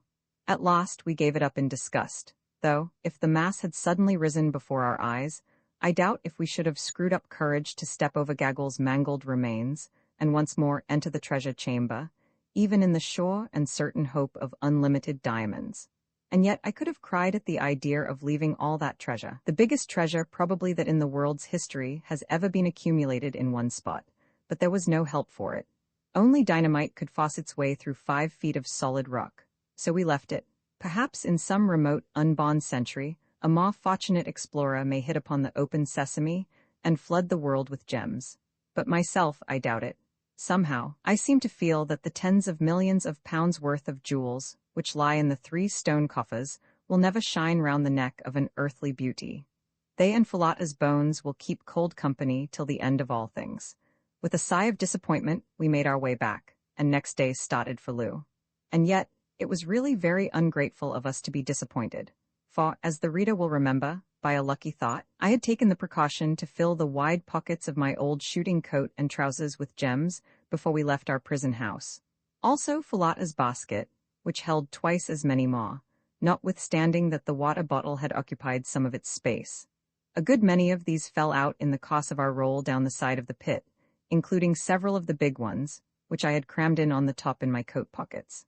But comparatively speaking, an enormous quantity still remained, including 93 large stones ranging from over 200 to 70 carats in weight. My old shooting coat and the basket still held sufficient treasure to make us all, if not millionaires, as the term is understood in America, at least exceedingly wealthy men, and yet to keep enough stones each to make the 3 finest sets of gems in Europe. So we had not done so badly. On arriving at Loo, we were most cordially received by Ignacy, whom we found well, and busily engaged in consolidating his power, and reorganizing the regiments which had suffered most in the great struggle with Twala. He listened with intense interest to our wonderful story, but when we told him of old Gaggle's frightful end, he grew thoughtful. Come hither, he called to a very old Induna, our counselor, who was sitting with others in a circle round the king, but out of earshot. The ancient man rose, approached, saluted, and seated himself. Thou art aged, said Ignosi. I, my lord the king, thy father's father and I were born on the same day. Tell me, when thou wast little, didst thou know Gagula the witch doctress? I, my lord the king. How was she then, young like thee? Not so, my lord the king. She was even as she is now, and as she was in the days of my great-grandfather before me, old and dried, very ugly, and full of wickedness. She is no more, she is dead. So, O king, then is an ancient curse taken from the land. Go, cum, I go, black puppy, who tore out the old dog's throat. Cum, ye see, my brothers, said Ignosi. This was a strange woman, and I rejoice that she is dead. She would have let you die in the dark place, and mayhap afterwards she had found a way to slay me, as she found a way to slay my father, and set up Twala, whom her black heart loved, in his place. Now go on with the tale. Surely there never was its like. After I had narrated all the story of our escape, as we had agreed between ourselves that I should, I took the opportunity to address Ignosi as to our departure from Cuquanaland. And now, Ignosi, I said, the time has come for us to bid thee farewell, and start to see our own land once more. Behold, Ignosi, thou camest with us a servant, and now we leave thee a mighty king. If thou art grateful to us, remember to do even as thou didst promise, to rule justly, to respect the law, and to put none to death without a cause. So shalt thou prosper. Tomorrow, at break of day, Ignosi, thou wilt give us an escort who shall lead us across the mountains. Is it not so, O king? Ignosi covered his face with his hands for a while before answering. My heart is sore, he said at last. Your words split my heart in twain. What have I done to you, Incubu, Macumazon, and Baugwin, that ye should leave me desolate? Ye who stood by me in rebellion and in battle, will ye leave me in the day of peace and victory? What will ye, wives, choose from among the maidens, a place to live in? Behold, the land is yours as far as ye can see. The white man's houses, ye shall teach my people how to build them. Cattle for beef and milk. Every married man shall bring you an ox or a cow, wild game to hunt. Does not the elephant walk through my forests, and the river horse sleep in the reeds? Would ye make war? My impies wait your word. If there is anything more which I can give, that will I give you. Nay, Ignosi, we want none of these things, I answered. We would seek our own place. Now do I learn, said Ignosi bitterly, and with flashing eyes, that ye love the bright stones more than me, your friend. Ye have the stones. Now you would go to Natal and across the moving black water and sell them, and be rich, as it is the desire of a white man's heart to be. Cursed for your sake be the white stones, and cursed he who seeks them. Death shall it be to him who sets foot in the place of death to find them. I have spoken. White men, ye can go. I laid my hand upon his arm. Ignosi, I said, tell us, when thou didst wander in Zululand and among the white people of Natal, did not thine heart turn to the land thy mother told thee of, thy native place, where thou didst see the light, and play when thou wast little, the land where thy place was? It was even so, Macumazon. In like manner, Ignosi, do our hearts turn to our land and to our own place. Then came a silence. When Ignosi broke it, it was in a different voice. I do perceive that now as ever thy words are wise and full of reason, Macumazon. That which flies in the air loves not to run along the ground, the white man loves not to live on the level of the black, or to house among his kraals. Well, ye must go, and leave my heart sore, because ye will be as dead to me, since from where ye are no tidings can come to me. But listen, and let all your brothers know my words. No other white man shall cross the mountains, even if any man live to come so far. I will see no traders with their guns and gin. My people shall fight with the spear, and drink water, like their forefathers before them. I will have no praying men to put a fear of death into men's hearts, to stir them up against the law of the king, and make a path for the white folk who follow to run on. If a white man comes to my gates, I will send him back. If 100 come, I will push them back. If armies come, I will make war on them with all my strength, and they shall not prevail against me. None shall ever seek for the shining stones. No, not an army, for if they come I will send a regiment and fill up the pit, and break down the white columns in the caves and choke them with rocks, so that none can reach even to that door of which ye speak, and whereof the way to move it is lost. But for you three, Incubu, Macumazon, and Baugwin, the path is always open, for behold, ye are dearer to me than aught that breathes. And ye would go. Infadus, my uncle, and my Induna, shall take you by the hand and guide you with a regiment. There is, as I have learned, another way across the mountains that he shall show you. Farewell, my brothers, brave white men. See me no more, for I have no heart to bear it. Behold, I make a decree, and it shall be published from the mountains to the mountains. Your names, Inkubu, Macumazon, and Baugwin, shall be Hlonapur, even as the names of dead kings, and he who speaks them shall die. 12. So shall your memory be preserved in the land forever. Go now, ere my eyes rain tears like a woman's.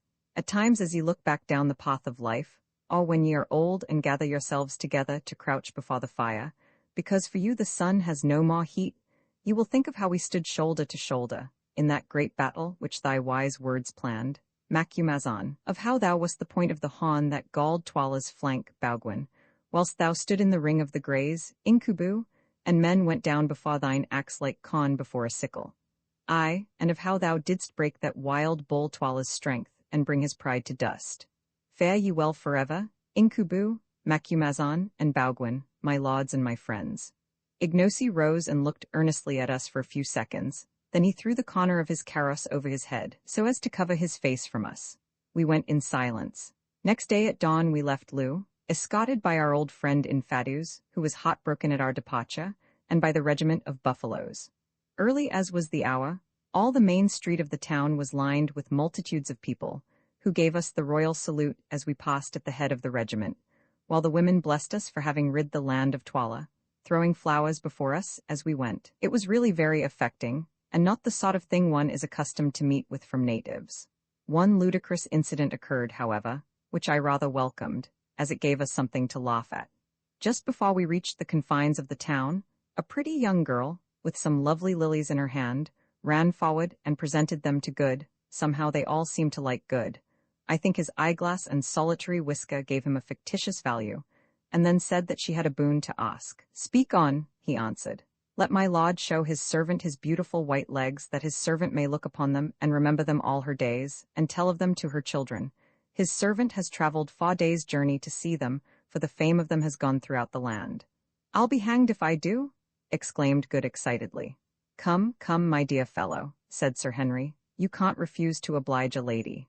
I won't, replied Good obstinately. It is positively indecent. However, in the end he consented to draw up his trousers to the knee, amidst notes of rapturous admiration from all the women present, especially the gratified young lady, and in this guise he had to walk till we got clear of the town. Good's legs, I fear, will never be so greatly admired again. Of his melting teeth, and even of his transparent eye, the Kukwanas wearied more or less, but of his legs never. As we traveled, Infadus told us that there was another pass over the mountains to the north of the one, followed by Solomon's Great Road, or rather that there was a place where it was possible to climb down the wall of cliff, which separates Kukwanaland from the desert, and is broken by the towering shapes of Sheba's breasts.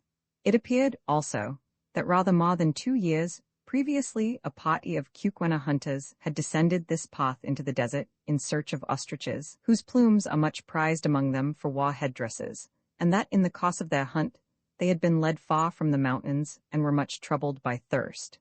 Seeing trees on the horizon, however, they walked towards them and discovered a large and fertile oasis some miles in extent and plentifully watered. It was by way of this oasis that Infadus suggested we should return, and the idea seemed to us a good one, for it appeared that we should thus escape the rigors of the mountain pass. Also, some of the hunters were in attendance to guide us to the oasis, from which, they stated, they could perceive other fertile spots far away in the desert. 13, traveling easily. On the night of the 4th day's journey, we found ourselves once more on the crest of the mountains that separate Kukwanaland from the desert, which rolled away in sandy billows at our feet, and about 25 miles to the north of Sheba's breasts. At dawn on the following day, we were led to the edge of a very precipitous chasm, by which we were to descend the precipice, and gain the plain 2,000 and more feet below. Here we bade farewell to that true friend and sturdy old warrior, Infadus, who solemnly wished all good upon us, and nearly wept with grief. Never, my lords, he said, shall mine old eyes see the like of you again. Ah, the way that Inkubu cut his men down in the battle. Ah, for the sight of that stroke with which he swept off my brother Twala's head. It was beautiful, beautiful. I may never hope to see such another, except perchance in happy dreams. We were very sorry to part from him. Indeed, Good was so moved that he gave him as a souvenir. What do you think? An eyeglass? Afterwards we discovered that it was a spare one. Infadus was delighted, foreseeing that the possession of such an article would increase his prestige enormously, and after several vain attempts, he actually succeeded in screwing it into his own eye. Anything more incongruous than the old warrior looked with an eyeglass I never saw. Eyeglasses do not go well with leopard skin cloaks and black ostrich plumes. Then, after seeing that our guides were well laden with water and provisions, and having received a thundering farewell salute from the buffaloes, we wrung Infadus by the hand and began our downward climb. A very arduous business it proved to be, but somehow that evening we found ourselves at the bottom without accident. "Do you know," said Sir Henry that night as we sat by our fire and gazed up at the beetling cliffs above us, "I think that there are worse places than Cuquaniland in the world, and that I have known unhappier times than the last month or two, though I have never spent such queer ones.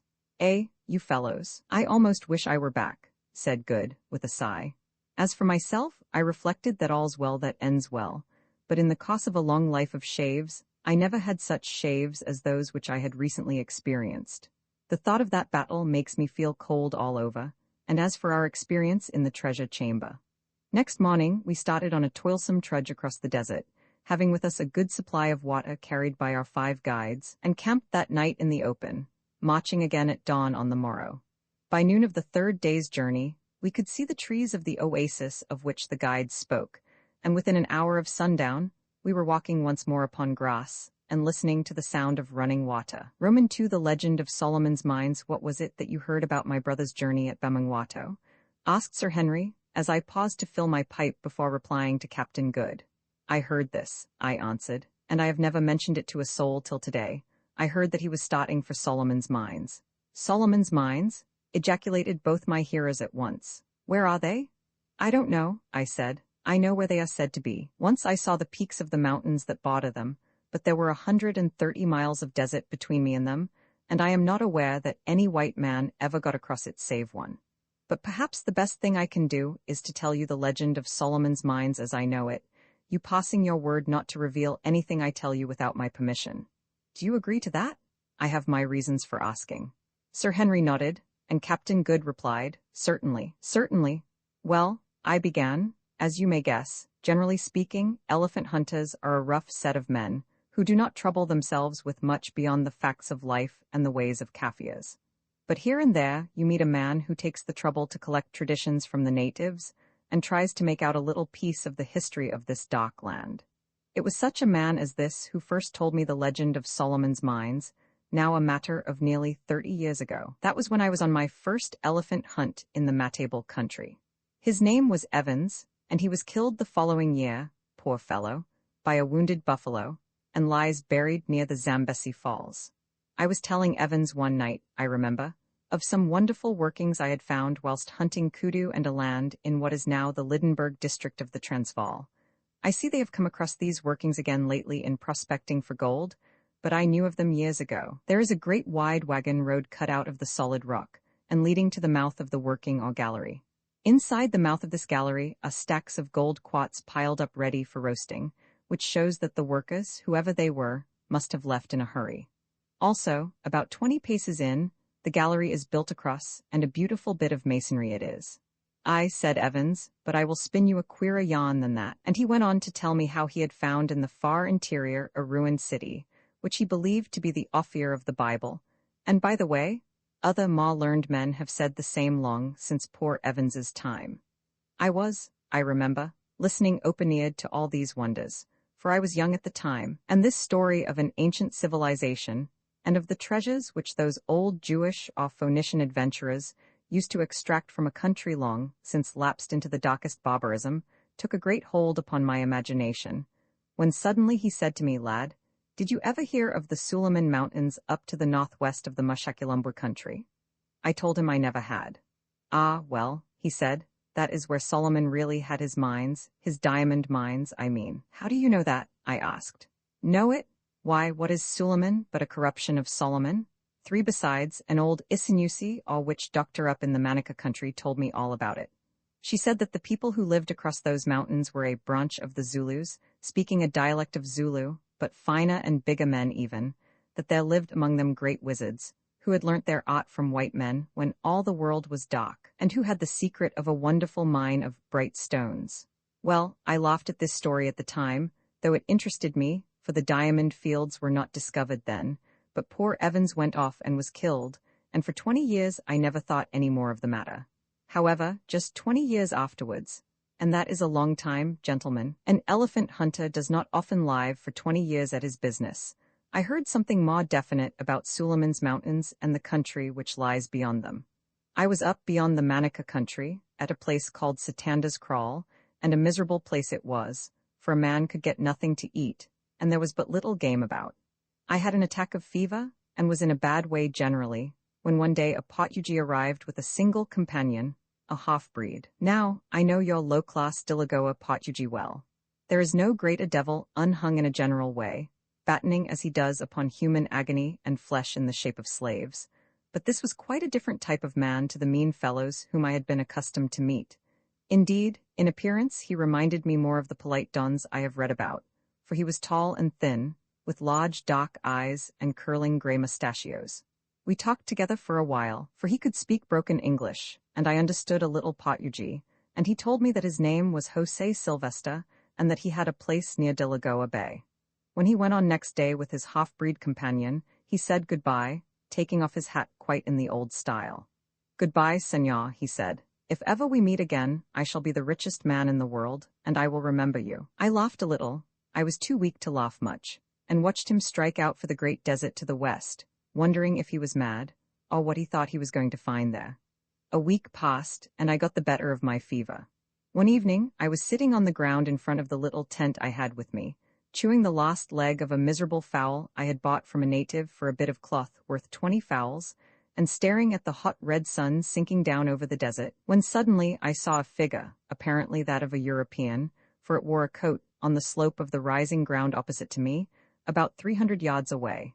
The figure crept along on its hands and knees, then it got up and staggered forward a few yards on its legs, only to fall and crawl again.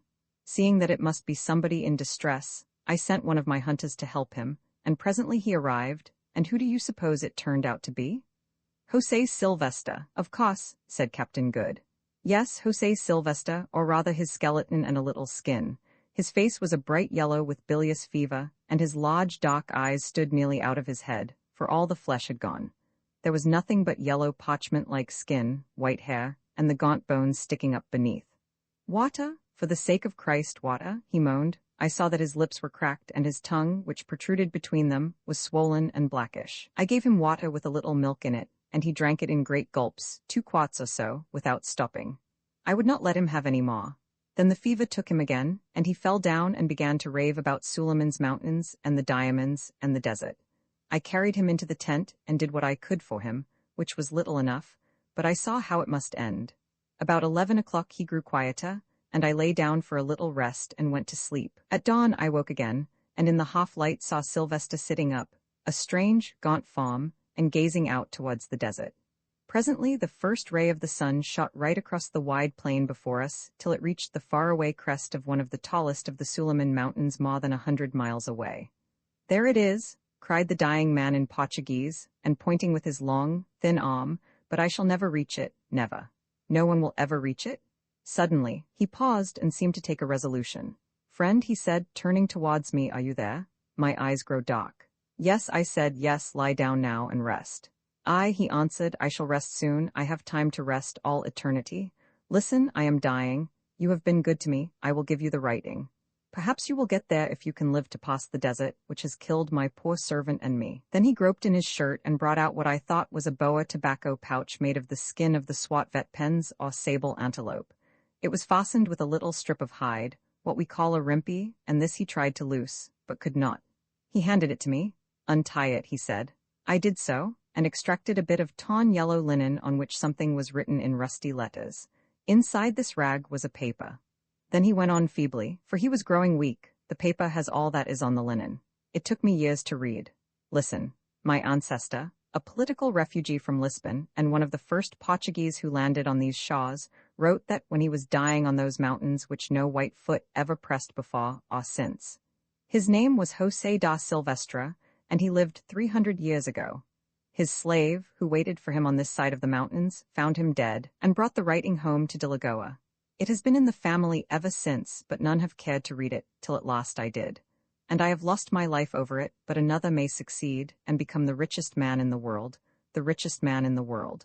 Only give it to no one, senor, go yourself? Then he began to wonder again, and in an hour it was all over. God rest him? He died very quietly, and I buried him deep with big boulders on his breast, so I do not think that the jackals can have dug him up. And then I came away. "Aye, but the document?" said Sir Henry, in a tone of deep interest. "Yes, the document, what was in it?" added the captain. "Well, gentlemen, if you like I will tell you. I have never showed it to anybody yet except to a drunken old Portuguese trader who translated it for me, and had forgotten all about it by the next morning.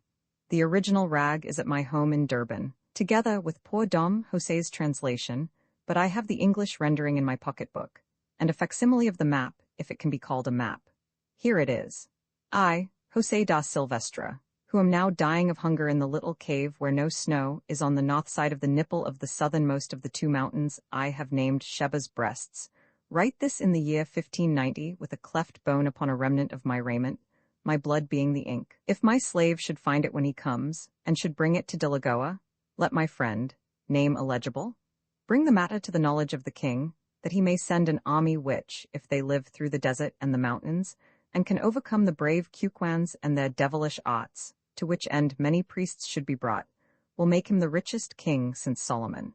With my own eyes I have seen the countless diamonds stored in Solomon's treasure chamber behind the White Death, but through the treachery of Gagul, the witch-finder, I might bring not away, scarcely my life. Let him who comes follow the map, and climb the snow of Sheba's left breast till he reaches the nipple, on the north side of which is the great road Solomon made, from whence 3 days' journey to the king's palace. Let him kill Gagul. Pray for my soul. Farewell. José da Silvestre. Far when I had finished reading the above and shown the copy of the map, drawn by the dying hand of the old Dom with his blood for ink, there followed a silence of astonishment. "Well," said Captain Good, "I have been round the world twice and put in at most pots, but may I be hung for a mutineer if ever I heard a yarn like this out of a story book, or in it either, for the matter of that." "It's a queer tale, Mr. Quatermain," said Sir Henry. "I suppose you are not hoaxing us? It is, I know, sometimes thought allowable to take in a greenhorn." "If you think that, Sir Henry," I said, much put out and pocketing my paper, for I do not like to be thought one of those silly fellows who consider it witty to tell lies, and who are forever boasting to newcomers of extraordinary hunting adventures which never happened. "If you think that, why, there is an end to the matter." And I rose to go. Sir Henry laid his large hand upon my shoulder. "Sit down, Mr. Quatermain," he said. "I beg your pardon. I see very well you do not wish to deceive us, but the story sounded so strange that I could hardly believe it. You shall see the original map and writing when we reach Durban," I answered, somewhat mollified, for really when I came to consider the question it was scarcely wonderful that he should doubt my good faith. "But," I went on, "I have not told you about your brother. I knew the man Jim who was with him. He was a Bechuana by birth, a good hunter, and for a native a very clever man. That morning on which Mr. Neville was starting I saw Jim standing by my wagon and cutting up tobacco on the disselboom. "Jim," said I, "where are you off to this trip? It is elephants?"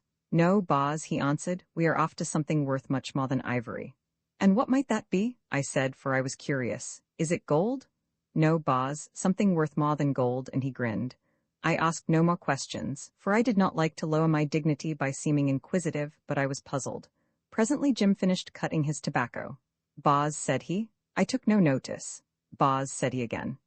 Boy, what is it?" I asked. "Boz, we are going off to Diamonds." "Diamonds? Why then, you are steering in the wrong direction. You should head for the fields." "Boz, have you ever heard of Suleiman's Berg? That is Solomon's Mountains, Sir Henry." "Aye, have you ever heard of the diamonds there?" "I have heard a foolish story, Jim." "It is no story, Boz. Once I knew a woman who came from there and reached Natal with her child. She told me she is dead now."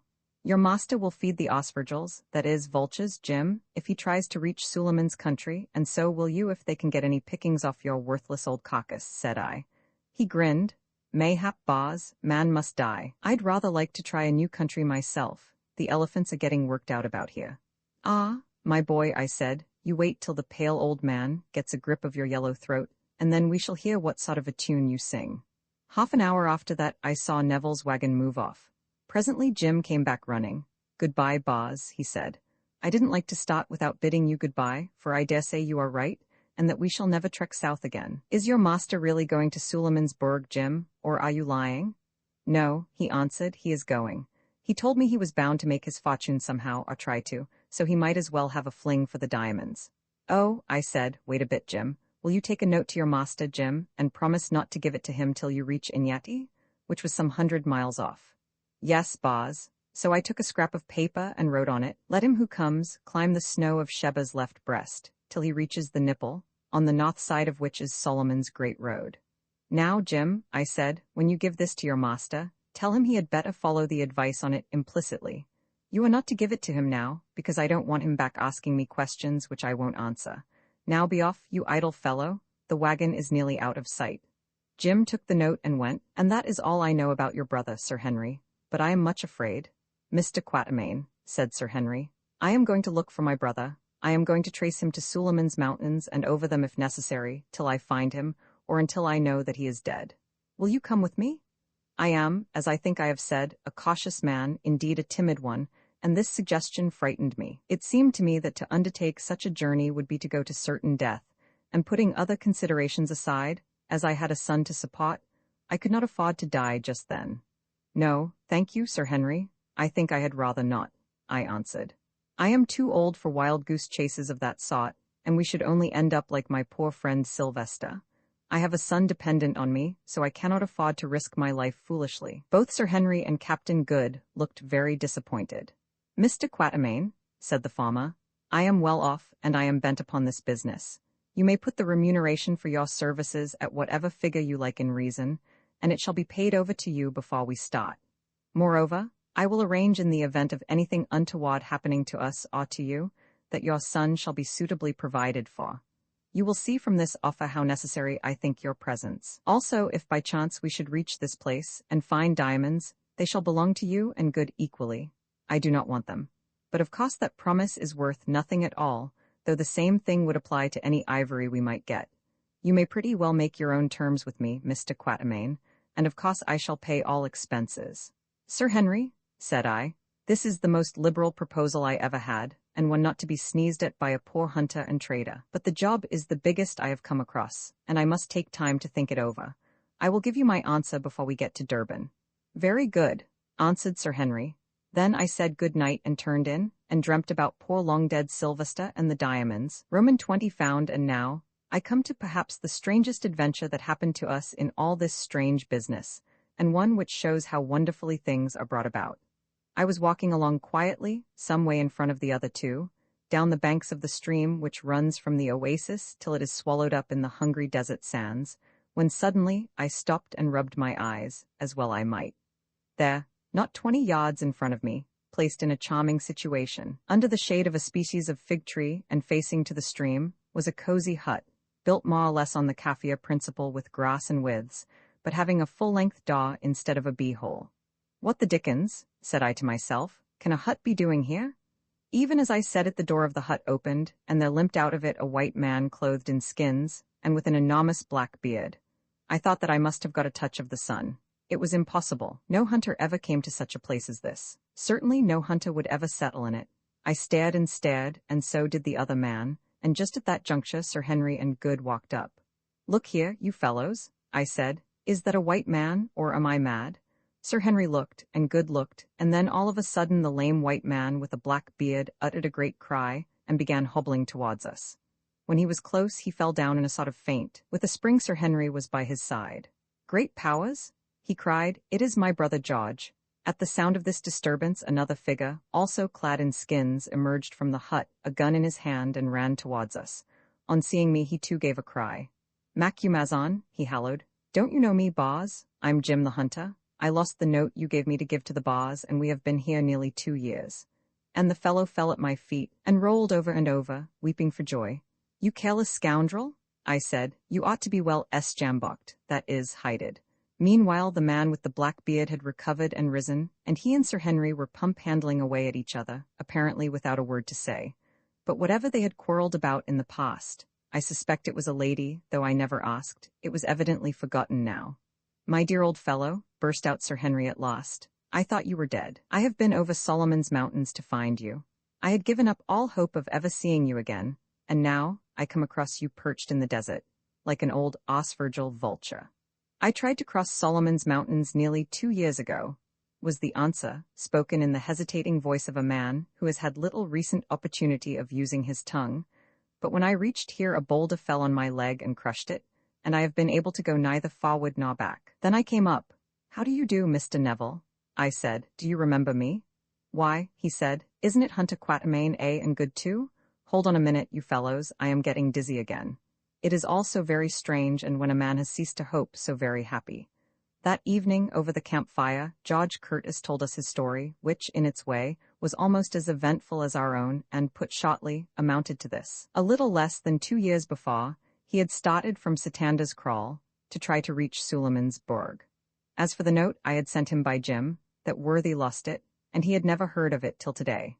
But, acting upon information he had received from the natives, he headed not for Sheba's Breasts, but for the ladder-like descent of the mountains down which we had just come, which is clearly a better route than that marked out in old Dom Silvester's plan. In the desert, he and Jim had suffered great hardships, but finally they reached this oasis, where a terrible accident befell George Curtis. On the day of their arrival, he was sitting by the stream, and Jim was extracting the honey from the nest of a stingless bee, which is to be found in the desert, on the top of a bank immediately above him. In so doing, he loosened a great boulder of rock, which fell upon George Curtis's right leg, crushing it frightfully. From that day, he had been so lame that he found it impossible to go either forward or back, and had preferred to take the chances of dying in the oasis to the certainty of perishing in the desert. As for food, however, they got on pretty well, for they had a good supply of ammunition, and the oasis was frequented, especially at night, by large quantities of game, which came thither for water. These they shot or trapped in pitfalls, using the flesh for food, and after their clothes wore out, the hides for clothing. And so, George Curtis ended, "We have lived for nearly 2 years, like a second Robinson Crusoe and his man Friday, hoping against hope that some natives might come here to help us away, but none have come. Only last night we settled that Jim should leave me and try to reach Satanda's Kraal to get assistance. He was to go tomorrow, but I had little hope of ever seeing him back again.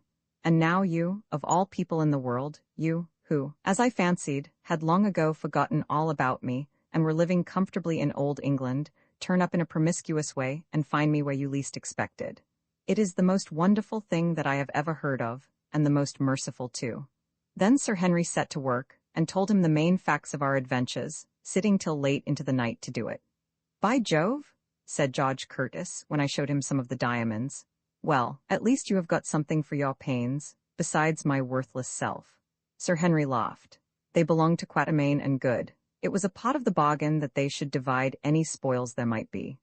This remark set me thinking, and having spoken to Good, I told Sir Henry that it was our joint wish that he should take a third portion of the diamonds, or, if he would not, that his share should be handed to his brother, who had suffered even more than ourselves on the chance of getting them. Finally, we prevailed upon him to consent to this arrangement, but George Curtis did not know of it until some time afterwards.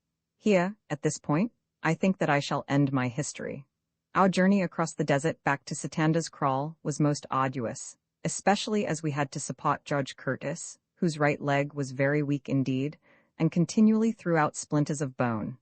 But we did accomplish it somehow, and to give its details would only be to reproduce much of what happened to us on the former occasion. 6 months from the date of our re-arrival at Satanda's, where we found our guns and other goods quite safe, though the old rascal in charge was much disgusted at our surviving to claim them, saw us all once more safe and sound at my little place on the Berea, near Durban, where I am now writing. Thence I bid farewell to all who have accompanied me through the strangest trip I ever made in the course of a long and varied experience. Just as I had written the last word, a Kaffir came up my avenue of orange trees, carrying a letter in a cleft stick, which he had brought from the post. It turned out to be from Sir Henry, and as it speaks for itself, I give it in full. October 1, 1884. Brayley Hall, Yorkshire. My dear Quatermain, I sent you a line a few mails back to say that the 3 of us, George, Good, and myself, fetched up all right in England.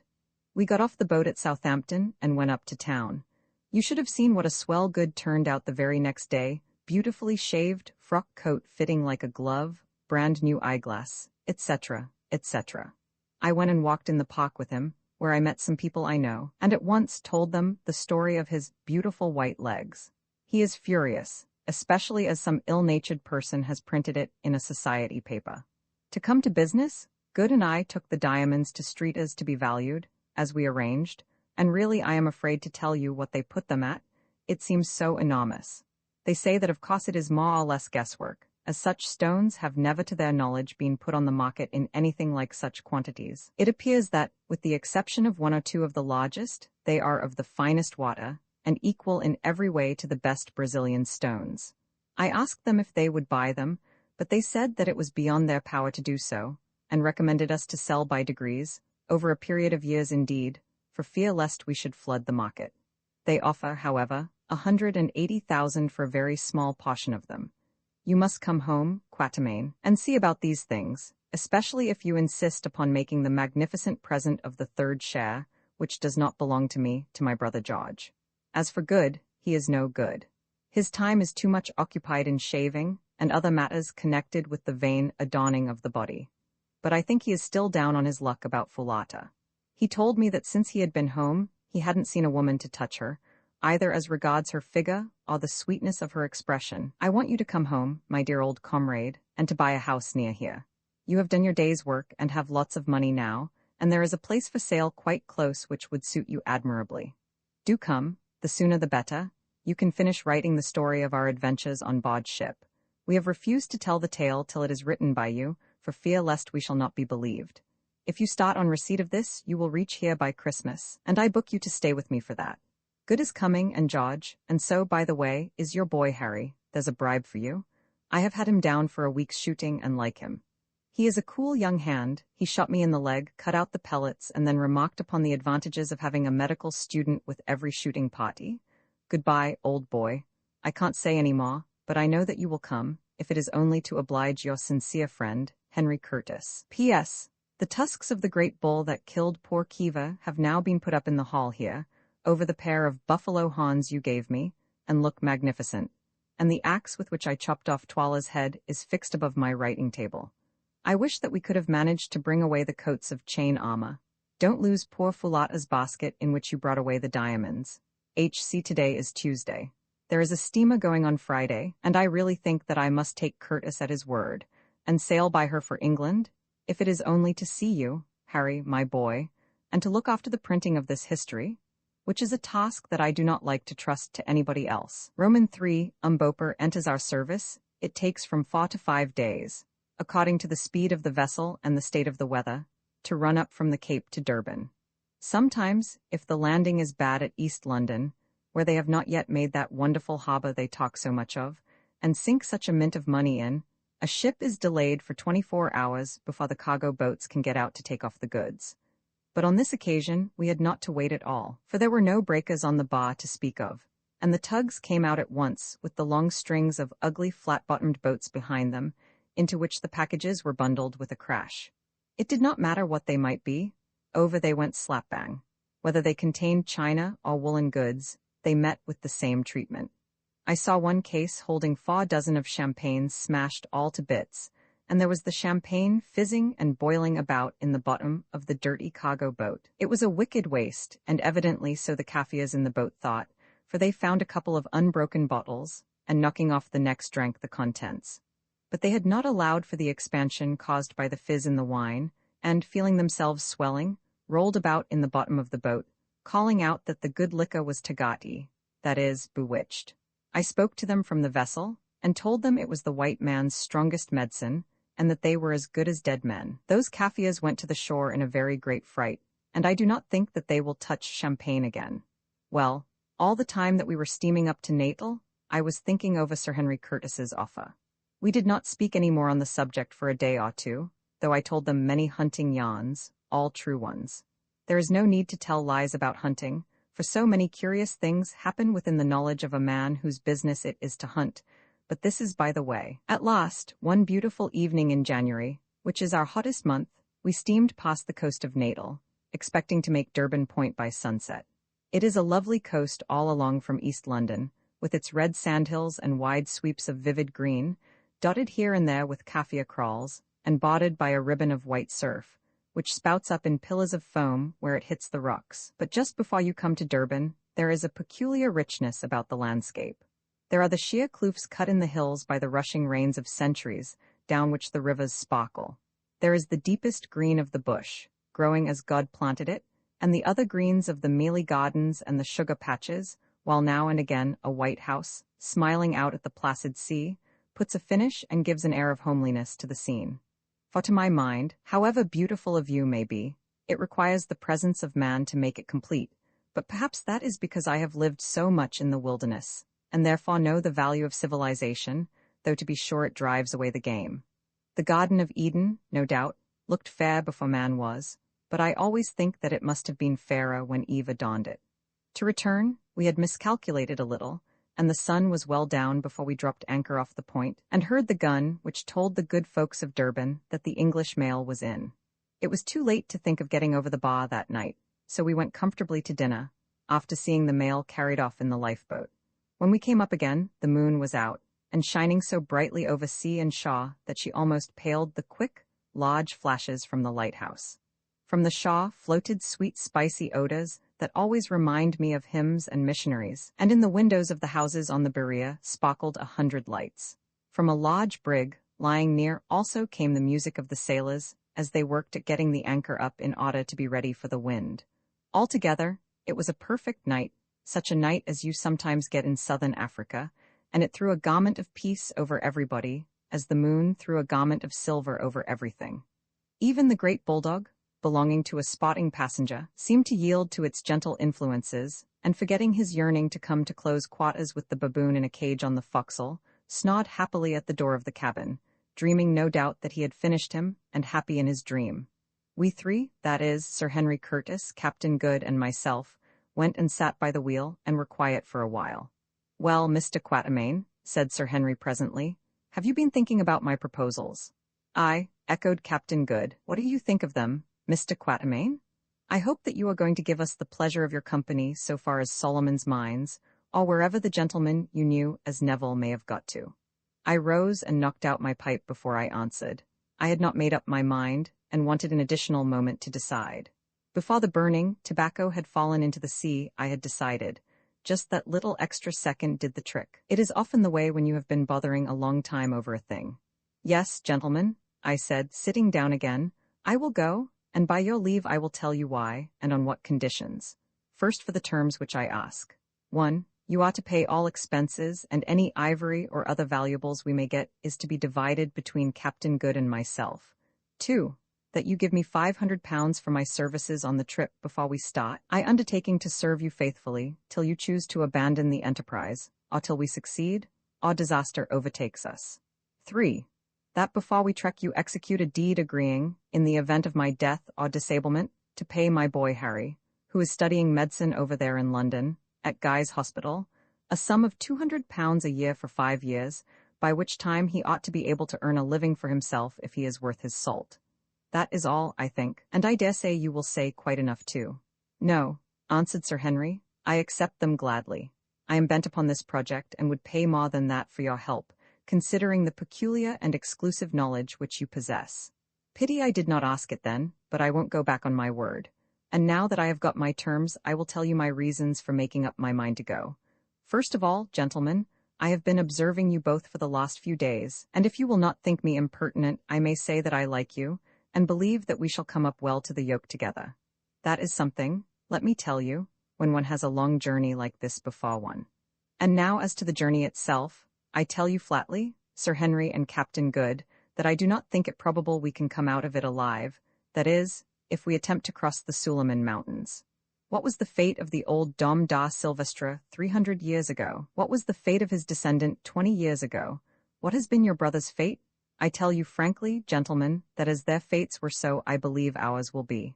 I paused to watch the effect of my words. Captain Good looked a little uncomfortable, but Sir Henry's face did not change.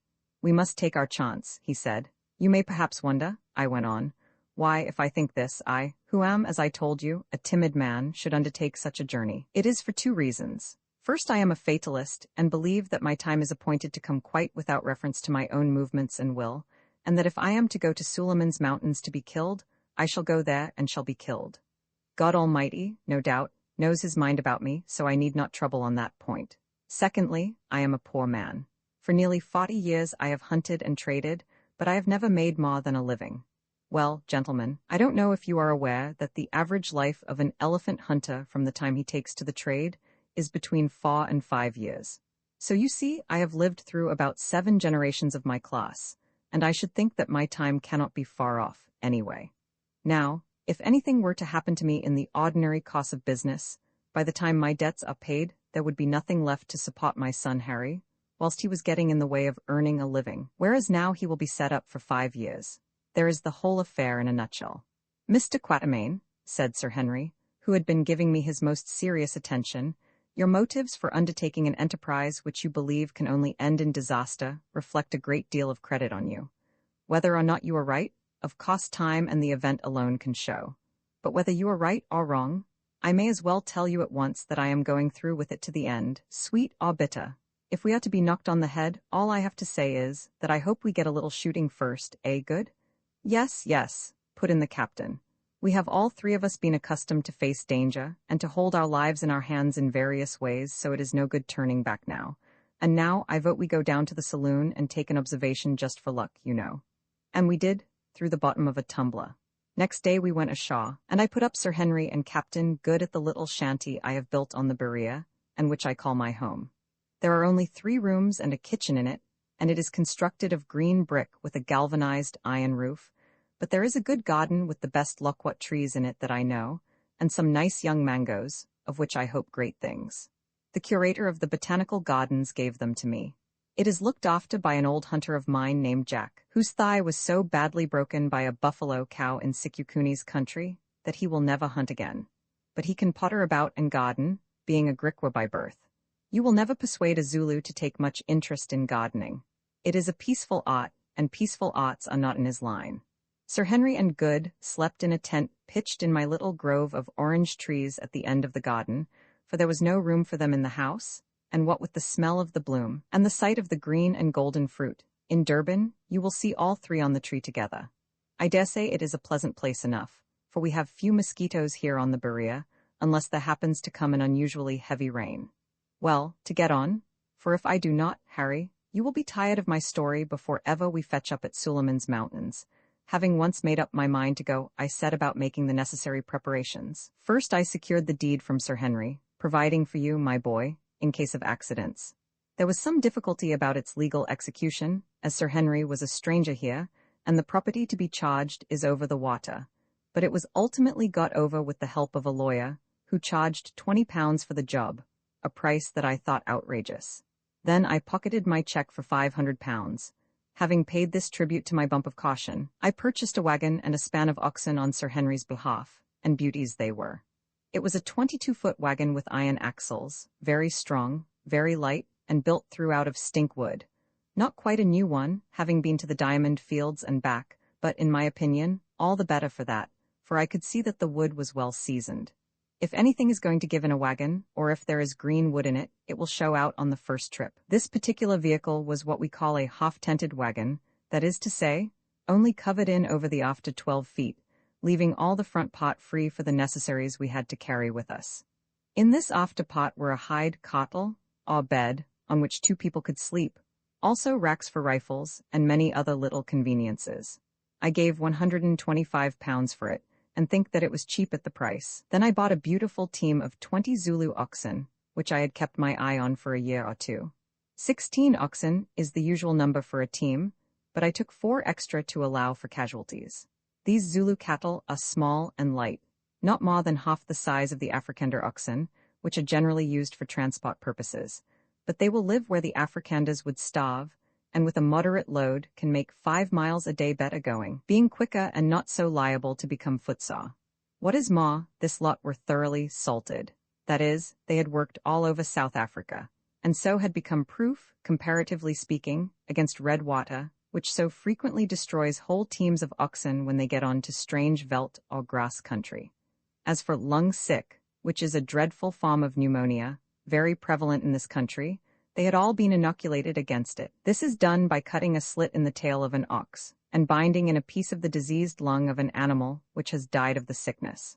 The result is that the ox sickens, takes the disease in a mild form, which causes its tail to drop off, as a rule about a foot from the root, and becomes proof against future attacks. It seems cruel to rob the animal of his tail, especially in a country where there are so many flies, but it is better to sacrifice the tail and keep the ox than to lose both tail and ox, for a tail without an ox is not much good, except to dust with.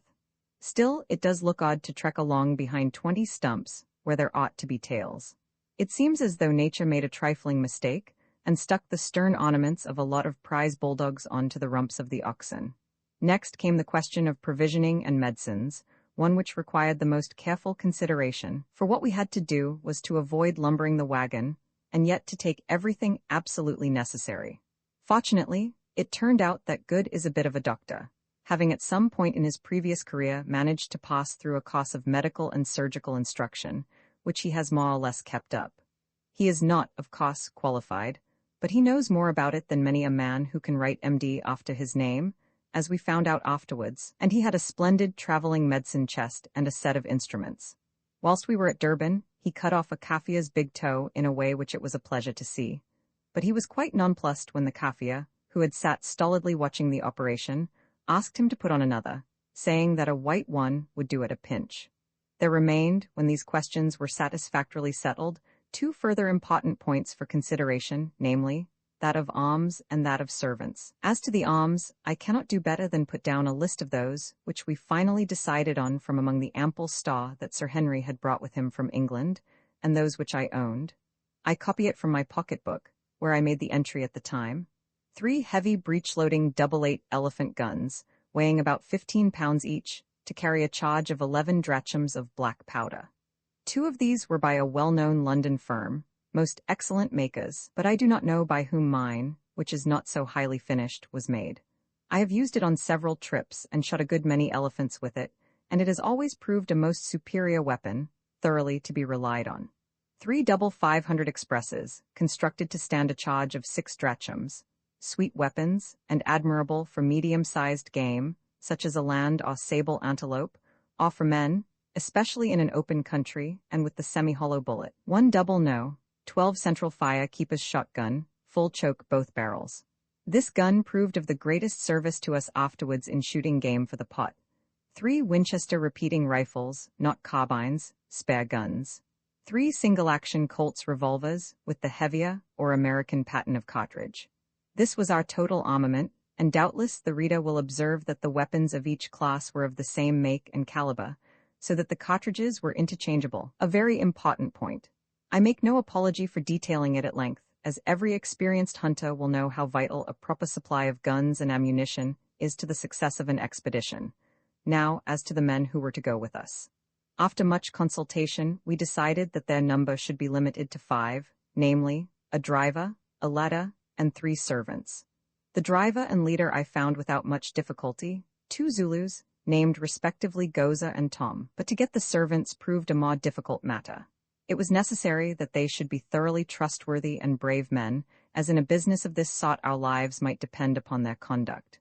At last I secured 2, one a Hottentot named Ventvirgil, or Windbird, and one a little Zulu named Kiva, who had the merit of speaking English perfectly. Ventvirgil I had known before. He was one of the most perfect sporers, that is, game trackers, I ever had to do with, and tough as whipcord. He never seemed to tire. But he had one failing, so common with his race drink. Put him within reach of a bottle of gin, and you could not trust him. However, as we were going beyond the region of grog shops, this little weakness of his did not so much matter. Having secured these 2 men, I looked in vain for a third to suit my purpose, so we determined to start without one, trusting to luck to find a suitable man on our way up country. But, as it happened, on the evening before the day we had fixed for our departure, the Zulu Kiva informed me that a Kaffia was waiting to see me. Accordingly, when we had done dinner, for we were at table at the time, I told Kiva to bring him in. Presently a tall, handsome-looking man, somewhere about 30 years of age and very light-colored for a Zulu, entered, and lifting his knob-stick by way of salute, squatted himself down in the corner on his haunches, and sat silent. I did not take any notice of him for a while, for it is a great mistake to do so. If you rush into conversation at once, a Zulu is apt to think you a person of little dignity or consequence. I observed, however, that he was a keshla, or ringed man. That is, he wore on his head the black ring, made of a species of gum polished with fat and worked up in the hair, which is usually assumed by Zulus on attaining a certain age or dignity. Also, it struck me that his face was familiar to me. "Well," I said at last, "what is your name?" "Umbopa," answered the man in a slow, deep voice. "I have seen your face before." Yes, the Inkusi, the chief, my father, saw my face at the place of the little hand, that is, Isandlwana, on the day before the battle. Then I remembered. I was one of Lord Chelmsford's guides in that unlucky Zulu war, and had the good fortune to leave the camp in charge of some wagons on the day before the battle. While I was waiting for the cattle to be inspanned, I fell into conversation with this man, who held some small command among the native auxiliaries, and he had expressed to me his doubts as to the safety of the camp.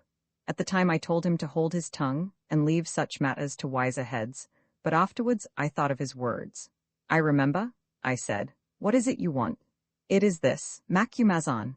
That is my Kafia name, and means the man who gets up in the middle of the night, or, in vulgar English, he who keeps his eyes open. I hear that you go on a great expedition far into the north with the white chiefs from over the water. Is it a true word?" "It is." "I hear that you go even to the Lukanga River, a moon's journey beyond the Manaka country. Is this so also, Macumazon? Why do you ask whither we go? What is it to you?" I answered suspiciously, for the objects of our journey had been kept a dead secret. "It is this, O white men, that if indeed you travel so far I would travel with you." There was a certain assumption of dignity in the man's mode of speech, and especially in his use of the words, "O white men," instead of "O Inkusis," or chiefs, which struck me. "You forget yourself a little," I said. "Your words run out unawares. That is not the way to speak. What is your name, and where is your kraal? Tell us, that we may know with whom we have to deal." "My name is Umbopa. I am of the Zulu people, yet not of them. The house of my tribe is in the far north. It was left behind when the Zulus came down here 1,000 years ago, long before Chaka reigned in Zululand. I have no kraal. I have wandered for many years.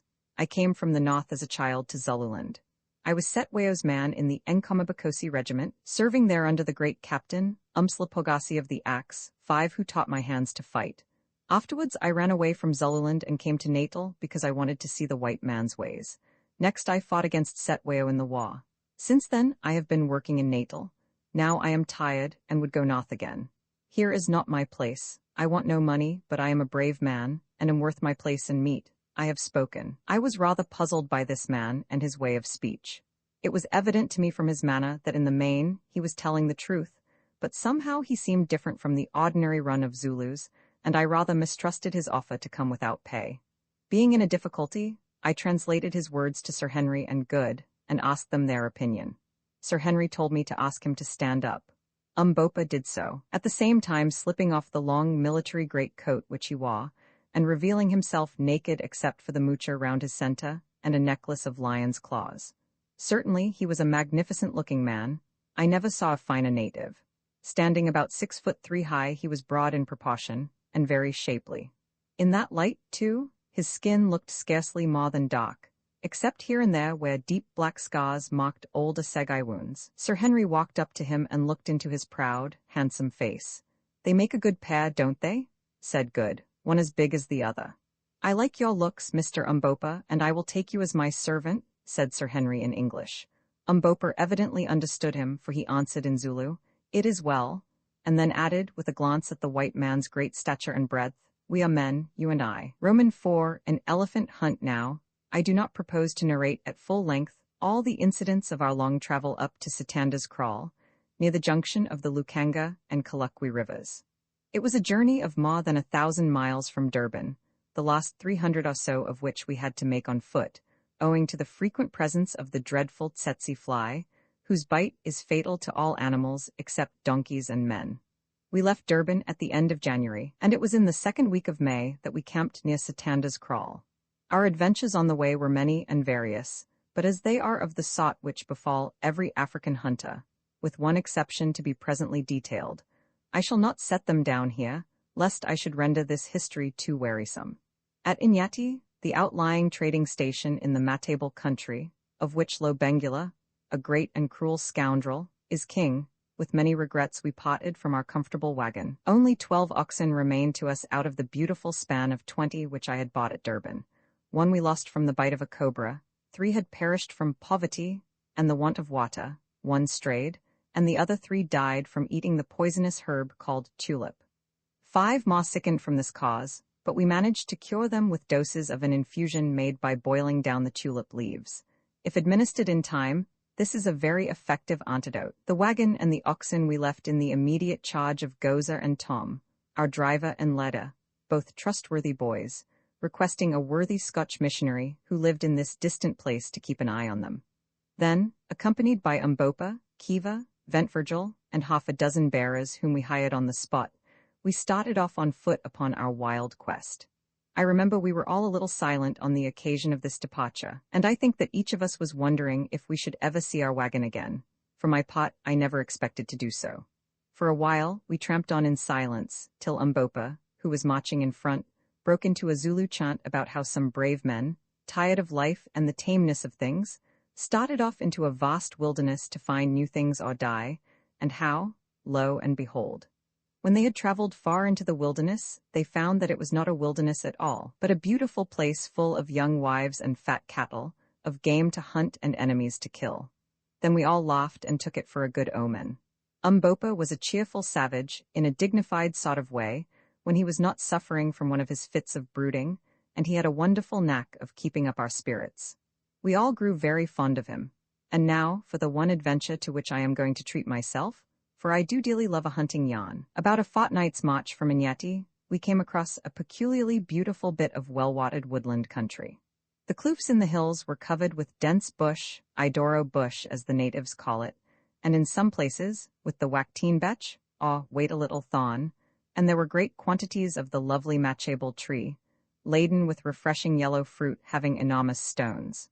This tree is the elephant's favorite food, and there were not wanting signs that the great brutes had been about, for not only was their spoor frequent, but in many places the trees were broken down and even uprooted. The elephant is a destructive feeder. One evening, after a long day's march, we came to a spot of great loveliness. At the foot of a bush-clad hill lay a dry riverbed, in which, however, were to be found pools of crystal water, all trodden round with the hoof-prints of game. Facing this hill was a park-like plain, where grew clumps of flat-topped mimosa, varied with occasional glossy-leaved matchables, and all round stretched the sea of pathless, silent bush. As we emerged into this riverbed path suddenly, we started a troop of tall giraffes, who galloped, or rather sailed off in their strange gait, their tails screwed up over their backs and their hoofs rattling like castanets. They were about 300 yards from us, and therefore practically out of shot, but Good, who was walking ahead, and who had an express loaded with solid ball in his hand, could not resist temptation. Lifting his gun, he let drive at the last, a young cow. By some extraordinary chance the ball struck it full on the back of the neck, shattering the spinal column, and that giraffe went rolling head over heels just like a rabbit. I never saw a more curious thing. "Curse it," said Good, for I am sorry to say he had a habit of using strong language when excited, contracted, no doubt, in the course of his nautical career. "Curse it, I've killed him." "Ooh, Bowgwin," ejaculated the Kaffirs. "Ooh, ooh." They called Good Bowgwin or Glass Eye because of his eyeglass.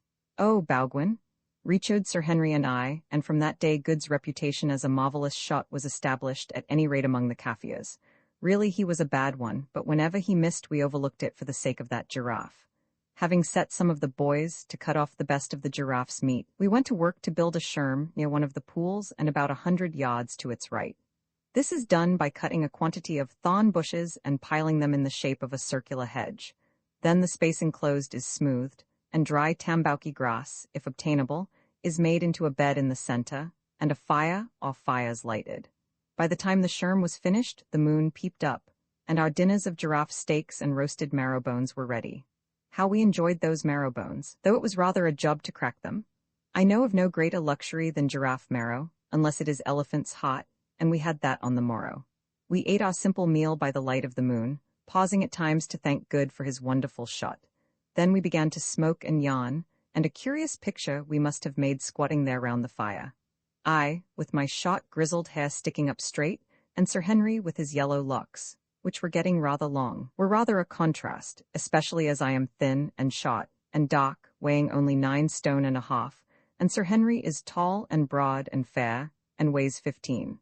But perhaps the most curious-looking of the three, taking all the circumstances of the case into consideration, was Captain John Good, R.N. There he sat upon a leather bag, looking just as though he had come in from a comfortable day's shooting in a civilized country. Absolutely clean, tidy, and well-dressed. He wore a shooting suit of brown tweed, with a hat to match, and neat gaiters. As usual, he was beautifully shaved, his eyeglass and his false teeth appeared to be in perfect order, and altogether he looked the neatest man I ever had to do with in the wilderness. He even spotted a collar, of which he had a supply, made of white gutta-percha. "You see, they weigh so little," he said to me innocently, when I expressed my astonishment at the fact, and I always liked to turn out like a gentleman. Ah, if he could have foreseen the future and the raiment prepared for him. Well, there we three sat yawning away in the beautiful moonlight, and watching the Kaffirs a few yards off sucking their intoxicating dacca from a pipe of which the mouthpiece was made of the horn of an eland, till one by one they rolled themselves up in their blankets and went to sleep by the fire, that is, all except Umbopa, who was a little apart, his chin resting on his hand and thinking deeply. I noticed that he never mixed much with the other Kaffirs. Presently, from the depths of the bush behind us, came a loud woof, woof. "That's a lion," said I, and we all started up to listen. Hardly had we done so, when from the pool, about 100 yards off, we heard the strident trumpeting of an elephant. "Unkungan Clovo, Indlavu?" "Elephant, elephant," whispered the Kaffirs, and a few minutes afterwards we saw a succession of vast shadowy forms moving slowly from the direction of the water towards the bush. Up jumped Good, burning for slaughter, and thinking, perhaps, that it was as easy to kill elephant as he had found it to shoot giraffe, but I caught him by the arm and pulled him down. "It's no good," I whispered. "Let them go. It seems that we are in a paradise of game. I vote we stop here a day or two and have a go at them," said Sir Henry. Presently, I was rather surprised, for hitherto Sir Henry had always been for pushing forward as fast as possible, more especially since we ascertained at Inyati that about 2 years ago an Englishman of the name of Neville had sold his wagon there and gone on up country. But I suppose his hunter instincts got the better of him for a while. Good jumped at the idea, for he was longing to have a shot at those elephants, and so, to speak the truth, did I, for it went against my conscience to let such a herd as that escape without a pull at them. "All right, my hotties," said I. "I think we want a little recreation. And now let's turn in, for we ought to be off by dawn, and then perhaps we may catch them feeding before they move on." The others agreed, and we proceeded to make our preparations. Good took off his clothes, shook them, put his eyeglass and his false teeth into his trousers pocket, and folding each article neatly, placed it out of the dew under a corner of his mackintosh sheet. Sir Henry and I contented ourselves with rougher arrangements, and soon were curled up in our blankets, and dropping off into the dreamless sleep that rewards the traveler. Going, go, what was that? Suddenly, from the direction of the water came sounds of violent scuffling, and next instant there broke upon our ears a succession of the most awful roars. There was no mistaking their origin. Only a lion could make such a noise as that. We all jumped up and looked towards the water, in the direction of which we saw a confused mass, yellow and black in color, staggering and struggling towards us. We seized our rifles and, slipping on our veltunes, that is, shoes made of untanned hide, ran out of the sherm. By this time the mass had fallen, and was rolling over and over on the ground, and when we reached the spot it struggled no longer, but lay quite still. Now we saw what it was. On the grass there lay a sable antelope bull, the most beautiful of all the African antelopes, quite dead, and transfixed by its great curved horns was a magnificent black-maned lion, also dead. Evidently what had happened was this. The sable antelope had come down to drink at the pool where the lion, no doubt the same which we had heard, was lying in wait. While the antelope drank, the lion had sprung upon him, only to be received upon the sharp curved horns and transfixed. Once before I saw a similar thing happen. Then the lion, unable to free himself, had torn and bitten at the back and neck of the bull, which, maddened with fear and pain, had rushed on until it dropped dead. As soon as we had examined the beasts sufficiently, we called the Kaffirs, and between us managed to drag their carcasses up to the sherm. After that we went in and lay down, to wake no more till dawn. With the first light we were up and making ready for the fray. We took with us the 3 8-bar rifles, a good supply of ammunition, and our large water bottles, filled with weak cold tea, which I have always found the best stuff to shoot on. After swallowing a little breakfast, we started, Umbopa, Kiva, and Ventvirgil accompanying us.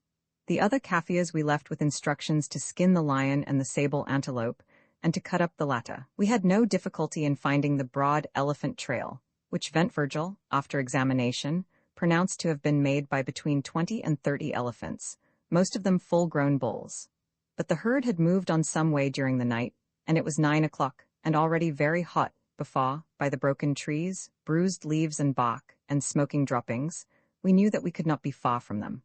Presently we caught sight of the herd, which numbered, as Virgil had said, between 20 and 30, standing in a hollow, having finished their morning meal, and flapping their great ears. It was a splendid sight, for they were only about 200 yards from us. Taking a handful of dry grass, I threw it into the air to see how the wind was, for if once they winded us I knew they would be off before we could get a shot. Finding that, if anything, it blew from the elephants to us, we crept on stealthily, and thanks to the cover, managed to get within 40 yards or so of the great brutes. Just in front of us, and broadside on, stood 3 splendid bulls, one of them with enormous tusks. I whispered to the others that I would take the middle one, Sir Henry covering the elephant to the left, and Good the bull with the big tusks. Now, I whispered. Boom, boom, boom, went the 3 heavy rifles, and down came Sir Henry's elephant dead as a hammer, shot right through the heart. Mine fell onto its knees, and I thought that he was going to die, but in another moment he was up and off, tearing along straight past me. As he went, I gave him the second barrel in the ribs, and this brought him down in good earnest.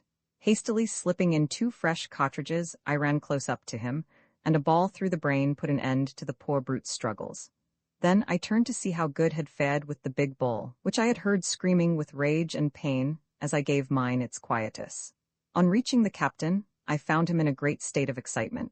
It appeared that on receiving the bullet, the bull had turned and come straight for his assailant, who had barely time to get out of his way, and then charged on blindly past him, in the direction of our encampment. Meanwhile, the herd had crashed off in wild alarm in the other direction. For a while, we debated whether to go after the wounded bull or to follow the herd, and finally deciding for the latter alternative, departed, thinking that we had seen the last of those big tusks. I have often wished since that we had. It was easy work to follow the elephants, for they had left a trail like a carriage road behind them, crushing down the thick bush in their furious flight as though it were tambouki grass. But to come up with them was another matter, and we had struggled on under the broiling sun for over 2 hours before we found them.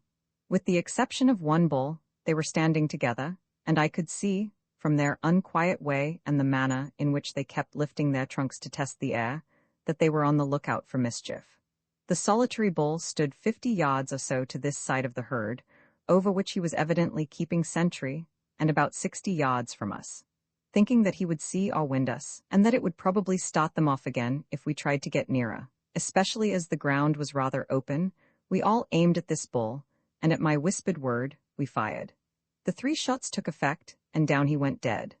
Again the herd started, but unfortunately for them about 100 yards further on was a nullah or dried-out water track, with steep banks, a place very much resembling the one where the Prince Imperial was killed in Zululand. Into this the elephants plunged, and when we reached the edge, we found them struggling in wild confusion to get up the other bank, filling the air with their screams, and trumpeting as they pushed one another aside in their selfish panic, just like so many human beings. Now was our opportunity, and firing away as quickly as we could load, we killed 5 of the poor beasts, and no doubt should have bagged the whole herd, had they not suddenly given up their attempts to climb the bank and rushed headlong down the nullah. We were too tired to follow them, and perhaps also a little sick of slaughter, 8 elephants being a pretty good bag for one day. So after we were rested a little, and the Kaffirs had cut out the hearts of 2 of the dead elephants for supper, we started homewards, very well pleased with our day's work, having made up our minds to send the bearers on the morrow to chop away the tusks. Shortly after we passed the spot where Good had wounded the patriarchal bull, we came across a herd of eland, but did not shoot at them, as we had plenty of meat. They trotted past us, and then stopped behind a little patch of bush about 100 yards away, wheeling round to look at us. As Good was anxious to get a near view of them, never having seen an eland close, he handed his rifle to Mbopa, and, followed by Kiva, strolled up to the patch of bush. We sat down and waited for him, not sorry of the excuse for a little rest. The sun was just going down in its reddest glory, and Sir Henry and I were admiring the lovely scene, when suddenly we heard an elephant scream, and saw its huge and rushing form with uplifted trunk and tail silhouetted against the great fiery globe of the sun. Next second we saw something else, and that was Good and Kiva tearing back towards us with the wounded bull, for it was he, charging after them. For a moment we did not dare to fire, though at that distance it would have been of little use if we had done so, for fear of hitting one of them, and the next a dreadful thing happened. Good fell a victim to his passion for civilized dress. Had he consented to discard his trousers and gaiters like the rest of us, and to hunt in a flannel shirt and a pair of veldtunes, it would have been all right. But as it was, his trousers cumbered him in that desperate race, and presently, when he was about 60 yards from us, his boot, polished by the dry grass, slipped, and down he went on his face right in front of the elephant. We gave a gasp, for we knew that he must die, and ran as hard as we could towards him. In 3 seconds it had ended, but not as we thought. Kiva, the Zulu boy, saw his master fall, and brave lad as he was, turned and flung his assegai straight into the elephant's face. It stuck in his trunk. With a scream of pain, the brute seized the poor Zulu, hurled him to the earth, and placing one huge foot onto his body about the middle, twined its trunk round his upper part and tore him in two. We rushed up mad with horror, and fired again and again, till presently the elephant fell upon the fragments of the Zulu. As for Good, he rose and wrung his hands over the brave man who had given his life to save him, and though I am an old hand, I felt a lump grow in my throat. Umbopa stood contemplating the huge dead elephant and the mangled remains of poor Kiva. "Ah, well," he said presently, "he is dead, but he died like a man. Via our march into the desert, we had killed 9 elephants, and it took us 2 days to cut out the tusks, and having brought them into camp, to bury them carefully in the sand under a large tree, which made a conspicuous mark for miles round. It was a wonderfully fine lot of ivory. I never saw a better, averaging as it did between 40 and 50 pounds a tusk. The tusks of the great bull that killed poor Kiva scaled 170 pounds the pair, so nearly as we could judge. As for Kiva himself, we buried what remained of him in an ant-bear hole, together with an assegai to protect himself with on his journey to a better world. On the 3rd day we marched again, hoping that we might live to return to dig up our buried ivory, and in due course, after a long and wearisome tramp, and many adventures which I have not space to detail, we reached Sitanda's Kraal, near the Lukanga River, the real starting point of our expedition. Very well do I recollect our arrival at that place.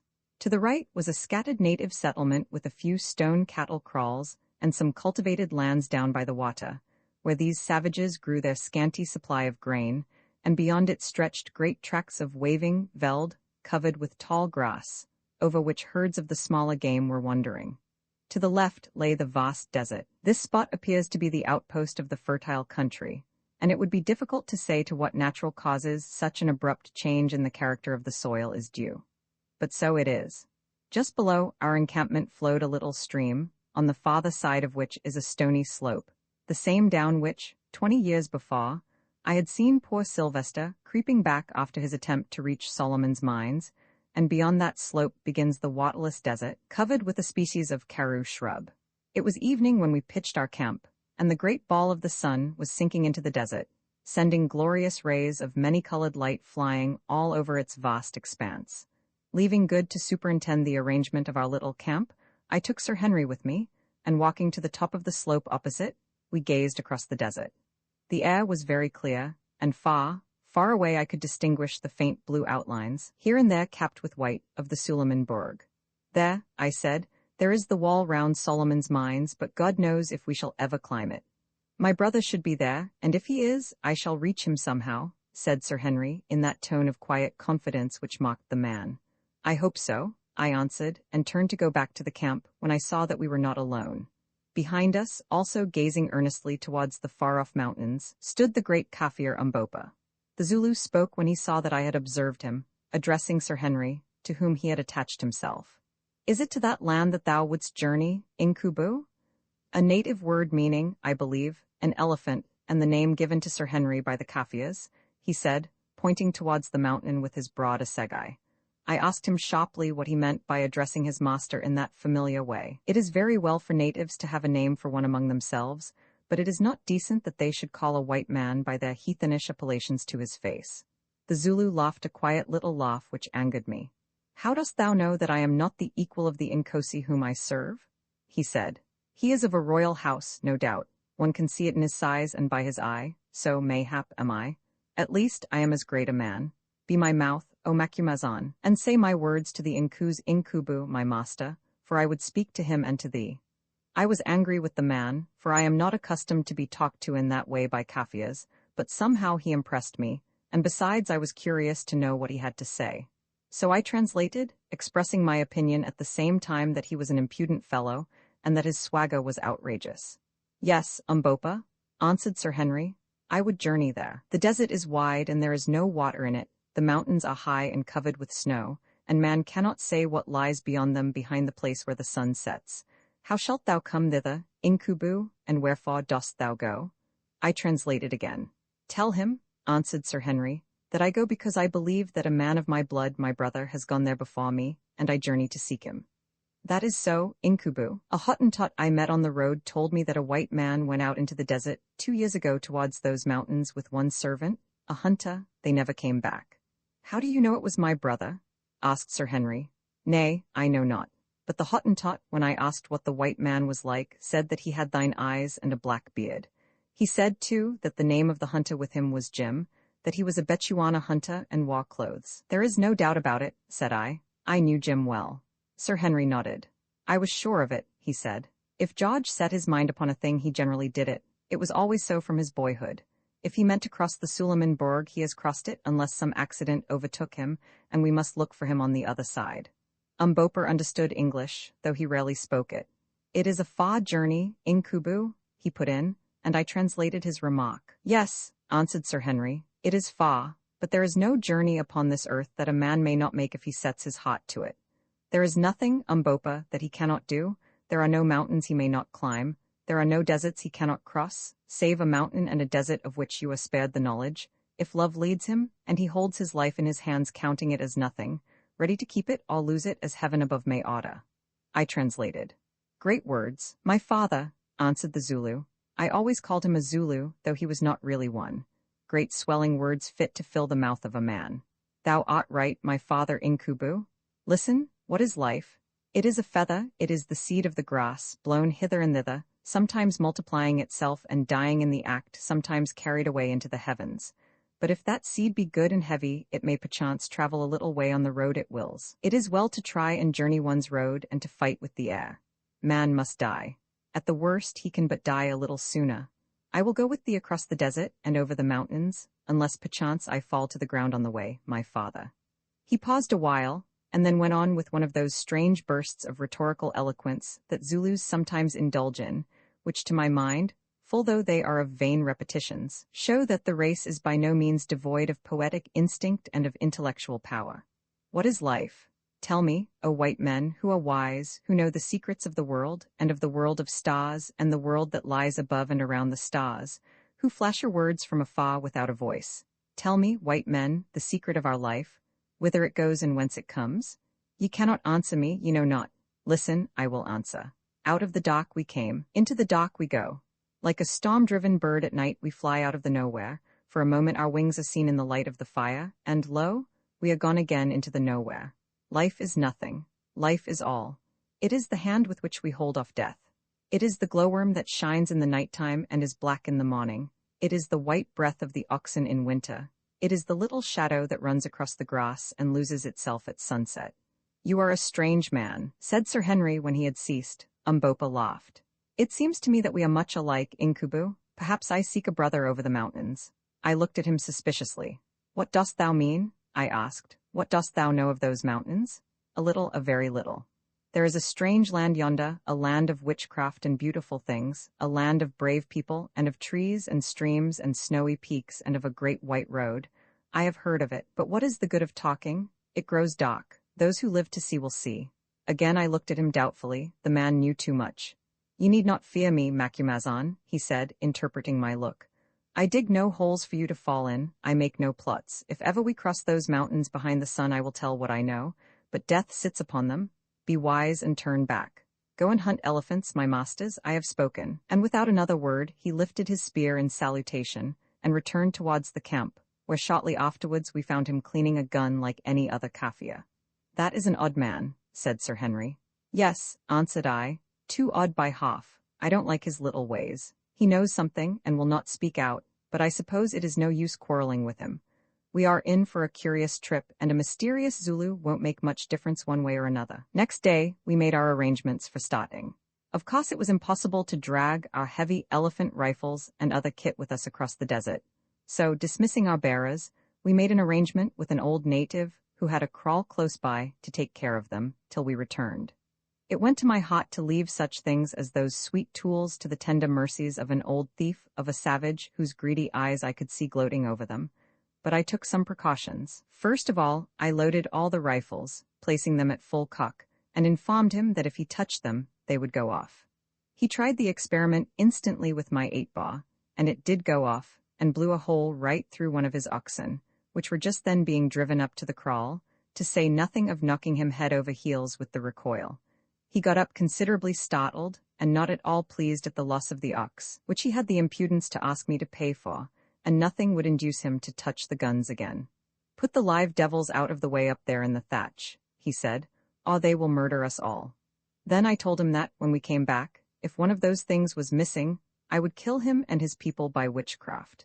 And if we died and he tried to steal the rifles, I would come and haunt him and turn his cattle mad and his milk sour till life was a weariness, and would make the devils in the guns come out and talk to him in a way he did not like, and generally gave him a good idea of judgment to come. After that, he promised to look after them as though they were his father's spirit. He was a very superstitious old Kaffir and a great villain. Having thus disposed of our superfluous gear, we arranged the kit we five, Sir Henry, Good, myself, Umbopa, and the Hottentot Ventvirgil, were to take with us on our journey. It was small enough, but do what we could not get its weight down under about 40 pounds a man. This is what it consisted of: the 3 express rifles and 200 rounds of ammunition, the 2 Winchester repeating rifles, for Umbopa and Ventvirgil, with 200 rounds of cartridge, 3 Colt revolvers and 60 rounds of cartridge, 5 Cochrane's water bottles, each holding 4 pints, 5 blankets, 25 pounds weight of biltong, sun-dried game flesh, 10 pounds weight of best mixed beads for gifts, a selection of medicine, including an ounce of quinine, and 1 or 2 small surgical instruments, our knives, a few sundries, such as a compass, matches, a pocket filter, tobacco, a trowel, a bottle of brandy, and the clothes we stood in. This was our total equipment, a small one indeed for such a venture, but we dared not attempt to carry more. Indeed, that load was a heavy one per man with which to travel across the burning desert, for in such places every additional ounce tells. But we could not see our way to reducing the weight. There was nothing taken but what was absolutely necessary. With great difficulty, and by the promise of a present of a good hunting knife each, I succeeded in persuading 3 wretched natives from the village to come with us for the first stage, 20 miles, and to carry a large gourd holding a gallon of water apiece. My object was to enable us to refill our water bottles after the first night's march, for we determined to start in the cool of the evening. I gave out to these natives that we were going to shoot ostriches, with which the desert abounded. They jabbered and shrugged their shoulders, saying that we were mad and should perish of thirst, which I must say seemed probable, but being desirous of obtaining the knives, which were almost unknown treasures up there, they consented to come, having probably reflected that, after all, our subsequent extinction would be no affair of theirs. All next day we rested and slept, and at sunset ate a hearty meal of fresh beef washed down with tea, the last, as Good remarked sadly, we were likely to drink for many a long day. Then, having made our final preparations, we lay down and waited for the moon to rise. At last, about 9 o'clock, up she came in all her glory, flooding the wild country with light, and throwing a silver sheen on the expanse of rolling desert before us, which looked as solemn and quiet and as alien to man as the star-studded firmament above. We rose up, and in a few minutes were ready, and yet we hesitated a little, as human nature is prone to hesitate on the threshold of an irrevocable step. We 3 white men stood by ourselves. Umbopa, a segai in hand and a rifle across his shoulders, looked out fixedly across the desert a few paces ahead of us, while the hired natives, with the gourds of water and Ventvirgil, were gathered in a little knot behind. "Gentlemen," said Sir Henry presently, in his deep voice, "we are going on about as strange a journey as men can make in this world. It is very doubtful if we can succeed in it, but we are 3 men who will stand together for good or for evil to the last. Now, before we start, let us for a moment pray to the power who shapes the destinies of men, and who ages since has marked out our paths, that it may please him to direct our steps in accordance with his will." Taking off his hat for the space of a minute or so, he covered his face with his hands, and Good and I did likewise. I do not say that I am a first-rate praying man, few hunters are, And as for Sir Henry, I never heard him speak like that before, and only once since, though deep down in his heart I believe that he is very religious. Good too is pious, though apt to swear. Anyhow, I do not remember, excepting on one single occasion, ever putting up a better prayer in my life than I did during that minute, and somehow I felt the happier for it. Our future was so completely unknown, and I think that the unknown and the awful always bring a man nearer to his Maker. And now, said Sir Henry, trek. So we started. We had nothing to guide ourselves by except the distant mountains and old José da Silvestra's chart, which, considering that it was drawn by a dying and half-distraught man on a fragment of linen 3 centuries ago, was not a very satisfactory sort of thing to work with. Still, our sole hope of success depended upon it, such as it was. If we failed in finding that pool of bad water, which the old Dom marked as being situated in the middle of the desert, about 60 miles from our starting point, and as far from the mountains, in all probability we must perish miserably of thirst. But to my mind, the chances of our finding it in that great sea of sand and karoo scrub seemed almost infinitesimal. Even supposing that da Silvestra had marked the pool correctly, what was there to prevent its having been dried up by the sun generations ago, or trampled in by game, or filled with the drifting sand? On we tramped silently as shades through the night and in the heavy sand. The karoo bushes caught our feet and retarded us, and the sand worked into our vultunes and good shooting boots, so that every few miles we had to stop and empty them. But still, the night kept fairly cool, though the atmosphere was thick and heavy, giving a sort of creamy feel to the air, and we made fair progress. It was very silent and lonely there in the desert, oppressively so indeed. Good felt this, and once began to whistle The Girl I Left Behind Me, but the notes sounded lugubrious in that vast place, and he gave it up. Shortly afterwards a little incident occurred which, though it startled us at the time, gave rise to a laugh. Good was leading, as the holder of the compass, which, being a sailor, of course he understood thoroughly, and we were toiling along in single file behind him, when suddenly we heard the sound of an exclamation, and he vanished. Next second there arose all around us a most extraordinary hubbub, snots, groans, and wild sounds of rushing feet. In the faint light, too, we could descry dim, galloping forms half hidden by wreaths of sand. The natives threw down their loads and prepared to bolt, but remembering that there was nowhere to run to, they cast themselves upon the ground and howled out that it was ghosts. As for Sir Henry and myself, we stood amazed. Nor was our amazement lessened when we perceived the form of Good careering off in the direction of the mountains, apparently mounted on the back of a horse and hallooing wildly. In another second he threw up his arms, and we heard him come to the earth with a thud. Then I saw what had happened. We had stumbled upon a herd of sleeping quagga, on to the back of one of which Good actually had fallen, and the brute naturally enough got up and made off with him. Calling out to the others that it was all right, I ran towards Good, much afraid lest he should be hurt, but to my great relief I found him sitting in the sand, his eyeglass still fixed firmly in his eye, rather shaken and very much frightened, but not in any way injured. After this we travelled on without any further misadventure till about 1 o'clock, when we called a halt, and having drunk a little water, not much, for water was precious, and rested for half an hour, we started again. On we went, till at last the east began to blush like the cheek of a girl. Then there came faint rays of primrose light that changed presently to golden bars, through which the dawn glided out across the desert. The stars grew pale and paler still, till at last they vanished. The golden moon waxed wan, and her mountain ridges stood out against her sickly face like the bones on the cheek of a dying man. Then came spear upon spear of light flashing far away across the boundless wilderness, piercing and firing the veils of mist, till the desert was draped in a tremulous golden glow, and it was day. Still, we did not halt, though by this time we should have been glad enough to do so, for we knew that when once the sun was fully up it would be almost impossible for us to travel. At length, about an hour later, we spied a little pile of boulders rising out of the plain, and to this we dragged ourselves. As luck would have it, here we found an overhanging slab of rock carpeted beneath with smooth sand, which afforded a most grateful shelter from the heat. Underneath this we crept, and each of us having drunk some water and eaten a bit of biltong, we lay down and soon were sound asleep. It was 3 o'clock in the afternoon before we woke, to find our bearers preparing to return. They had seen enough of the desert already, and no number of knives would have tempted them to come a step farther.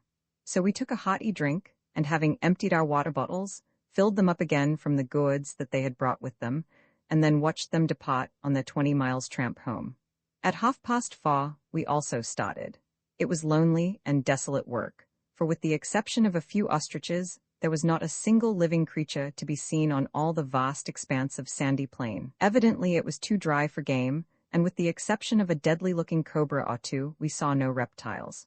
One insect, however, we found abundant, and that was the common house fly.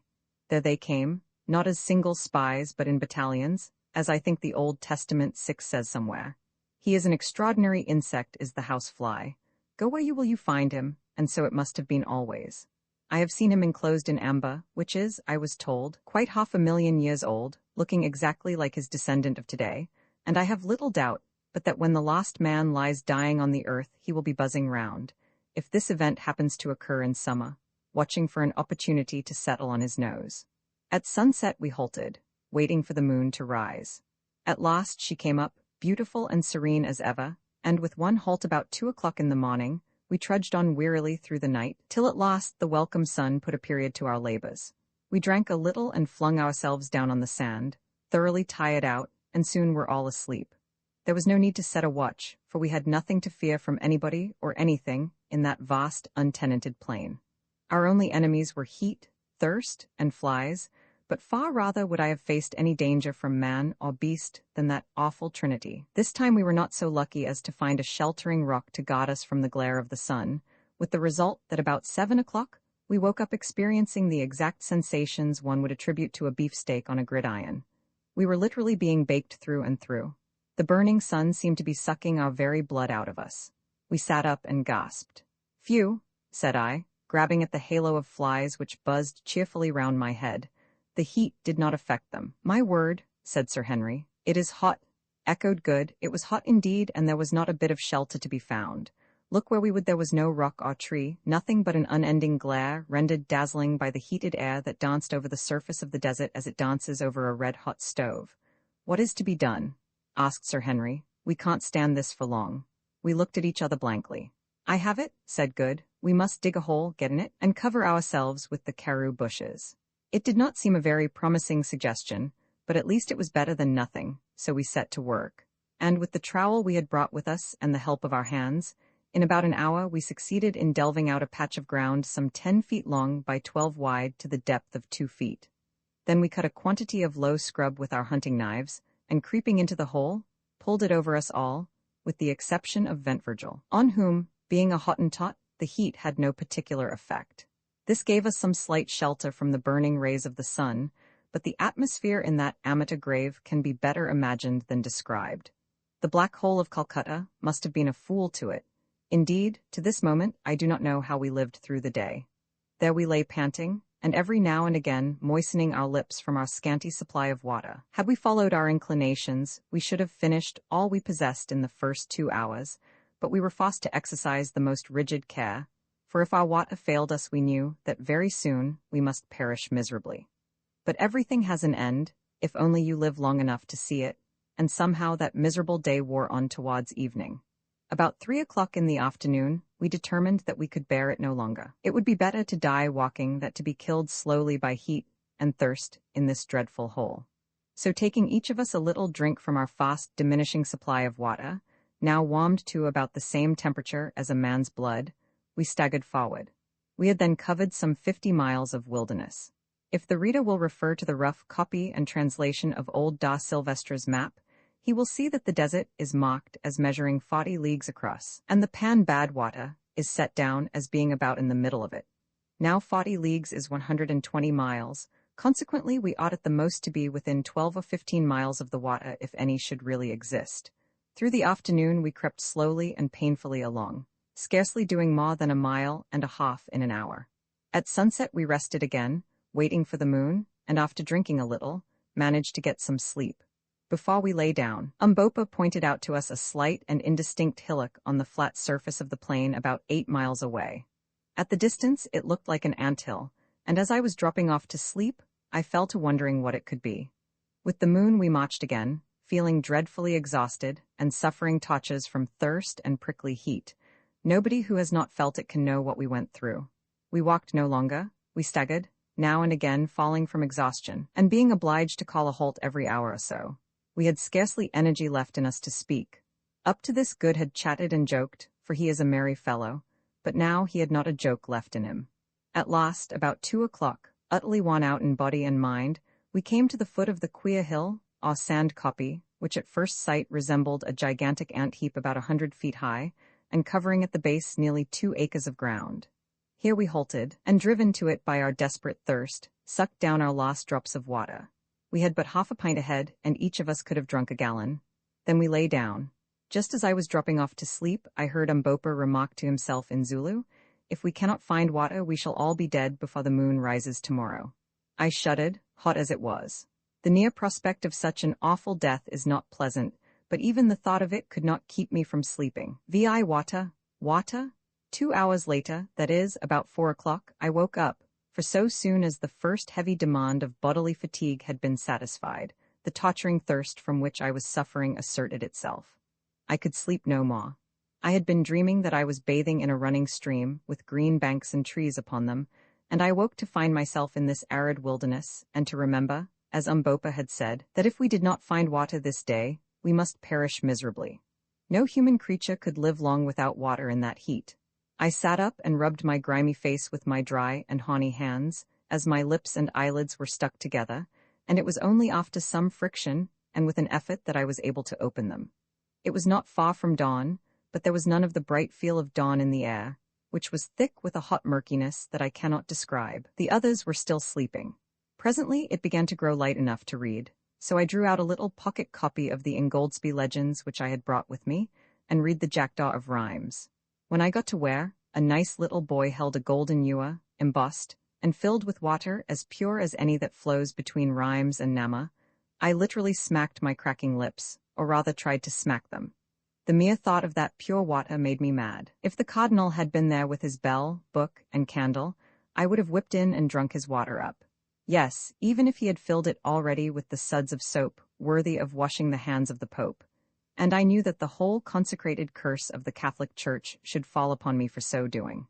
I almost think that I must have been a little light-headed with thirst, weariness, and the want of food, for I fell to thinking how astonished the cardinal and his nice little boy and the jackdaw would have looked to see a burnt-up, brown-eyed, grizzly-haired little elephant hunter suddenly bound between them, put his dirty face into the basin, and swallow every drop of the precious water.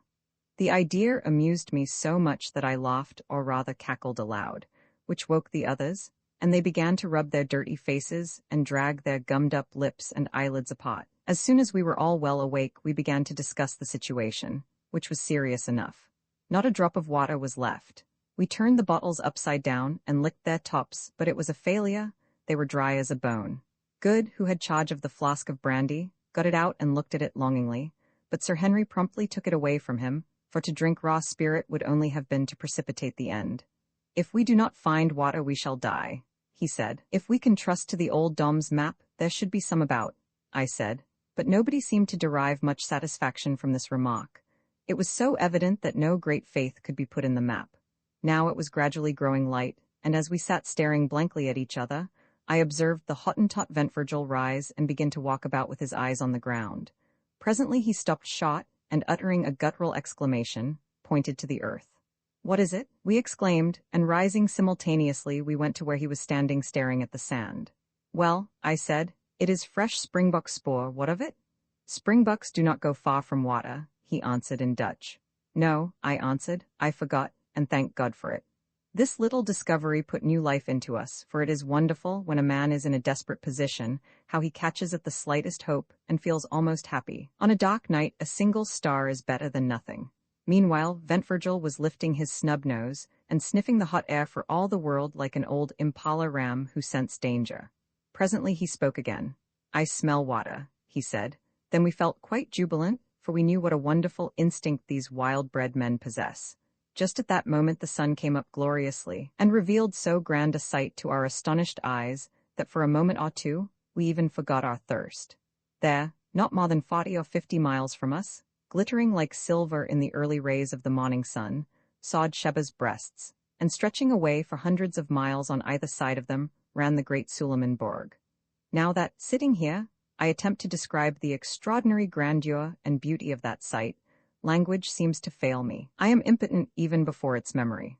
Straight before us rose two enormous mountains, the like of which are not, I believe, to be seen in Africa, if indeed there are any other such in the world, measuring each of them at least 15,000 feet in height, standing not more than a dozen miles apart, linked together by a precipitous cliff of rock, and towering in awful white solemnity straight into the sky. These mountains placed thus, like the pillars of a gigantic gateway, are shaped after the fashion of a woman's breasts, and at times the mists and shadows beneath them take the form of a recumbent woman, veiled mysteriously in sleep. Their bases swell gently from the plain, looking at that distance perfectly round and smooth, and upon the top of each is a vast hillock covered with snow, exactly corresponding to the nipple on the female breast. The stretch of cliff that connects them appears to be some thousands of feet in height, and perfectly precipitous, and on each flank of them, so far as the eye can reach, extend similar lines of cliff, broken only here and there by flat table-topped mountains, something like the world-famed one at Cape Town, a formation, by the way, that is very common in Africa. To describe the comprehensive grandeur of that view is beyond my powers. There was something so inexpressibly solemn and overpowering about those huge volcanoes, for doubtless they are extinct volcanoes, that it quite awed us. For a while, the morning lights played upon the snow and the brown and swelling masses beneath, and then, as though to veil the majestic sight from our curious eyes, strange vapors and clouds gathered and increased around the mountains, till presently we could only trace their pure and gigantic outlines, showing ghost-like through the fleecy envelope. Indeed, as we afterwards discovered, usually they were wrapped in this gauze-like mist, which doubtless accounted for one not having seen them more clearly before. Sheba's breasts had scarcely vanished into cloud-clad privacy before our thirst. Literally, a burning question reasserted itself. It was all very well for Ventvirgil to say that he smelt water, but we could see no signs of it, look which way we would. So far as the eye might reach there was nothing but arid sweltering sand and karoo scrub. We walked round the hillock and gazed about anxiously on the other side, but it was the same story, not a drop of water could be found.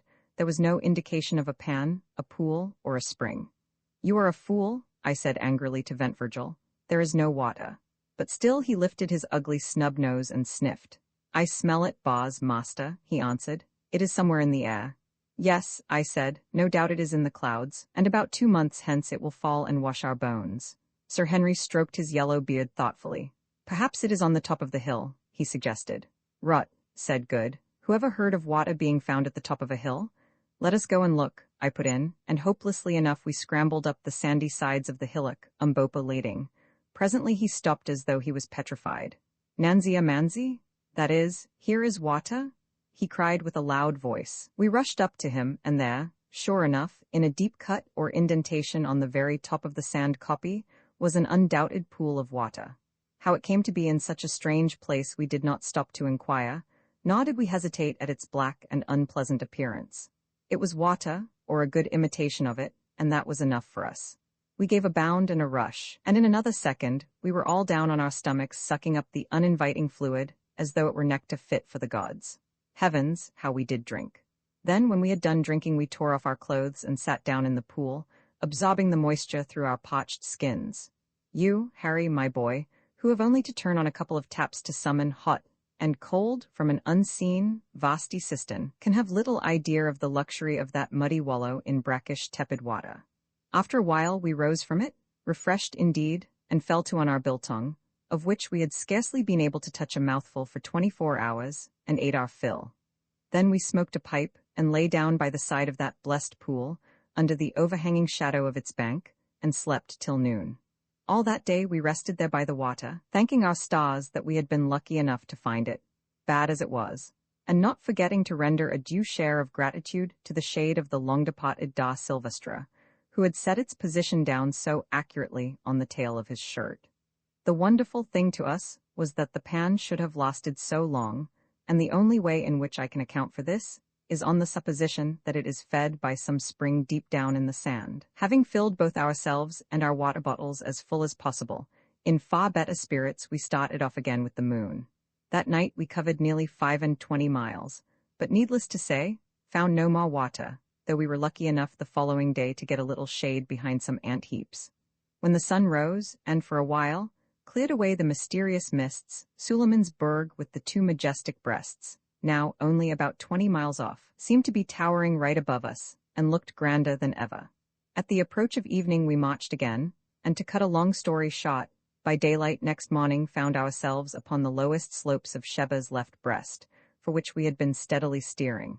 By this time our water was exhausted once more, and we were suffering severely from thirst, nor indeed could we see any chance of relieving it till we reached the snow line far, far above us. After resting an hour or two, driven to it by our torturing thirst, we went on, toiling painfully in the burning heat up the lava slopes, for we found that the huge base of the mountain was composed entirely of lava beds belched from the bowels of the earth in some far past age. By 11 o'clock we were utterly exhausted, and, generally speaking, in a very bad state indeed. The lava clinker, over which we must drag ourselves, though smooth compared with some clinker I have heard of, such as that on the island of Ascension, for instance, was yet rough enough to make our feet very sore, and this, together with our other miseries, had pretty well finished us. A few hundred yards above us were some large lumps of lava, and towards these we steered with the intention of lying down beneath their shade. We reached them, and to our surprise, so far as we had a capacity for surprise left in us, on a little plateau, or ridge, close by we saw that the clinker was covered with a dense green growth. Evidently soil formed of decomposed lava had rested there, and in due course had become the receptacle of seeds deposited by birds. But we did not take much further interest in the green growth, for one cannot live on grass like Nebuchadnezzar. That requires a special dispensation of providence and peculiar digestive organs. So we sat down under the rocks and groaned, and for one, I wished heartily that we had never started on this fool's errand. As we were sitting there, I saw Mbopa get up and hobble towards the patch of green, and a few minutes afterwards, to my great astonishment, I perceived that usually very dignified individual dancing and shouting like a maniac, and waving something green. Off we all scrambled towards him as fast as our wearied limbs would carry us, hoping that he had found water. "What is it, Mbopa, son of a fool?" I shouted in Zulu. "It is food and water, Macumazon," and again he waved the green thing. Then I saw what he had found. It was a melon. We had hit upon a patch of wild melons, thousands of them, and dead ripe. "Melons?" I yelled to Good, who was next me, and in another minute his false teeth were fixed in one of them. I think we ate about 6 each before we had done, and poor fruit as they were, I doubt if I ever thought anything nicer. But melons are not very nutritious, and when we had satisfied our thirst with their pulpy substance, and put a stock to cool by the simple process of cutting them in two and setting them end on in the hot sun to grow cold by evaporation, we began to feel exceedingly hungry.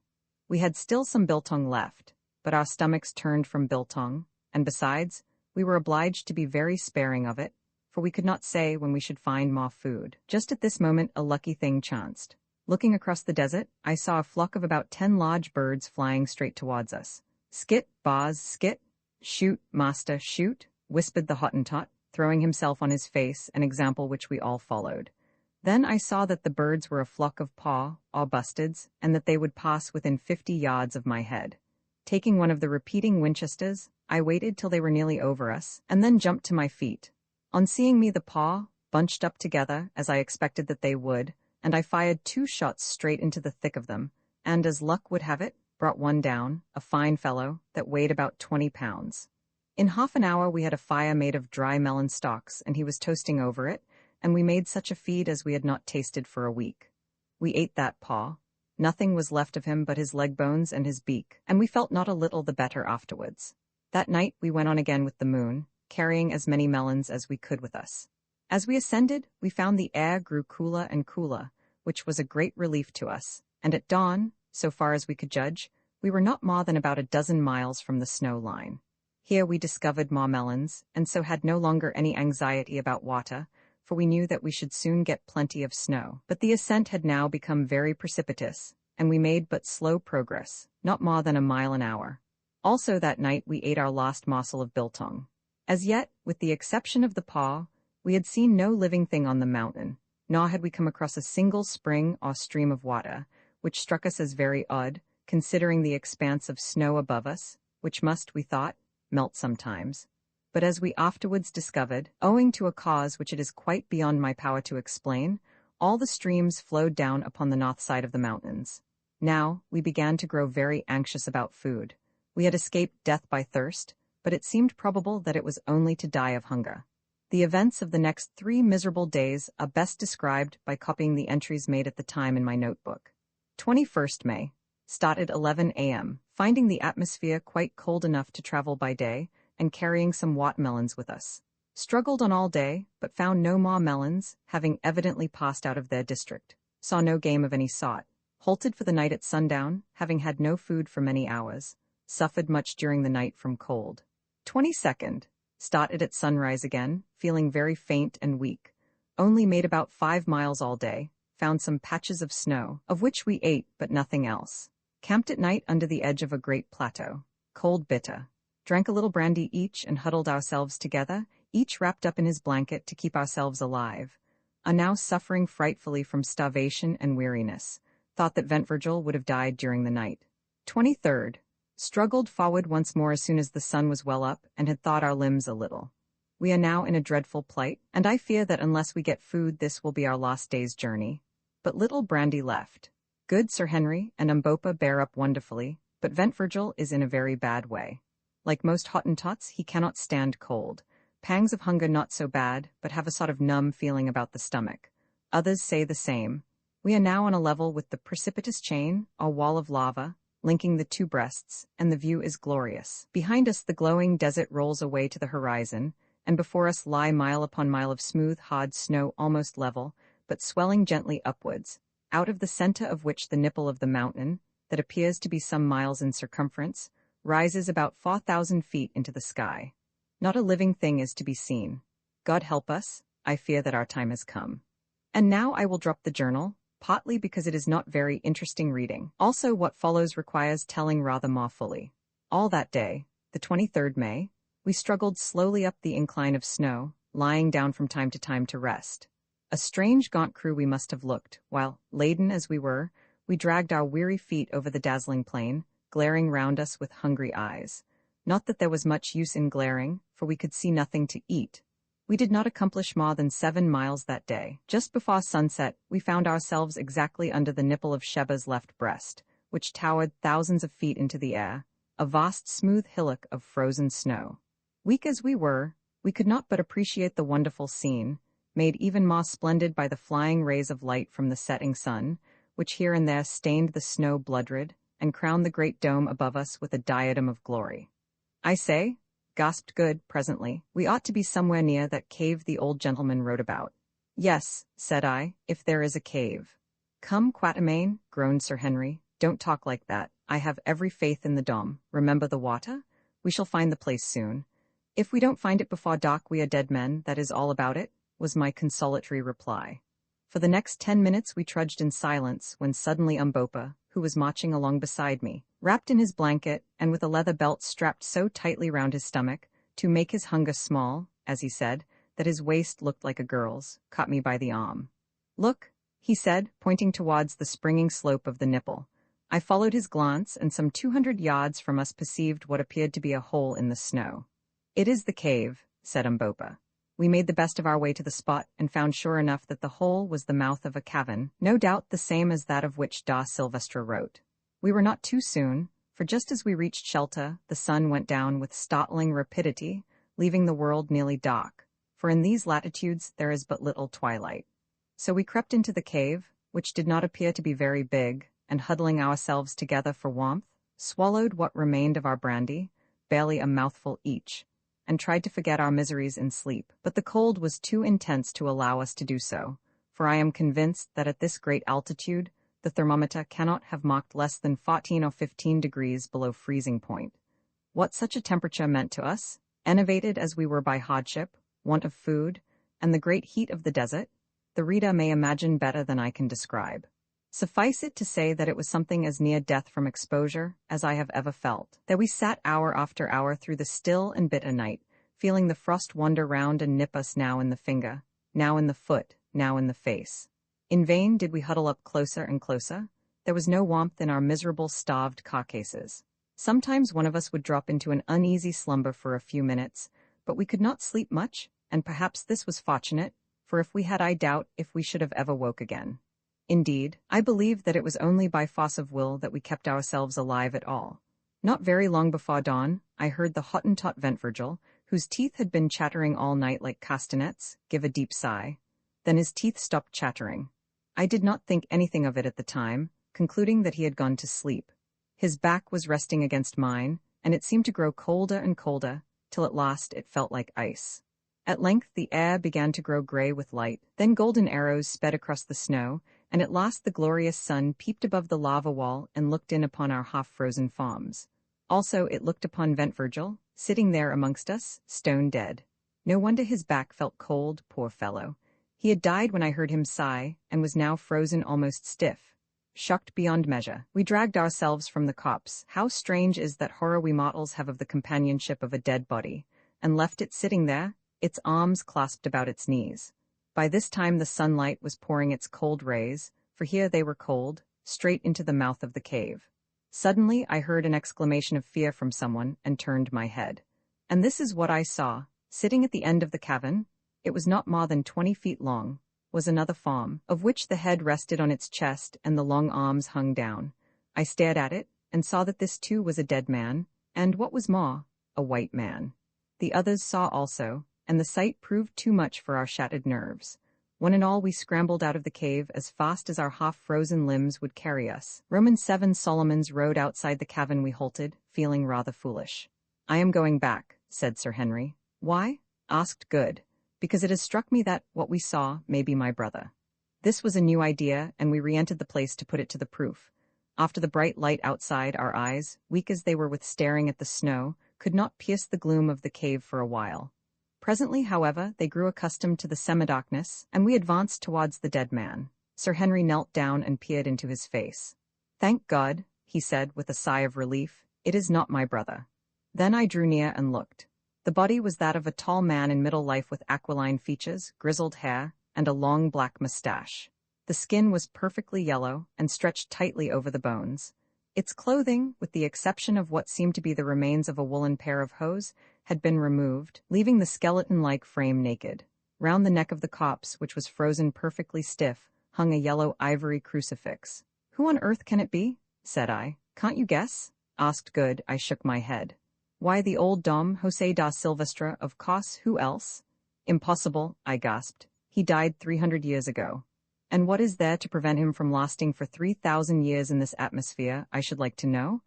asked Good. "If only the temperature is sufficiently low, flesh and blood will keep fresh as New Zealand mutton forever, and heaven knows it is cold enough here.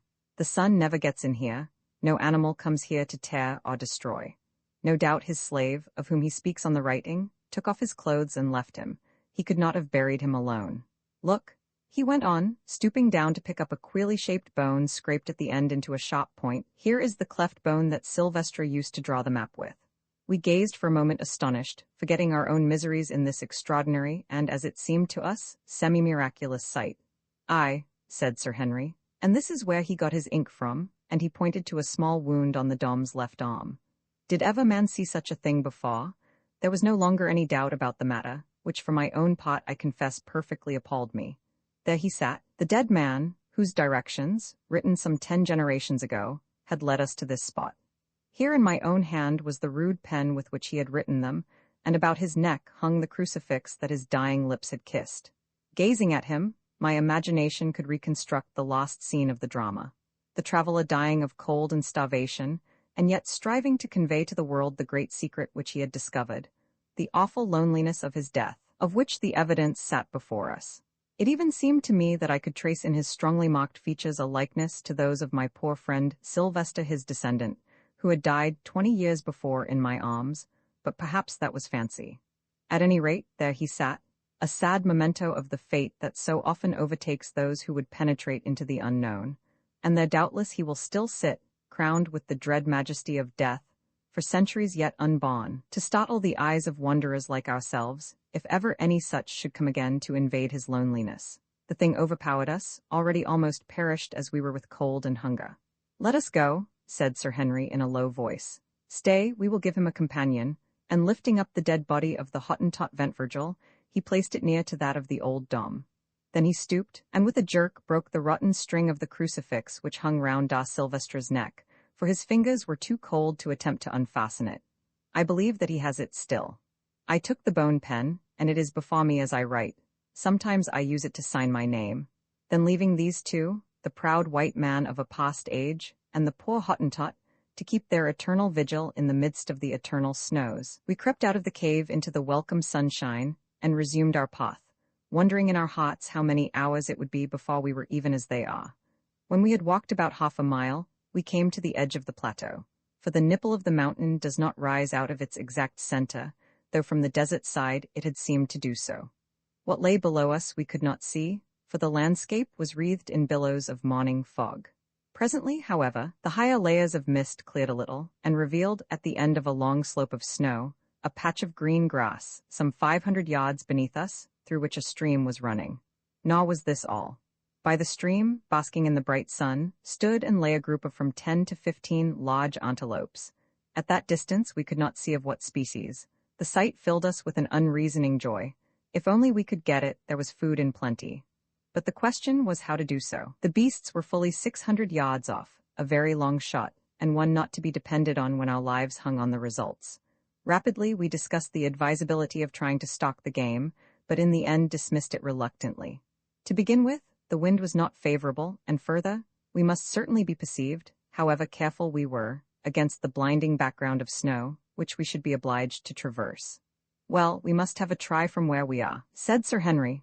"Which shall it be, Quatermain, the repeating rifles or the expresses?" Here again was a question. The Winchester repeaters, of which we had two, Umbopa carrying poor Ventvirgil's as well as his own, were sighted up to 1,000 yards, whereas the expresses were only sighted to 350, beyond which distance shooting with them was more or less guesswork. On the other hand, if they did hit, the express bullets, being expanding, were much more likely to bring the game down. It was a knotty point, but I made up my mind that we must risk it and use the expresses. Let each of us take the buck opposite to him. Aim well at the point of the shoulder and high up, said I. And Umbopa, do you give the word, so that we may all fire together. Then came a pause, each of us aiming his level best, as indeed a man is likely to do when he knows that life itself depends upon the shot. "Fire," said Umbopa in Zulu, and at almost the same instant the 3 rifles rang out loudly. 3 clouds of smoke hung for a moment before us, and 100 echoes went flying over the silent snow. Presently the smoke cleared and revealed, oh joy, a great buck lying on its back and kicking furiously in its death agony. We gave a yell of triumph. We were saved. We should not starve. Weak as we were, we rushed down the intervening slope of snow, and in 10 minutes from the time of shooting, that animal's heart and liver were lying before us. But now a new difficulty arose. We had no fuel, and therefore could make no fire to cook them. We gazed at each other in dismay. "Starving men should not be fanciful," said Good. "We must eat raw meat." There was no other way out of the dilemma, and our gnawing hunger made the proposition less distasteful than it would otherwise have been. So we took the heart and liver, and buried them for a few minutes in a patch of snow to cool them. Then we washed them in the ice-cold water of the stream, and lastly ate them greedily. It sounds horrible enough, but honestly, I never tasted anything so good as that raw meat. In a quarter of an hour we were changed men. Our life and vigor came back to us, our feeble pulses grew strong again, and the blood went coursing through our veins. But mindful of the results of overfeeding on starved stomachs, we were careful not to eat too much, stopping whilst we were still hungry. "Thank heaven," said Sir Henry, "that brute has saved our lives. What is it, Quatermain?" I rose and went to look at the antelope, for I was not certain. It was about the size of a donkey, with large curved horns. I had never seen one like it before. The species was new to me. It was brown in color, with faint red stripes, and grew a thick coat.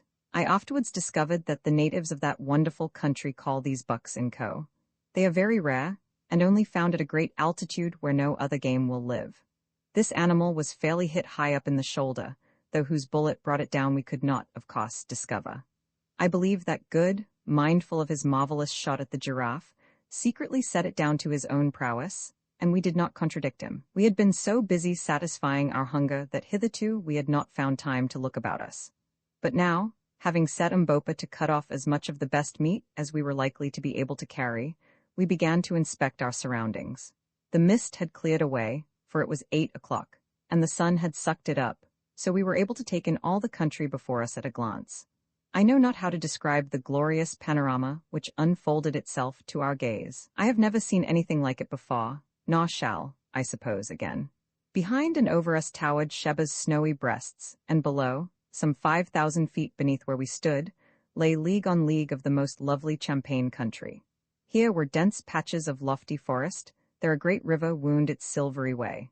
To the left stretched a vast expanse of rich, undulating veld or grass land, whereon we could just make out countless herds of game or cattle. At that distance, we could not tell which. This expanse appeared to be ringed in by a wall of distant mountains. To the right, the country was more or less mountainous. That is, solitary hills stood up from its level, with stretches of cultivated land between, amongst which we could see groups of dome-shaped huts. The landscape lay before us as a map, wherein rivers flashed like silver snakes, and Alp-like peaks crowned with wildly twisted snow wreaths rose in grandeur, whilst over all was the glad sunlight and the breath of nature's happy life. Two curious things struck us as we gazed. First, that the country before us must lie at least 3,000 feet higher than the desert we had crossed, and secondly, that all the rivers flowed from south to north. As we had painful reason to know, there was no water upon the southern side of the vast range on which we stood, but on the northern face were many streams, most of which appeared to unite with the great river we could see winding away farther than our eyes could follow. We sat down for a while and gazed in silence at this wonderful view. Presently Sir Henry spoke. "Isn't there something on the map about Solomon's Great Road?" he said. I nodded, for I was still gazing out over the far country. "Well, look, there it is," and he pointed a little to our right. Good and I looked accordingly, and there, winding away towards the plain, was what appeared to be a wide turnpike road. We had not seen it at first because, on reaching the plain, it turned behind some broken country. We did not say anything, at least, not much. We were beginning to lose the sense of wonder. Somehow it did not seem particularly unnatural that we should find a sort of Roman road in this strange land. We accepted the fact, that was all. "Well," said Good, "it must be quite near us if we cut off to the right. Hadn't we better be making a start?" This was sound advice, and so soon as we had washed our faces and hands in the stream, we acted on it. For a mile or more we made our way over boulders and across patches of snow, till suddenly, on reaching the top of the little rise, we found the road at our feet. It was a splendid road cut out of the solid rock, at least 50 feet wide, and apparently well kept, though the odd thing was that it seemed to begin there. We walked down and stood on it, but one single 100 paces behind us, in the direction of Sheba's breasts, it vanished, the entire surface of the mountain being strewn with boulders interspersed with patches of snow. "What do you make of this, Quatermain?" asked Sir Henry. I shook my head. I could make nothing of the thing. "I have it," said Good. "The road no doubt ran right over the range and across the desert on the other side, but the sand there has covered it up, and above us, it has been obliterated by some volcanic eruption of molten lava." This seemed a good suggestion. At any rate, we accepted it, and proceeded down the mountain. It proved a very different business traveling along downhill, on that magnificent pathway, with full stomachs from what it was traveling uphill, over the snow quite starved, and almost frozen. Indeed, had it not been for melancholy recollections of poor Ventvirgil's sad fate, and of that grim cave where he kept company with the old Dom, we should have felt positively cheerful, notwithstanding the sense of unknown dangers before us. Every mile we walked the atmosphere grew softer and balmier, and the country before us shone with a yet more luminous beauty. As for the road itself, I never saw such an engineering work, though Sir Henry said that the great road over the St. Gothard in Switzerland is very similar. No difficulty had been too great for the old-world engineer who laid it out. At one place, we came to a ravine 300 feet broad and at least 100 feet deep. This vast gulf was actually filled in with huge blocks of dressed stone, having arches pierced through them at the bottom for a waterway, over which the road went on sublimely. At another place, it was cut in zigzags out of the side of a precipice, 500 feet deep, and in a third, it tunneled through the base of an intervening ridge, a space of 30 yards or more. Here we noticed that the sides of the tunnel were covered with quaint sculptures, mostly of mailed figures driving in chariots. One, which was exceedingly beautiful, represented a whole battle scene with a convoy of captives being marched off in the distance. "Well," said Sir Henry, after inspecting this ancient work of art, "it is very well to call this Solomon's Road, but my humble opinion is that the Egyptians had been here before Solomon's people ever set a foot on it. If this isn't Egyptian or Phoenician handiwork, I must say that it is very like it. By midday, we had advanced sufficiently down the mountain to search the region where wood was to be met with. First we came to scattered bushes, which grew more frequent, till at last we found the road winding through a vast grove of silver trees similar to those which are to be seen on the slopes of Table Mountain at Cape Town. I had never before met with them in all my wanderings, except at the Cape, and their appearance here astonished me greatly. "Ah," said Good, surveying these shining-leaved trees with evident enthusiasm, "here is lots of wood. Let us stop and cook some dinner. I have about digested that raw heart." Nobody objected to this, so leaving the road, we made our way to a stream which was babbling away not far off, and soon had a goodly fire of dry boughs blazing. Cutting off some substantial hunks from the flesh of the inco which we had brought with us, we proceeded to toast them on the end of sharp sticks, as one sees the Kaffirs do, and ate them with relish. After filling ourselves, we lit our pipes and gave ourselves up to enjoyment that, compared with the hardships we had recently undergone, seemed almost heavenly. The brook, of which the banks were clothed with dense masses of a gigantic species of maidenhair fern interspersed with feathery tufts of wild asparagus, sung merrily at our side. The soft air murmured through the leaves of the silver trees, doves cooed around, and bright-winged birds flashed like living gems from bough to bough. It was a paradise. The magic of the place combined with an overwhelming sense of dangers left behind, and of the promised land reached at last, seemed to charm us into silence. Sir Henry and Umbopa sat conversing in a mixture of broken English and kitchen Zulu in a low voice, but earnestly enough, and I lay, with my eyes half shut, upon that fragrant bed of fern and watched them. Presently I missed Good, and I looked to see what had become of him. Soon I observed him sitting by the bank of the stream, in which he had been bathing. He had nothing on but his flannel shirt, and his natural habits of extreme neatness having reasserted themselves, he was actively employed in making a most elaborate toilet. He had washed his gutta percha collar, had thoroughly shaken out his trousers, coat, and waistcoat, and was now folding them up neatly till he was ready to put them on, shaking his head sadly as he scanned the numerous rents and tears in them, which naturally had resulted from our frightful journey.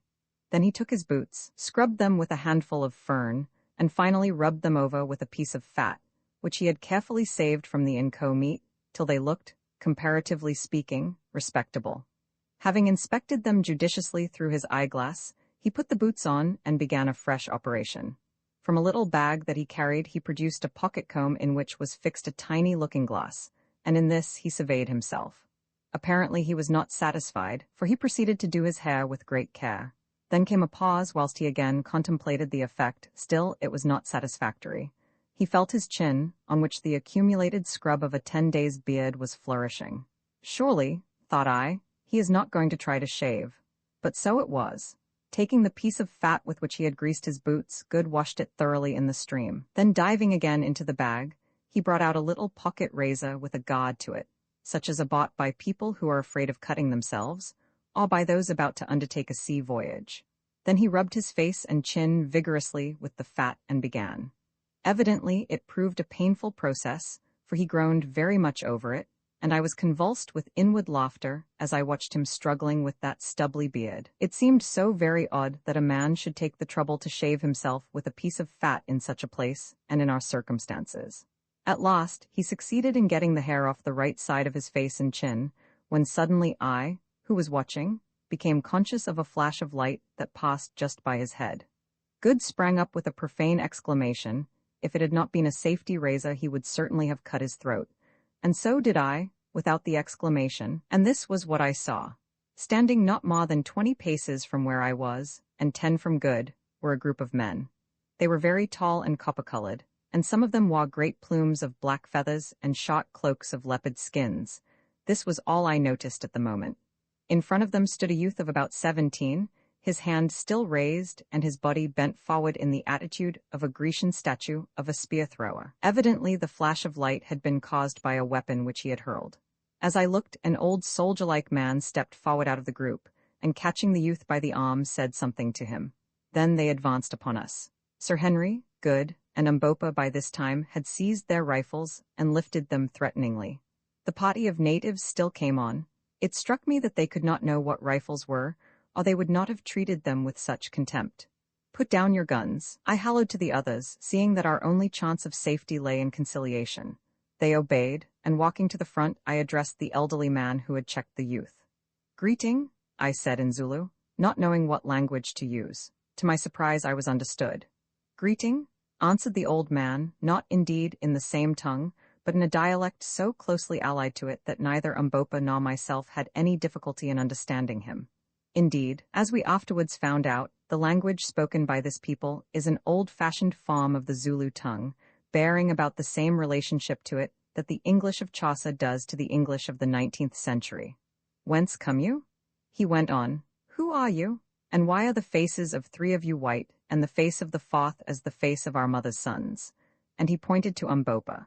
I looked at Umbopa as he said it, and it flashed across me that he was right. The face of Umbopa was like the faces of the men before me, and so was his great form like their forms, but I had not time to reflect on this coincidence. "We are strangers and come in peace," I answered, speaking very slowly so that he might understand me, "and this man is our servant." "You lie," he answered. "No strangers can cross the mountains where all things perish. But what do your lies matter? If ye are strangers, then ye must die, for no strangers may live in the land of the Cuquanas. It is the king's law. Prepare then to die, O strangers." I was slightly staggered at this, more especially as I saw the hands of some of the men steal down to their sides, where hung on each what looked to me like a large and heavy knife. "What does that beggar say?" asked Good. "He says we are going to be killed," I answered grimly. "Oh, Lord," groaned Good, and, as was his way when perplexed, he put his hand to his false teeth, dragging the top set down and allowing them to fly back to his jaw with a snap. It was a most fortunate move, for next second the dignified crowd of Cuquanas uttered a simultaneous yell of horror and bolted back some yards. "What's up?" said I. "It's his teeth," whispered Sir Henry excitedly. "He moved them. Take them out, Good, take them out." He obeyed, slipping the set into the sleeve of his flannel shirt. In another second curiosity had overcome fear, and the men advanced slowly. Apparently they had now forgotten their amiable intention of killing us. "How is it, O strangers?" asked the old man solemnly, "that this fat man," pointing to Good, who was clad in nothing but boots and a flannel shirt, and had only half finished his shaving, whose body is clothed and whose legs are bare, who grows hair on one side of his sickly face and not on the other, and who wears one shining and transparent eye, how is it, I ask, that he has teeth which move of themselves, coming away from the jaws and returning of their own will? "Open your mouth," I said to Good, who promptly curled up his lips and grinned at the old gentleman like an angry dog, revealing to his astonished gaze 2 thin red lines of gum as utterly innocent of ivories as a newborn elephant. The audience gasped. "Where are his teeth?" they shouted. With our eyes we saw them. Turning his head slowly and with a gesture of ineffable contempt, Good swept his hand across his mouth. Then he grinned again, and lo, there were 2 rows of lovely teeth. Now the young man who had flung the knife threw himself down on the grass and gave vent to a prolonged howl of terror, and as for the old gentleman, his knees knocked together with fear. "I see that ye are spirits," he said falteringly. "Did ever man born of woman have hair on one side of his face and not on the other, or a round and transparent eye, or teeth which moved and melted away and grew again? Pardon us, O my lords." Here was luck indeed, and needless to say, I jumped at the chance. "It is granted," I said with an imperial smile. "Nay, ye shall know the truth. We come from another world, though we are men such as ye. We come," I went on, "from the biggest star that shines at night." "Oh, oh," groaned the chorus of astonished aborigines. "Yes," I went on, "we do, indeed," and again I smiled benignly, as I uttered that amazing lie. "We come to stay with you a little while, and to bless you by our sojourn. Ye will see, O friends, that I have prepared myself for this visit by the learning of your language." It is so," said the chorus. "Only, my lord," put in the old gentleman, "thou hast learnt it very badly." I cast an indignant glance at him, and he quailed. "Now, friends," I continued, "ye might think that after so long a journey we should find it in our hearts to avenge such a reception, mayhap to strike cold in death the imperious hand that, in short, threw a knife at the head of him whose teeth come and go." "Spare him, my lords," said the old man in supplication. "He is the king's son, and I am his uncle. If anything befalls him, his blood will be required at my hands." "Yes, that is certainly so," put in the young man with great emphasis. "You may perhaps doubt our power to avenge," I went on, heedless of this byplay. "Stay, I will show you. Here, thou dog and slave," addressing Umbopa in a savage tone, "give me the magic tube that speaks," and I tipped a wink towards my express rifle. Umbopa rose to the occasion, and with something as nearly resembling a grin as I have ever seen on his dignified face, he handed me the gun. "It is here, O Lord of Lords," he said with a deep obeisance. Now, just before I had asked for the rifle, I had perceived a little klipspringer antelope standing on a massive rock about 70 yards away, and determined to risk the shot. "You see that buck?" I said, pointing the animal out to the party before me. "Tell me, is it possible for man born of woman to kill it from here with a noise?" "It is not possible, my lord," answered the old man. "Yet shall I kill it," I said quietly. The old man smiled. "That my lord cannot do," he answered. I raised the rifle and covered the buck. It was a small animal, and one which a man might well be excused for missing, but I knew that it would not do to miss. I drew a deep breath and slowly pressed on the trigger. The buck stood still as a stone. Bang, thud, the antelope sprang into the air and fell on the rock dead as a darnel. A groan of simultaneous terror burst from the group before us. "If you want meat," I remarked coolly, "go fetch that buck." The old man made a sign, and one of his followers departed, and presently returned bearing the klipspringer. I noticed with satisfaction that I had hit it fairly behind the shoulder. They gathered round the poor creature's body, gazing at the bullet hole in consternation. "Ye see," I said, "I do not speak empty words." There was no answer. "If ye yet doubt our power," I went on, "let one of you go stand upon that rock that I may make him as this buck." None of them seemed at all inclined to take the hint, till at last the king's son spoke. "It is well said.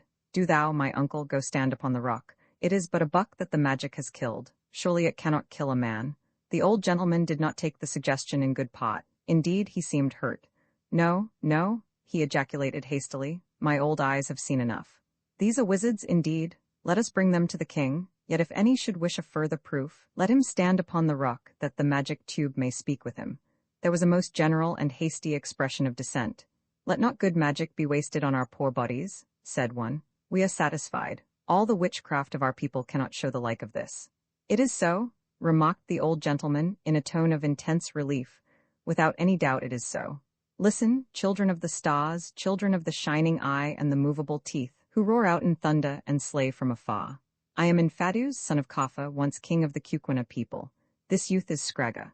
"He nearly scragged me," murmured Good. "Scragga, son of Twala, the great king, Twala, husband of 1,000 wives, chief and lord paramount of the Kukwenas, keeper of the great road, terror of his enemies, student of the black arts, leader of 100,000 warriors, Twala the one-eyed, the black, the terrible." "So," said I superciliously, "lead us then to Twala. We do not talk with low people and underlings." "It is well, my lords, we will lead you, but the way is long. We are hunting 3 days' journey from the place of the king, but let my lords have patience and we will lead them." "So be it," I said carelessly. "All time is before us, for we do not die. We are ready, lead on. But Infadus and thou Scragga, beware. Play us no monkey tricks, set for us no fox's snares, for before your brains of mud have thought of them we shall know and avenge. The light of the transparent eye of him with the bare legs and the half-haired face shall destroy you, and go through your land. His vanishing teeth shall affix themselves fast in you and eat you up, you and your wives and children. The magic tubes shall argue with you loudly, and make you as sieves. Beware." This magnificent address did not fail of its effect. Indeed, it might almost have been spared, so deeply were our friends already impressed with our powers. The old man made a deep obeisance and murmured the words, "Kum kum," which I afterwards discovered was their royal salute, corresponding to the Bayat of the Zulus, and turning, addressed his followers. These at once proceeded to lay hold of all our goods and chattels, in order to bear them for us, excepting only the guns, which they would on no account touch. They even seized Good's clothes that, as the reader may remember, were neatly folded up beside him. He saw and made a dive for them, and a loud altercation ensued. "Let not my lord of the transparent eye and the melting teeth touch them," said the old man. "Surely his slave shall carry the things, but I want to put him on," Rod Good in nervous English. Umbopa translated. "Nay, my lord," answered Infadus, "would my lord cover up his beautiful white legs, although he is so dark Good has a singularly white skin from the eyes of his servants? Have we offended my lord that he should do such a thing?" Here I nearly exploded with laughing, and meanwhile one of the men started on with the garments. "Damn it, Rod Good, that black villain has got my trousers." "Look here, Good," said Sir Henry. "You have appeared in this country in a certain character, and you must live up to it. It will never do for you to put on trousers again. Henceforth you must exist in a flannel shirt, a pair of boots, and an eyeglass." "Yes," I said, "and with whiskers on one side of your face and not on the other. If you change any of these things, the people will think that we are impostors. I am very sorry for you, but seriously, you must. If once they begin to suspect us, our lives will not be worth a brass farthing." "Do you really think so?" said Good gloomily. "I do, indeed. Your beautiful white legs and your eyeglass are now the features of our party, and as Sir Henry says, you must live up to them. Be thankful that you have got your boots on, and that the air is warm." Good sighed and said no more, but it took him a fortnight to become accustomed to his new and scant attire. Roman 8. We enter Cuquanaland. All that afternoon, we traveled along the magnificent roadway, which trended steadily in a northwesterly direction. Infadus and Scragga walked with us, but their followers marched about 100 paces ahead. "Infadus," I said at length, "who made this road?" "It was made, my lord, of old time. None know how or when, not even the wise woman Gagul, who has lived for generations. We are not old enough to remember its making. None can fashion such roads now, but the king lets no grass to grow upon it."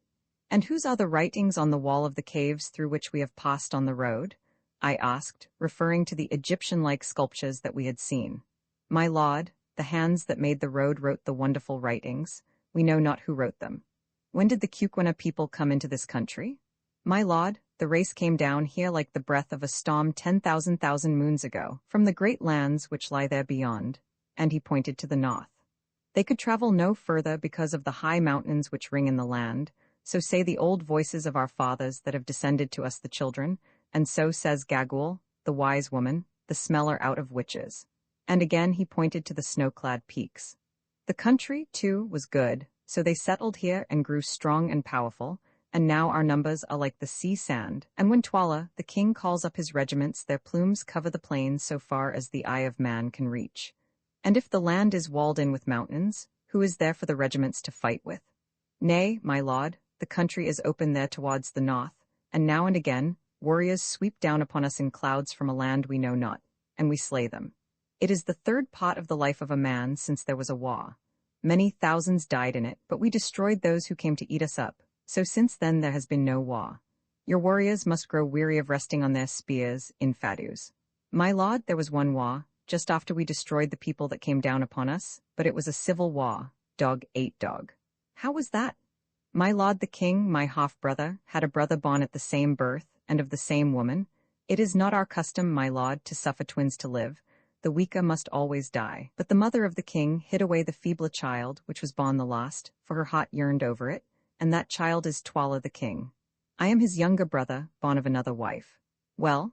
"My lord, Kafa our father, died when we came to manhood, and my brother Amotu was made king in his place, and for a space reigned and had a son by his favorite wife. When the babe was 3 years old, just after the Great War, during which no man could sow or reap, a famine came upon the land, and the people murmured because of the famine, and looked round like a starved lion for something to rend. Then it was that Gagul, the wise and terrible woman, who does not die, made a proclamation to the people, saying, 'The king Amotu is no king.' And at the time Amotu was sick with a wound, and lay in his kraal, not able to move. Then Gagul went into a hut and let out Twala, my half-brother and twin brother to the king, whom she had hidden among the caves and rocks since he was born, and stripping the mucha, waistcloth, off his loins, showed the people of the Cuquanas the mark of the sacred snake coiled round his middle, wherewith the eldest son of the king is mocked at birth, and cried out loud, 'Behold your king whom I have saved for you even to this day.' Now the people, being mad with hunger, and altogether bereft of reason and the knowledge of truth, cried out, 'The king? The king!' But I knew that it was not so, for Amotu my brother was the elder of the twins, and our lawful king. Then just as the tumult was at its height, Amotu the king, though he was very sick, crawled from his hut holding his wife by the hand, and followed by his little son Ignosi, that is, by interpretation, the lightning. 'What is this noise?' he asked. 'Why cry ye the king, the king?' Then Twala, his twin brother, born of the same woman, and in the same hour, ran to him, and taking him by the hair, stabbed him through the heart with his knife. And the people, being fickle, and ever ready to worship the rising sun, clapped their hands and cried, 'Twala is king.' Now we know that Twala is king. And what became of Amotu's wife and her son Ignosi? Did Twala kill them too? Nay, my lord. When she saw that her lord was dead, the queen seized the child with a cry and ran away. 2 days afterward she came to a kraal very hungry, and none would give her milk or food, now that her lord the king was dead, for all men hate the unfortunate. But at nightfall a little child, a girl, crept out and brought her corn to eat, and she blessed the child and went on towards the mountains with her boy before the sun rose again, and there she must have perished, for none have seen her since, nor the child Ignosi. Then if this child Ignosi had lived he would be the true king of the Kukwena people. That is so, my lord, the sacred snake is round his middle. If he lives he is king, but, alas, he is long dead. See, my lord, and Infadus pointed to a vast collection of huts surrounded by a fence, which was in its turn encircled by a great ditch, that lay on the plain beneath us. That is the kraal where the wife of Amotu was last seen with the child Ignosi. It is there that we shall sleep tonight, if indeed, he added doubtfully, my lords sleep at all upon this earth. When we are among the Kukwenas, my good friend Infadus, we do as the Kukwenas do, I said majestically, and turned round quickly to address Good, who was tramping along sullenly behind, his mind fully occupied with unsatisfactory attempts to prevent his flannel shirt from flapping in the evening breeze. To my astonishment, I butted into Umbopa, who was walking along immediately behind me, and very evidently had been listening with the greatest interest to my conversation with Infadus. The expression on his face was most curious, and gave me the idea of a man who was struggling with partial success to bring something long ago forgotten back into his mind. All this while we had been pressing on at a good rate towards the undulating plain beneath us. The mountains we had crossed now loomed high above our heads, and Sheba's breasts were veiled modestly in diaphanous wreaths of mist. As we went, the country grew more and more lovely. The vegetation was luxuriant without being tropical, the sun was bright and warm, but not burning, and a gracious breeze blew softly along the odorous slopes of the mountains. Indeed, this new land was little less than an earthly paradise, in beauty, in natural wealth, and in climate I have never seen its like. The Transvaal is a fine country, but it is nothing to Kukwenaland. So soon as we started, Infadus had dispatched a runner to warn the people of the kraal, which, by the way, was in his military command, of our arrival. This man had departed at an extraordinary speed, which Infadus informed me he would keep up all the way, as running was an exercise much practiced among his people. The result of this message now became apparent. When we arrived within 2 miles of the kraal, we could see that company after company of men were issuing from its gates and marching towards us. Sir Henry laid his hand upon my arm and remarked that it looked as though we were going to meet with a warm reception. Something in his tone attracted Infadus' attention. "Let not my lords be afraid," he said hastily, "for in my breast there dwells no guile. This regiment is one under my command, and comes out by my orders to greet you." I nodded easily, though I was not quite easy in my mind. About half a mile from the gates of this kraal is a long stretch of rising ground sloping gently upwards from the road, and here the companies formed. It was a splendid sight to see them, each company about 300 strong, charging swiftly up the rise, with flashing spears and waving plumes, to take their appointed place. By the time we reached the slope, 12 such companies, or in all 3,600 men, had passed out and taken up their positions along the road. Presently we came to the first company, and were able to gaze in astonishment on the most magnificent set of warriors that I have ever seen. They were all men of mature age, mostly veterans of about 40, and not one of them was under 6 feet in height, whilst many stood 6 feet 3 or 4. They wore upon their heads heavy black plumes of sakabula feathers, like those which adorned our guides. About their waists and beneath the right knees were bound circlets of white ox-tails, while in their left hands they carried round shields measuring about 20 inches across. These shields were very curious. The framework is made of an iron plate beaten out thin, over which is stretched milk-white ox hide. The weapons that each man bore were simple, but most effective, consisting of a short and very heavy 2-edged spear with a wooden shaft, the blade being about 6 inches across at the widest part.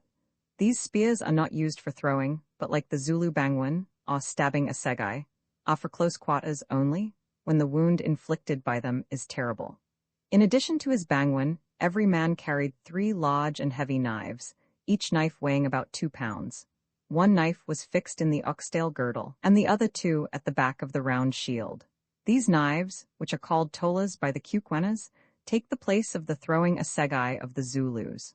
The Kukwena warriors can cast them with great accuracy to a distance of 50 yards, and it is their custom on charging to hurl a volley of them at the enemy as they come to close quarters. Each company remained still as a collection of bronze statues till we were opposite to it, when at a signal given by its commanding officer, who, distinguished by a leopard skin cloak, stood some paces in front. Every spear was raised into the air, and from 300 throats sprang forth with a sudden rather royal salute of cum. Then, so soon as we had passed, the company formed up behind us and followed us towards the kraal, till at last the whole regiment of the Greys, so called from their white shields, the crack corps of the Kukwana people, was marching in our rear with a tread that shook the ground. At length, branching off from Solomon's Great Road, we came to the wide fosse surrounding the kraal, which was at least a mile round, and fenced with a strong palisade of piles formed of the trunks of trees. At the gateway, this fosse was spanned by a primitive drawbridge, which was let down by the god to allow us to pass in. The kraal was exceedingly well laid out. Through the center ran a wide pathway intersected at right angles by other pathways so arranged as to cut the huts into square blocks, each block being the quarters of a company. The huts were dome-shaped and built, like those of the Zulus, of a framework of wattle, beautifully thatched with grass. But unlike the Zulu huts, they had doorways through which men could walk. Also, they were much larger, and surrounded by a veranda about 6 feet wide, beautifully paved with powdered lime trodden hard. All along each side of this wide pathway that pierces the kraal were ranged hundreds of women, brought out by curiosity to look at us. These women, for a native race, are exceedingly handsome. They are tall and graceful, and their figures are wonderfully fine. The hair, though short, is rather curly than woolly, the features are frequently aquiline, and the lips are not unpleasantly thick, as is the case among most African races. But what struck us most was their exceedingly quiet and dignified air. They were as well bred in their way as the habitués of a fashionable drawing-room, and in this respect they differ from Zulu women and their cousins the Maasai who inhabit the district beyond Zanzibar. Their curiosity had brought them out to see us, but they allowed no rude expressions of astonishment or savage criticism to pass their lips as we trudged wearily in front of them.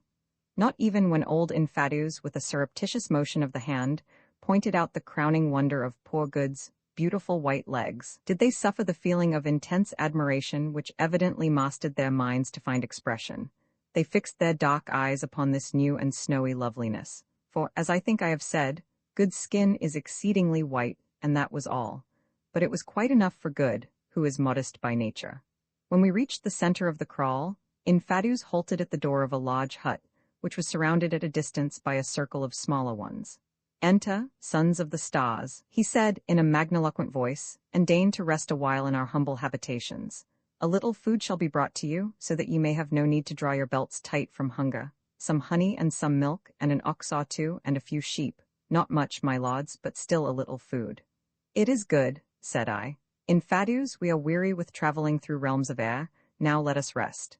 Accordingly, we entered the hut, which we found amply prepared for our comfort. Couches of tanned skins were spread for us to lie on, and water was placed for us to wash in. Presently we heard a shouting outside, and stepping to the door, saw a line of damsels bearing milk and roasted mealies, and honey in a pot. Behind these were some youths driving a fat young ox. We received the gifts, and then one of the young men drew the knife from his girdle, and dexterously cut the ox's throat. In 10 minutes it was dead, skinned, and jointed. The best of the meat was then cut off for us, and the rest, in the name of our party, I presented to the warriors round us, who took it and distributed the White Lord's gift. Umbopa set to work, with the assistance of an extremely prepossessing young woman, to boil our potion in a large earthenware pot over a fire which was built outside the hut, and when it was nearly ready, we sent a message to Infadus, and asked him and Scragga, the king's son, to join us.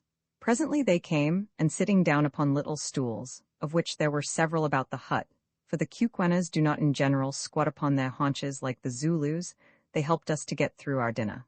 The old gentleman was most affable and polite, but it struck me that the young one regarded us with doubt. Together with the rest of the party, he had been overawed by our white appearance and by our magic properties, but it seemed to me that, on discovering that we ate, drank, and slept like other mortals, his awe was beginning to wear off, and to be replaced by a sullen suspicion, which made me feel rather uncomfortable. In the course of our meal, Sir Henry suggested to me that it might be well to try to discover if our hosts knew anything of his brother's fate, or if they had ever seen or heard of him. But on the whole, I thought that it would be wiser to say nothing of the matter at this time. It was difficult to explain a relative lost from the stars. After supper, we produced our pipes and lit them, a proceeding which filled Infadus and Scragga with astonishment. The Cuquanas were evidently unacquainted with the divine delights of tobacco smoke. The herb is grown among them extensively, but like the Zulus, they use it for snuff only, and quite failed to identify it in its new form. Presently I asked Infadus when we were to proceed on our journey, and was delighted to learn that preparations had been made for us to leave on the following morning, messengers having already departed to inform Twala, the king, of our coming. It appeared that Twala was at his principal place, known as Lu, making ready for the great annual feast which was to be held in the first week of June. At this gathering all the regiments, with the exception of certain detachments left behind for garrison purposes, are brought up and paraded before the king, and the great annual witch hunt, of which by and by is held. We were to start at dawn, and Infadus, who was to accompany us, expected that we should reach Lu on the night of the second day, unless we were detained by accident or by swollen rivers.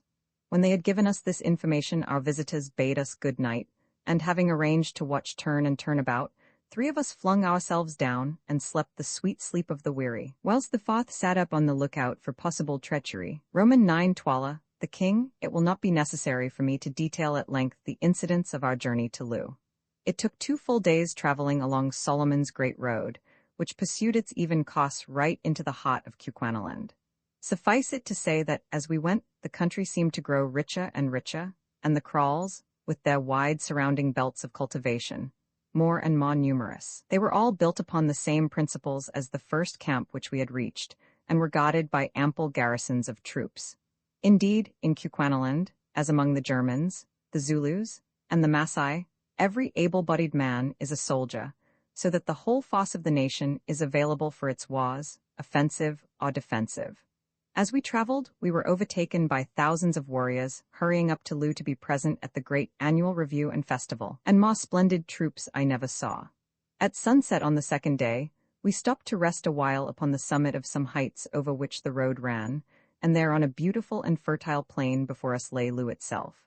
For a native town, it is an enormous place, quite 5 miles round, I should say, with outlying kraals projecting from it, that serve on grand occasions as cantonments for the regiments, and a curious horseshoe-shaped hill, with which we were destined to become better acquainted, about 2 miles to the north.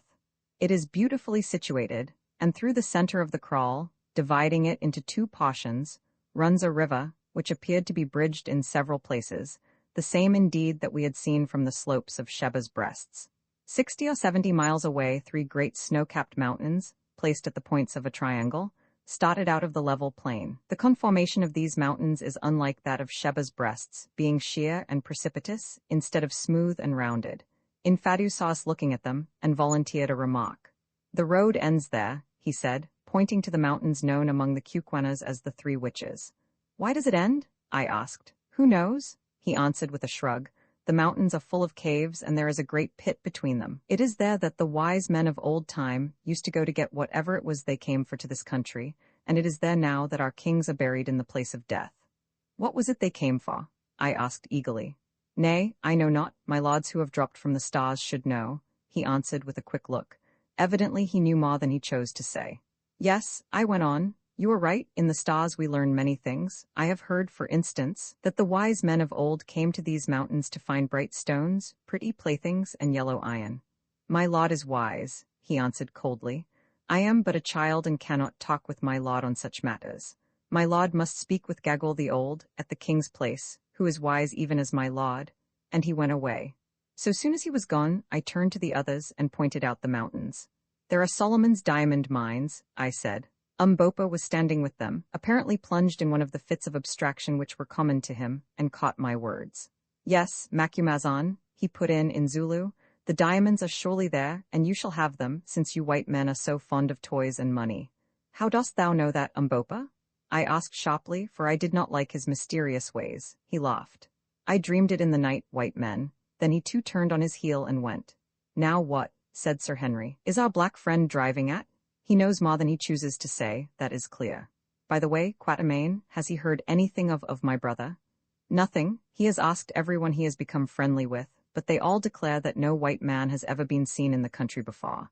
Do you suppose that he got here at all?" Suggested good. "We have only reached the place by a miracle. Is it likely he could have reached it without the map?" I don't know, said Sir Henry gloomily, but somehow I think that I shall find him. Slowly the sun sank, then suddenly darkness rushed down on the land like a tangible thing. There was no breathing space between the day and night, no soft transformation scene, for in these latitudes twilight does not exist. The change from day to night is as quick and as absolute as the change from life to death. The sun sank and the world was wreathed in shadows, but not for long, for see in the west there is a glow, then come rays of silver light, and at last the full and glorious moon lights up the plain and shoots its gleaming arrows far and wide, filling the earth with a faint refulgence. We stood and watched the lovely sight, whilst the stars grew pale before this chastened majesty, and felt our hearts lifted up in the presence of a beauty that I cannot describe. Mine has been a rough life, but there are a few things I am thankful to have lived for, and one of them is to have seen that moon shine over Cuquanaland. Presently our meditations were broken in upon by our polite friend Infadus. If my lords are rested, we will journey on to Loo, where a hut is made ready for my lords tonight. The moon is now bright, so that we shall not fall by the way. We assented, and in an hour's time were at the outskirts of the town, of which the extent, mapped out as it was by thousands of campfires, appeared absolutely endless. Indeed, Good, who is always fond of a bad joke, christened it Unlimited Loo. Soon we came to a moat with a drawbridge, where we were met by the rattling of arms and the hoarse challenge of a sentry. Infadus gave some password that I could not catch, which was met with a salute, and we passed on through the central street of the great grass city. After nearly half an hour's tramp, past endless lines of huts, Infadus halted at last by the gate of a little group of huts, which surrounded a small courtyard of powdered limestone, and informed us that these were to be our poor quarters. We entered, and found that a hut had been assigned to each of us. These huts were superior to any that we had yet seen, and in each was a most comfortable bed made of tanned skins, spread upon mattresses of aromatic grass. Food, too, was ready for us, and so soon as we had washed ourselves with water, which stood ready in earthenware jars, some young women of handsome appearance brought us roasted meats, and mealy cobs daintily served on wooden platters, and presented them to us with deep obeisances. We ate and drank, and then, the beds having been all moved into one hut by our request, a precaution at which the amiable young ladies smiled, we flung ourselves down to sleep, thoroughly wearied with our long journey. When we woke, it was to find the sun high in the heavens, and the female attendants, who did not seem to be troubled by any false shame, already standing inside the hut, having been ordered to attend and help us to make ready. Make ready, indeed, growled Good. When one has only a flannel shirt and a pair of boots, that does not take long. I wish you would ask them for my trousers, Quatermain. I asked accordingly, but was informed that these sacred relics had already been taken to the king, who would see us in the forenoon. Somewhat to their astonishment and disappointment, having requested the young ladies to step outside, we proceeded to make the best toilet of which the circumstances admitted. Good even went the length of again shaving the right side of his face. The left, on which now appeared a very fair crop of whiskers, we impressed upon him he must on no account touch. As for ourselves, we were contented with a good wash and combing our hair. Sir Henry's yellow locks were now almost upon his shoulders, and he looked more like an ancient Dane than ever, while my grizzled scrub was fully an inch long, instead of half an inch, which in a general way I considered my maximum length. By the time that we had eaten our breakfast and smoked a pipe, a message was brought to us by no less a personage than Infadus himself that Twala the king was ready to see us, if we would be pleased to come. We remarked in reply that we should prefer to wait till the sun was a little higher. We were yet weary with our journey. It is always well, when dealing with uncivilized people, not to be in too great a hurry. They are apt to mistake politeness for awe or servility. So, although we were quite as anxious to see Twala as Twala could be to see us, we sat down and waited for an hour, employing the interval in preparing such presents as our slender stock of goods permitted, namely, the Winchester rifle which had been used by poor Ventvirgil, and some beads. The rifle and ammunition we determined to present to His Royal Highness, and the beads were for his wives and courtiers. We had already given a few to Infadus and Scragga, and found that they were delighted with them, never having seen such things before. At length we declared that we were ready, and guided by Infadus, started off to the audience, Umbopa carrying the rifle and beads. After walking a few hundred yards, we came to an enclosure, something like that surrounding the huts which had been allotted to us, only 50 times as big, for it could not have covered less than 6 or 7 acres of ground. All round the outside fence stood a row of huts, which were the habitations of the king's wives. Exactly opposite the gateway, on the further side of the open space, was a very large hut, built by itself, in which His Majesty resided. All the rest was open ground, that is to say, it would have been open had it not been filled by company after company of warriors, who were mustered there to the number of 7,000 or 8,000. These men stood still as statues as we advanced through them, and it would be impossible to give an adequate idea of the grandeur of the spectacle which they presented, with their waving plumes, their glancing spears, and iron-backed ox-hide shields. The space in front of the large hut was empty, but before it were placed several stools. On 3 of these, at a sign from Infadus, we seated ourselves, Umbopa standing behind us. As for Infadus, he took up a position by the door of the hut. So we waited for 10 minutes or more in the midst of a dead silence, but conscious that we were the object of the concentrated gaze of some 8,000 pairs of eyes. It was a somewhat trying ordeal, but we carried it off as best we could. At length the door of the hut opened, and a gigantic figure, with a splendid tiger-skin kaross flung over its shoulders, stepped out, followed by the boy Scragga, and what appeared to us to be a withered-up monkey, wrapped in a fur cloak.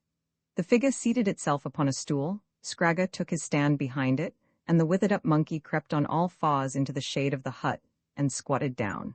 Still there was silence. Then the gigantic figure slipped off the kaross and stood up before us, a truly alarming spectacle. It was that of an enormous man, with the most entirely repulsive countenance we had ever beheld. This man's lips were as thick as a negro's. The nose was flat. He had but one gleaming black eye, for the other was represented by a hollow in the face, and his whole expression was cruel and sensual to a degree. From the large head rose a magnificent plume of white ostrich feathers. His body was clad in a shirt of shining chain armor, whilst round the waist and right knee were the usual garnishes of white oxtail. In his right hand was a huge spear, about the neck a thick talk of gold, and bound on the forehead shone dully a single and enormous uncut diamond. Still there was silence, but not for long. Presently the man, whom we rightly guessed to be the king, raised the great javelin in his hand. Instantly 8,000 spears were lifted in answer, and from 8,000 throats rang out the royal salute of Kum. 3 times this was repeated, and each time the earth shook with the noise that can only be compared to the deepest notes of thunder. "Be humble, O people," piped out a thin voice which seemed to come from the monkey in the shade. "It is the king." "It is the king," boomed out the 8,000 throats in answer. "Be humble, O people, it is the king." Then there was silence again, dead silence. Presently, however, it was broken. A soldier on our left dropped his shield, which fell with a clatter onto the limestone flooring. Twala turned his one cold eye in the direction of the noise. "Come hither, thou," he said, in a cold voice. A fine young man stepped out of the ranks and stood before him. "It was thy shield that fell, thou awkward dog. Wilt thou make me a reproach in the eyes of these strangers from the stars? What hast thou to say for thyself?" We saw the poor fellow turn pale under his dusky skin. "It was by chance, O calf of the black cow," he murmured. "Then it is a chance for which thou must pay. Thou hast made me foolish, prepare for death." "I am the king's ox," was the low answer. "Scragga, rod the king, let me see how thou canst use thy spear. Kill me this blundering fool." Scragga stepped forward with an ill-favored grin and lifted his spear. The poor victim covered his eyes with his hand and stood still. As for us, we were petrified with horror. Once, twice, he waved the spear, and then struck, right home. The spear stood out a foot behind the soldier's back. He flung up his hands and dropped dead. From the multitude about us rose something like a murmur. It rolled round and died away. The tragedy was finished, there lay the corpse, and we had not yet realized that it had been enacted. Sir Henry sprang up and swore a great oath, then, overpowered by the sense of silence, sat down again. "The thrust was a good one," said the king. "Take him away." 4 men stepped out of the ranks and, lifting the body of the murdered man, carried it thence. "Cover up the bloodstains, cover them up," piped out the thin voice that proceeded from the monkey-like figure. "The king's word is spoken, the king's doom is done." Thereupon a girl came forward from behind the hut, bearing a jar filled with powdered lime, which she scattered over the red mark, blotting it from sight. Sir Henry meanwhile was boiling with rage at what had happened. Indeed, it was with difficulty that we could keep him still. "Sit down, for heaven's sake," I whispered. "Our lives depend on it." He yielded and remained quiet. Twala sat silent until the traces of the tragedy had been removed. Then he addressed us. "White people," he said, "who come hither, whence I know not and why I know not, greeting. Greeting, Twala, king of the Cuquenas, I answered. White people, whence come ye and what seek ye? We come from the stars, ask us not how, we come to see this land. Ye journey from far to see a little thing. And that man with you, pointing to Umbopa, does he also come from the stars? Even so, there are people of thy color in the heavens above, but ask not of matters too high for thee, Twala the king. Ye speak with a loud voice, people of the stars. Twala answered in a tone which I scarcely liked. Remember that the stars are far off and ye are here. How if I make you as him whom they bore away?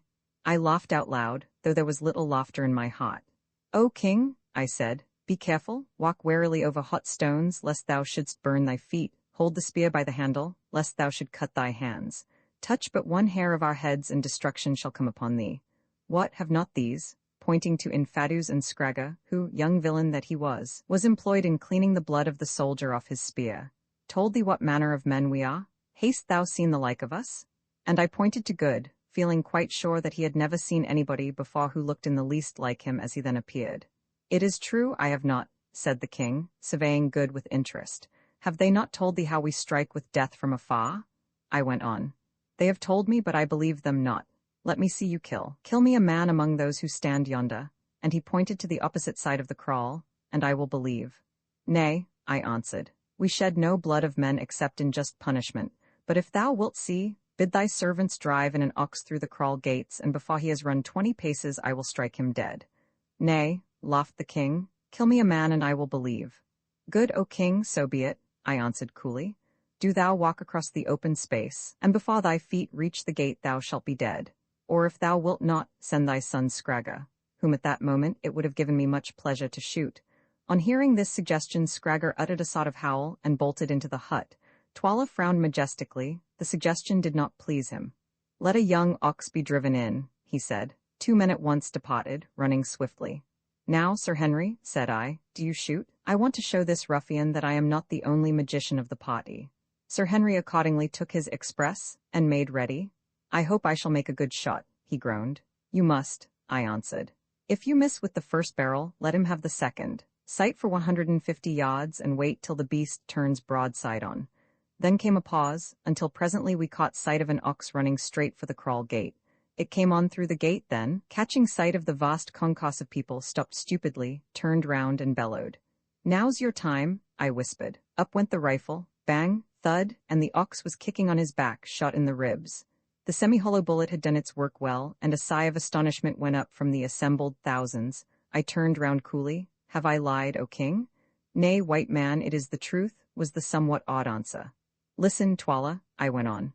Thou hast seen. Now know we come in peace, not in war. See, and I held up the Winchester repeater.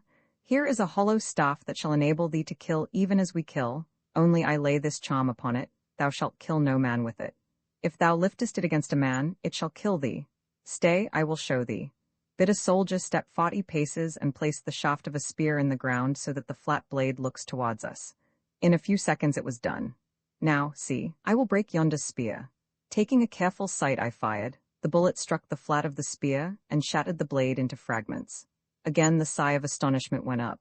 Now, Twala, we give this magic tube to thee, and by I will show thee how to use it, but beware how thou turnest the magic of the stars against a man of earth. And I handed him the rifle. The king took it very gingerly and laid it down at his feet. As he did so, I observed the wizened monkey-like figure creeping from the shadow of the hut.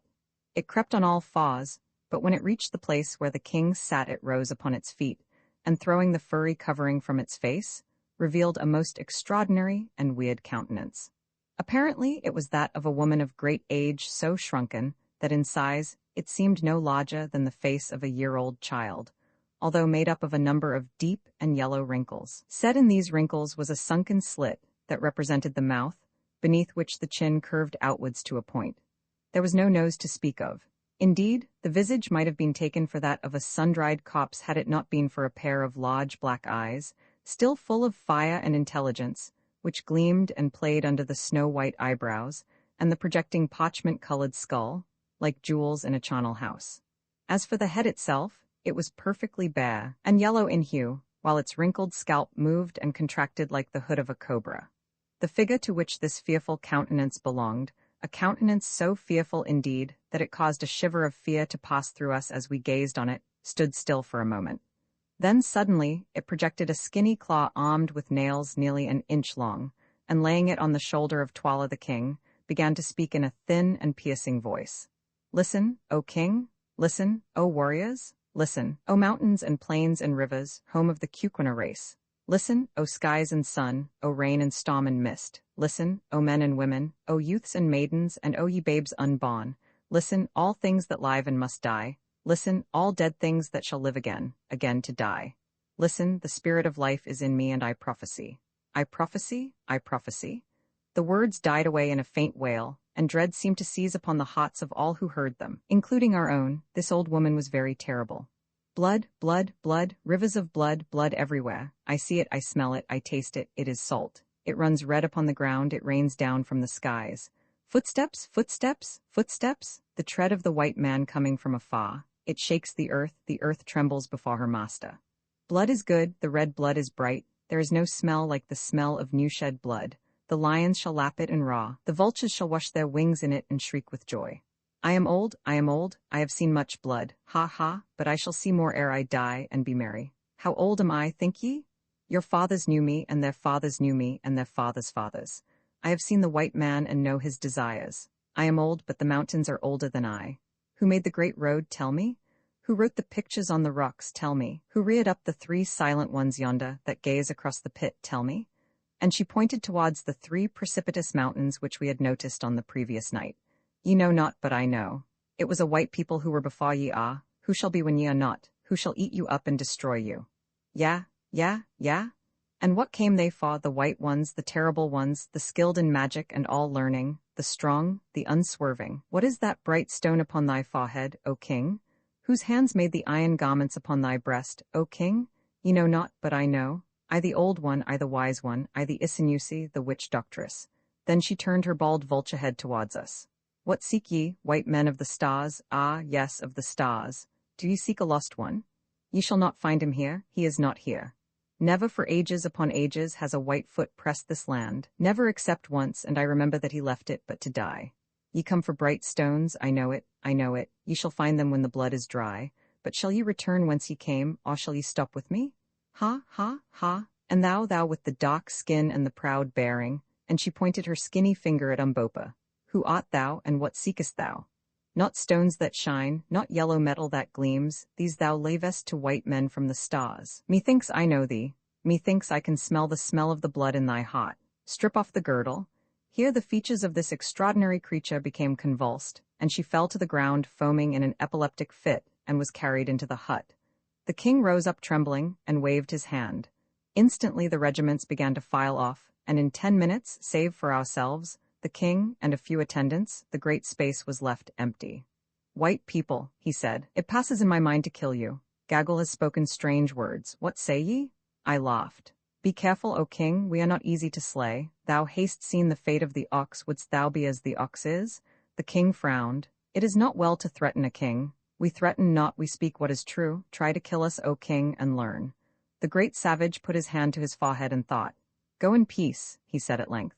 Tonight is the great dance, ye shall see it. Fear not that I shall set a snare for you. Tomorrow I will think. It is well, O king, I answered unconcernedly, and then, accompanied by Infadus, we rose and went back to our kraal.